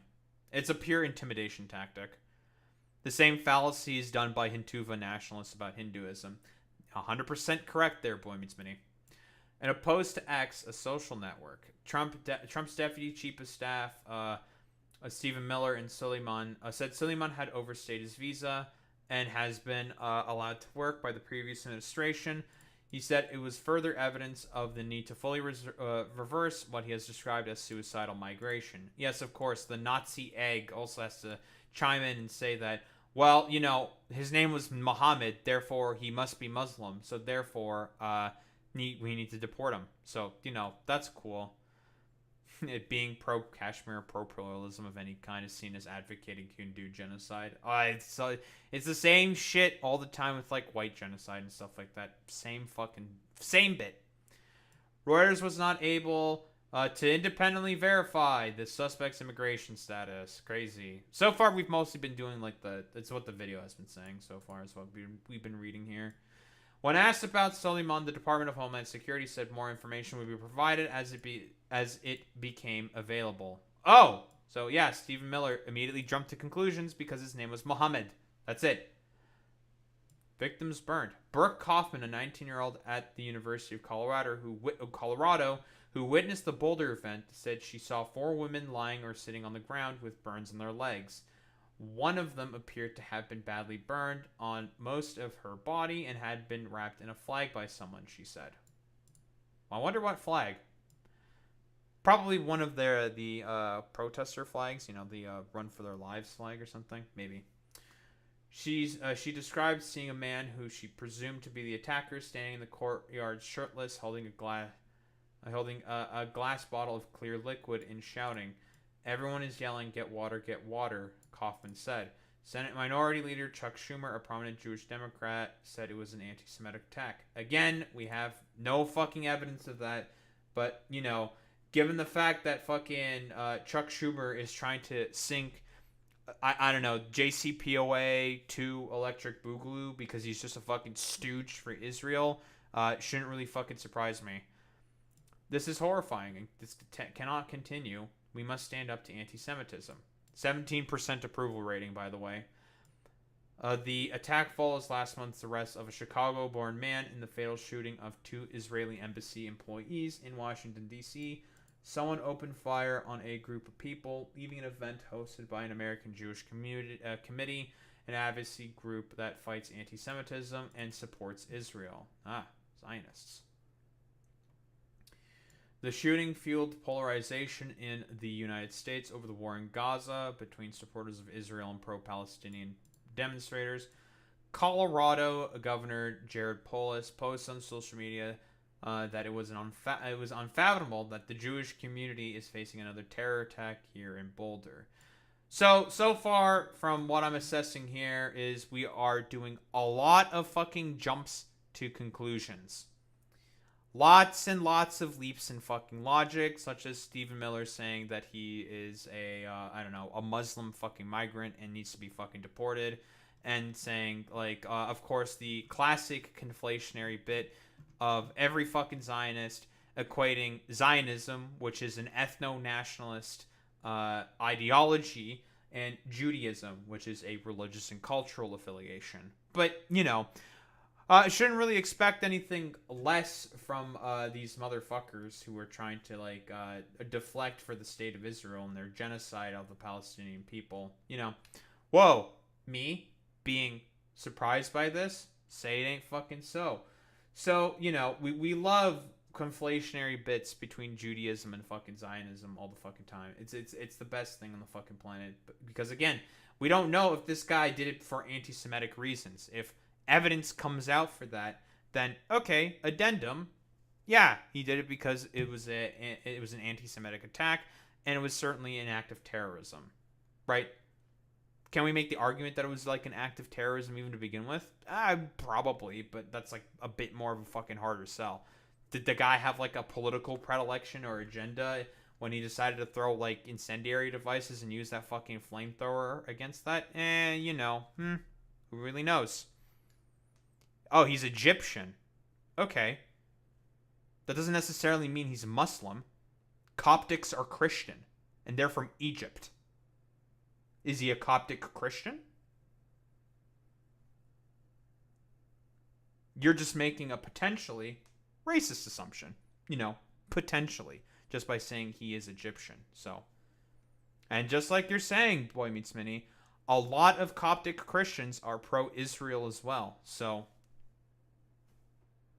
That doesn't necessarily mean that he was a Muslim. He could have been a Coptic as well. That's a possibility if he's from Egypt. But yeah, we'll just have to wait and see exactly. More evidence to sort of like play out to see exactly what his fucking motivations were. And mostly the problems that I'm pointing out here is a lot of the jumps in conclusions that a lot of the conclusions that the Trump administration and Stephen Miller are mostly jumping to. So, you know, we just gotta wait and see what exactly happens at this point. Didn't say he was. Well, you know, I'm just getting out ahead of it. You know, I'm not necessarily saying. I'm not necessarily saying, because again, I'm operating sort of off of like, because that's what like the bit that Stephen Miller just did. He just said like, oh, he's an immigrant. You know, that means he needs to be deported. And just because of like him having the name of Muhammad, it doesn't necessarily fucking mean anything. Okay, like I don't know. Are there Coptic Egyptian Christians who have the fucking name Muhammad? Maybe. You could just name anyone anything. Yeah, and that's also something that I said as well. Yeah, his name is Mohammed Suleiman, so yeah, Stephen Miller is assuming that he's a Muslim, so therefore he has to be fucking deported, right? Like, that's the meme he's operating off of, which is racist. Well, anywho.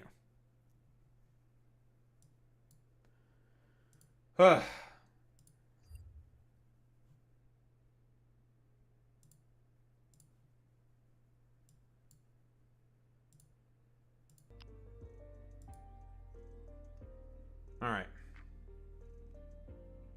Who the hell are we raiding out to today?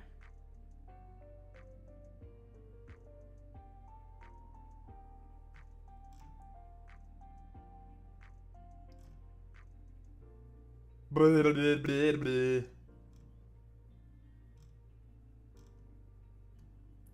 Who the hell are we grading out to today?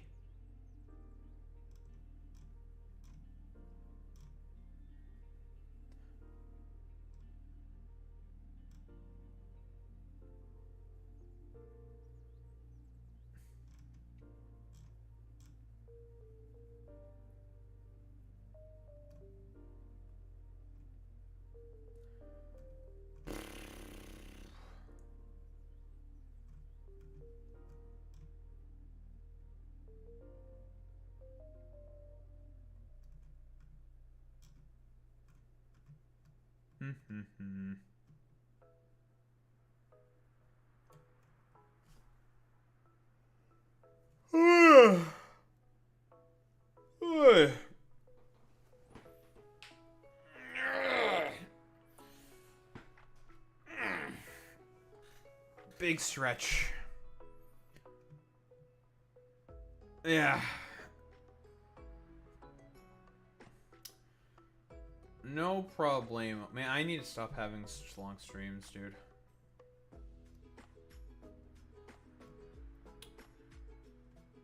Ay, ay, ay.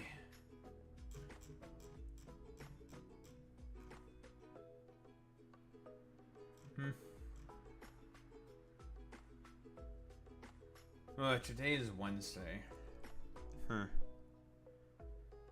yeah, Friday, there's no stream Friday because I am fucking going to restaurant and shit. So that'll be fun and cool and fantastic and excellent and shit. Woohoo. So no stream Friday. Let's raid out to a fellow Canadian. Why not? Let's raid out to Maple Takes. Alright. Raid messages. You know what to do. You know what to say. Transtride with the Daho raid butt. If you're a sub, if you're a non-sub, you do the WowWee with the Daho raid butts. That would show appreciation. Those are in case gamers. I will be back tomorrow, but not Friday. No stream Friday. Yeah, you have a good night as well, YouTube. Can't forget about El YouTuberoni, even though I kind of did. But, whatever. What can you do? Yeah. What are we doing tomorrow? First gym fight, probably? I have to figure out where Rourke is. And based off of that, I'll figure out what to do. But first I need to find out where Rourke is. And then go from there. And then, you know, we're going to be doing more yapping. Definitely looking into that New York City mayoral debate. Anywho. I will be back tomorrow, gamers. Same time, same place, same face. Peace out, gamers.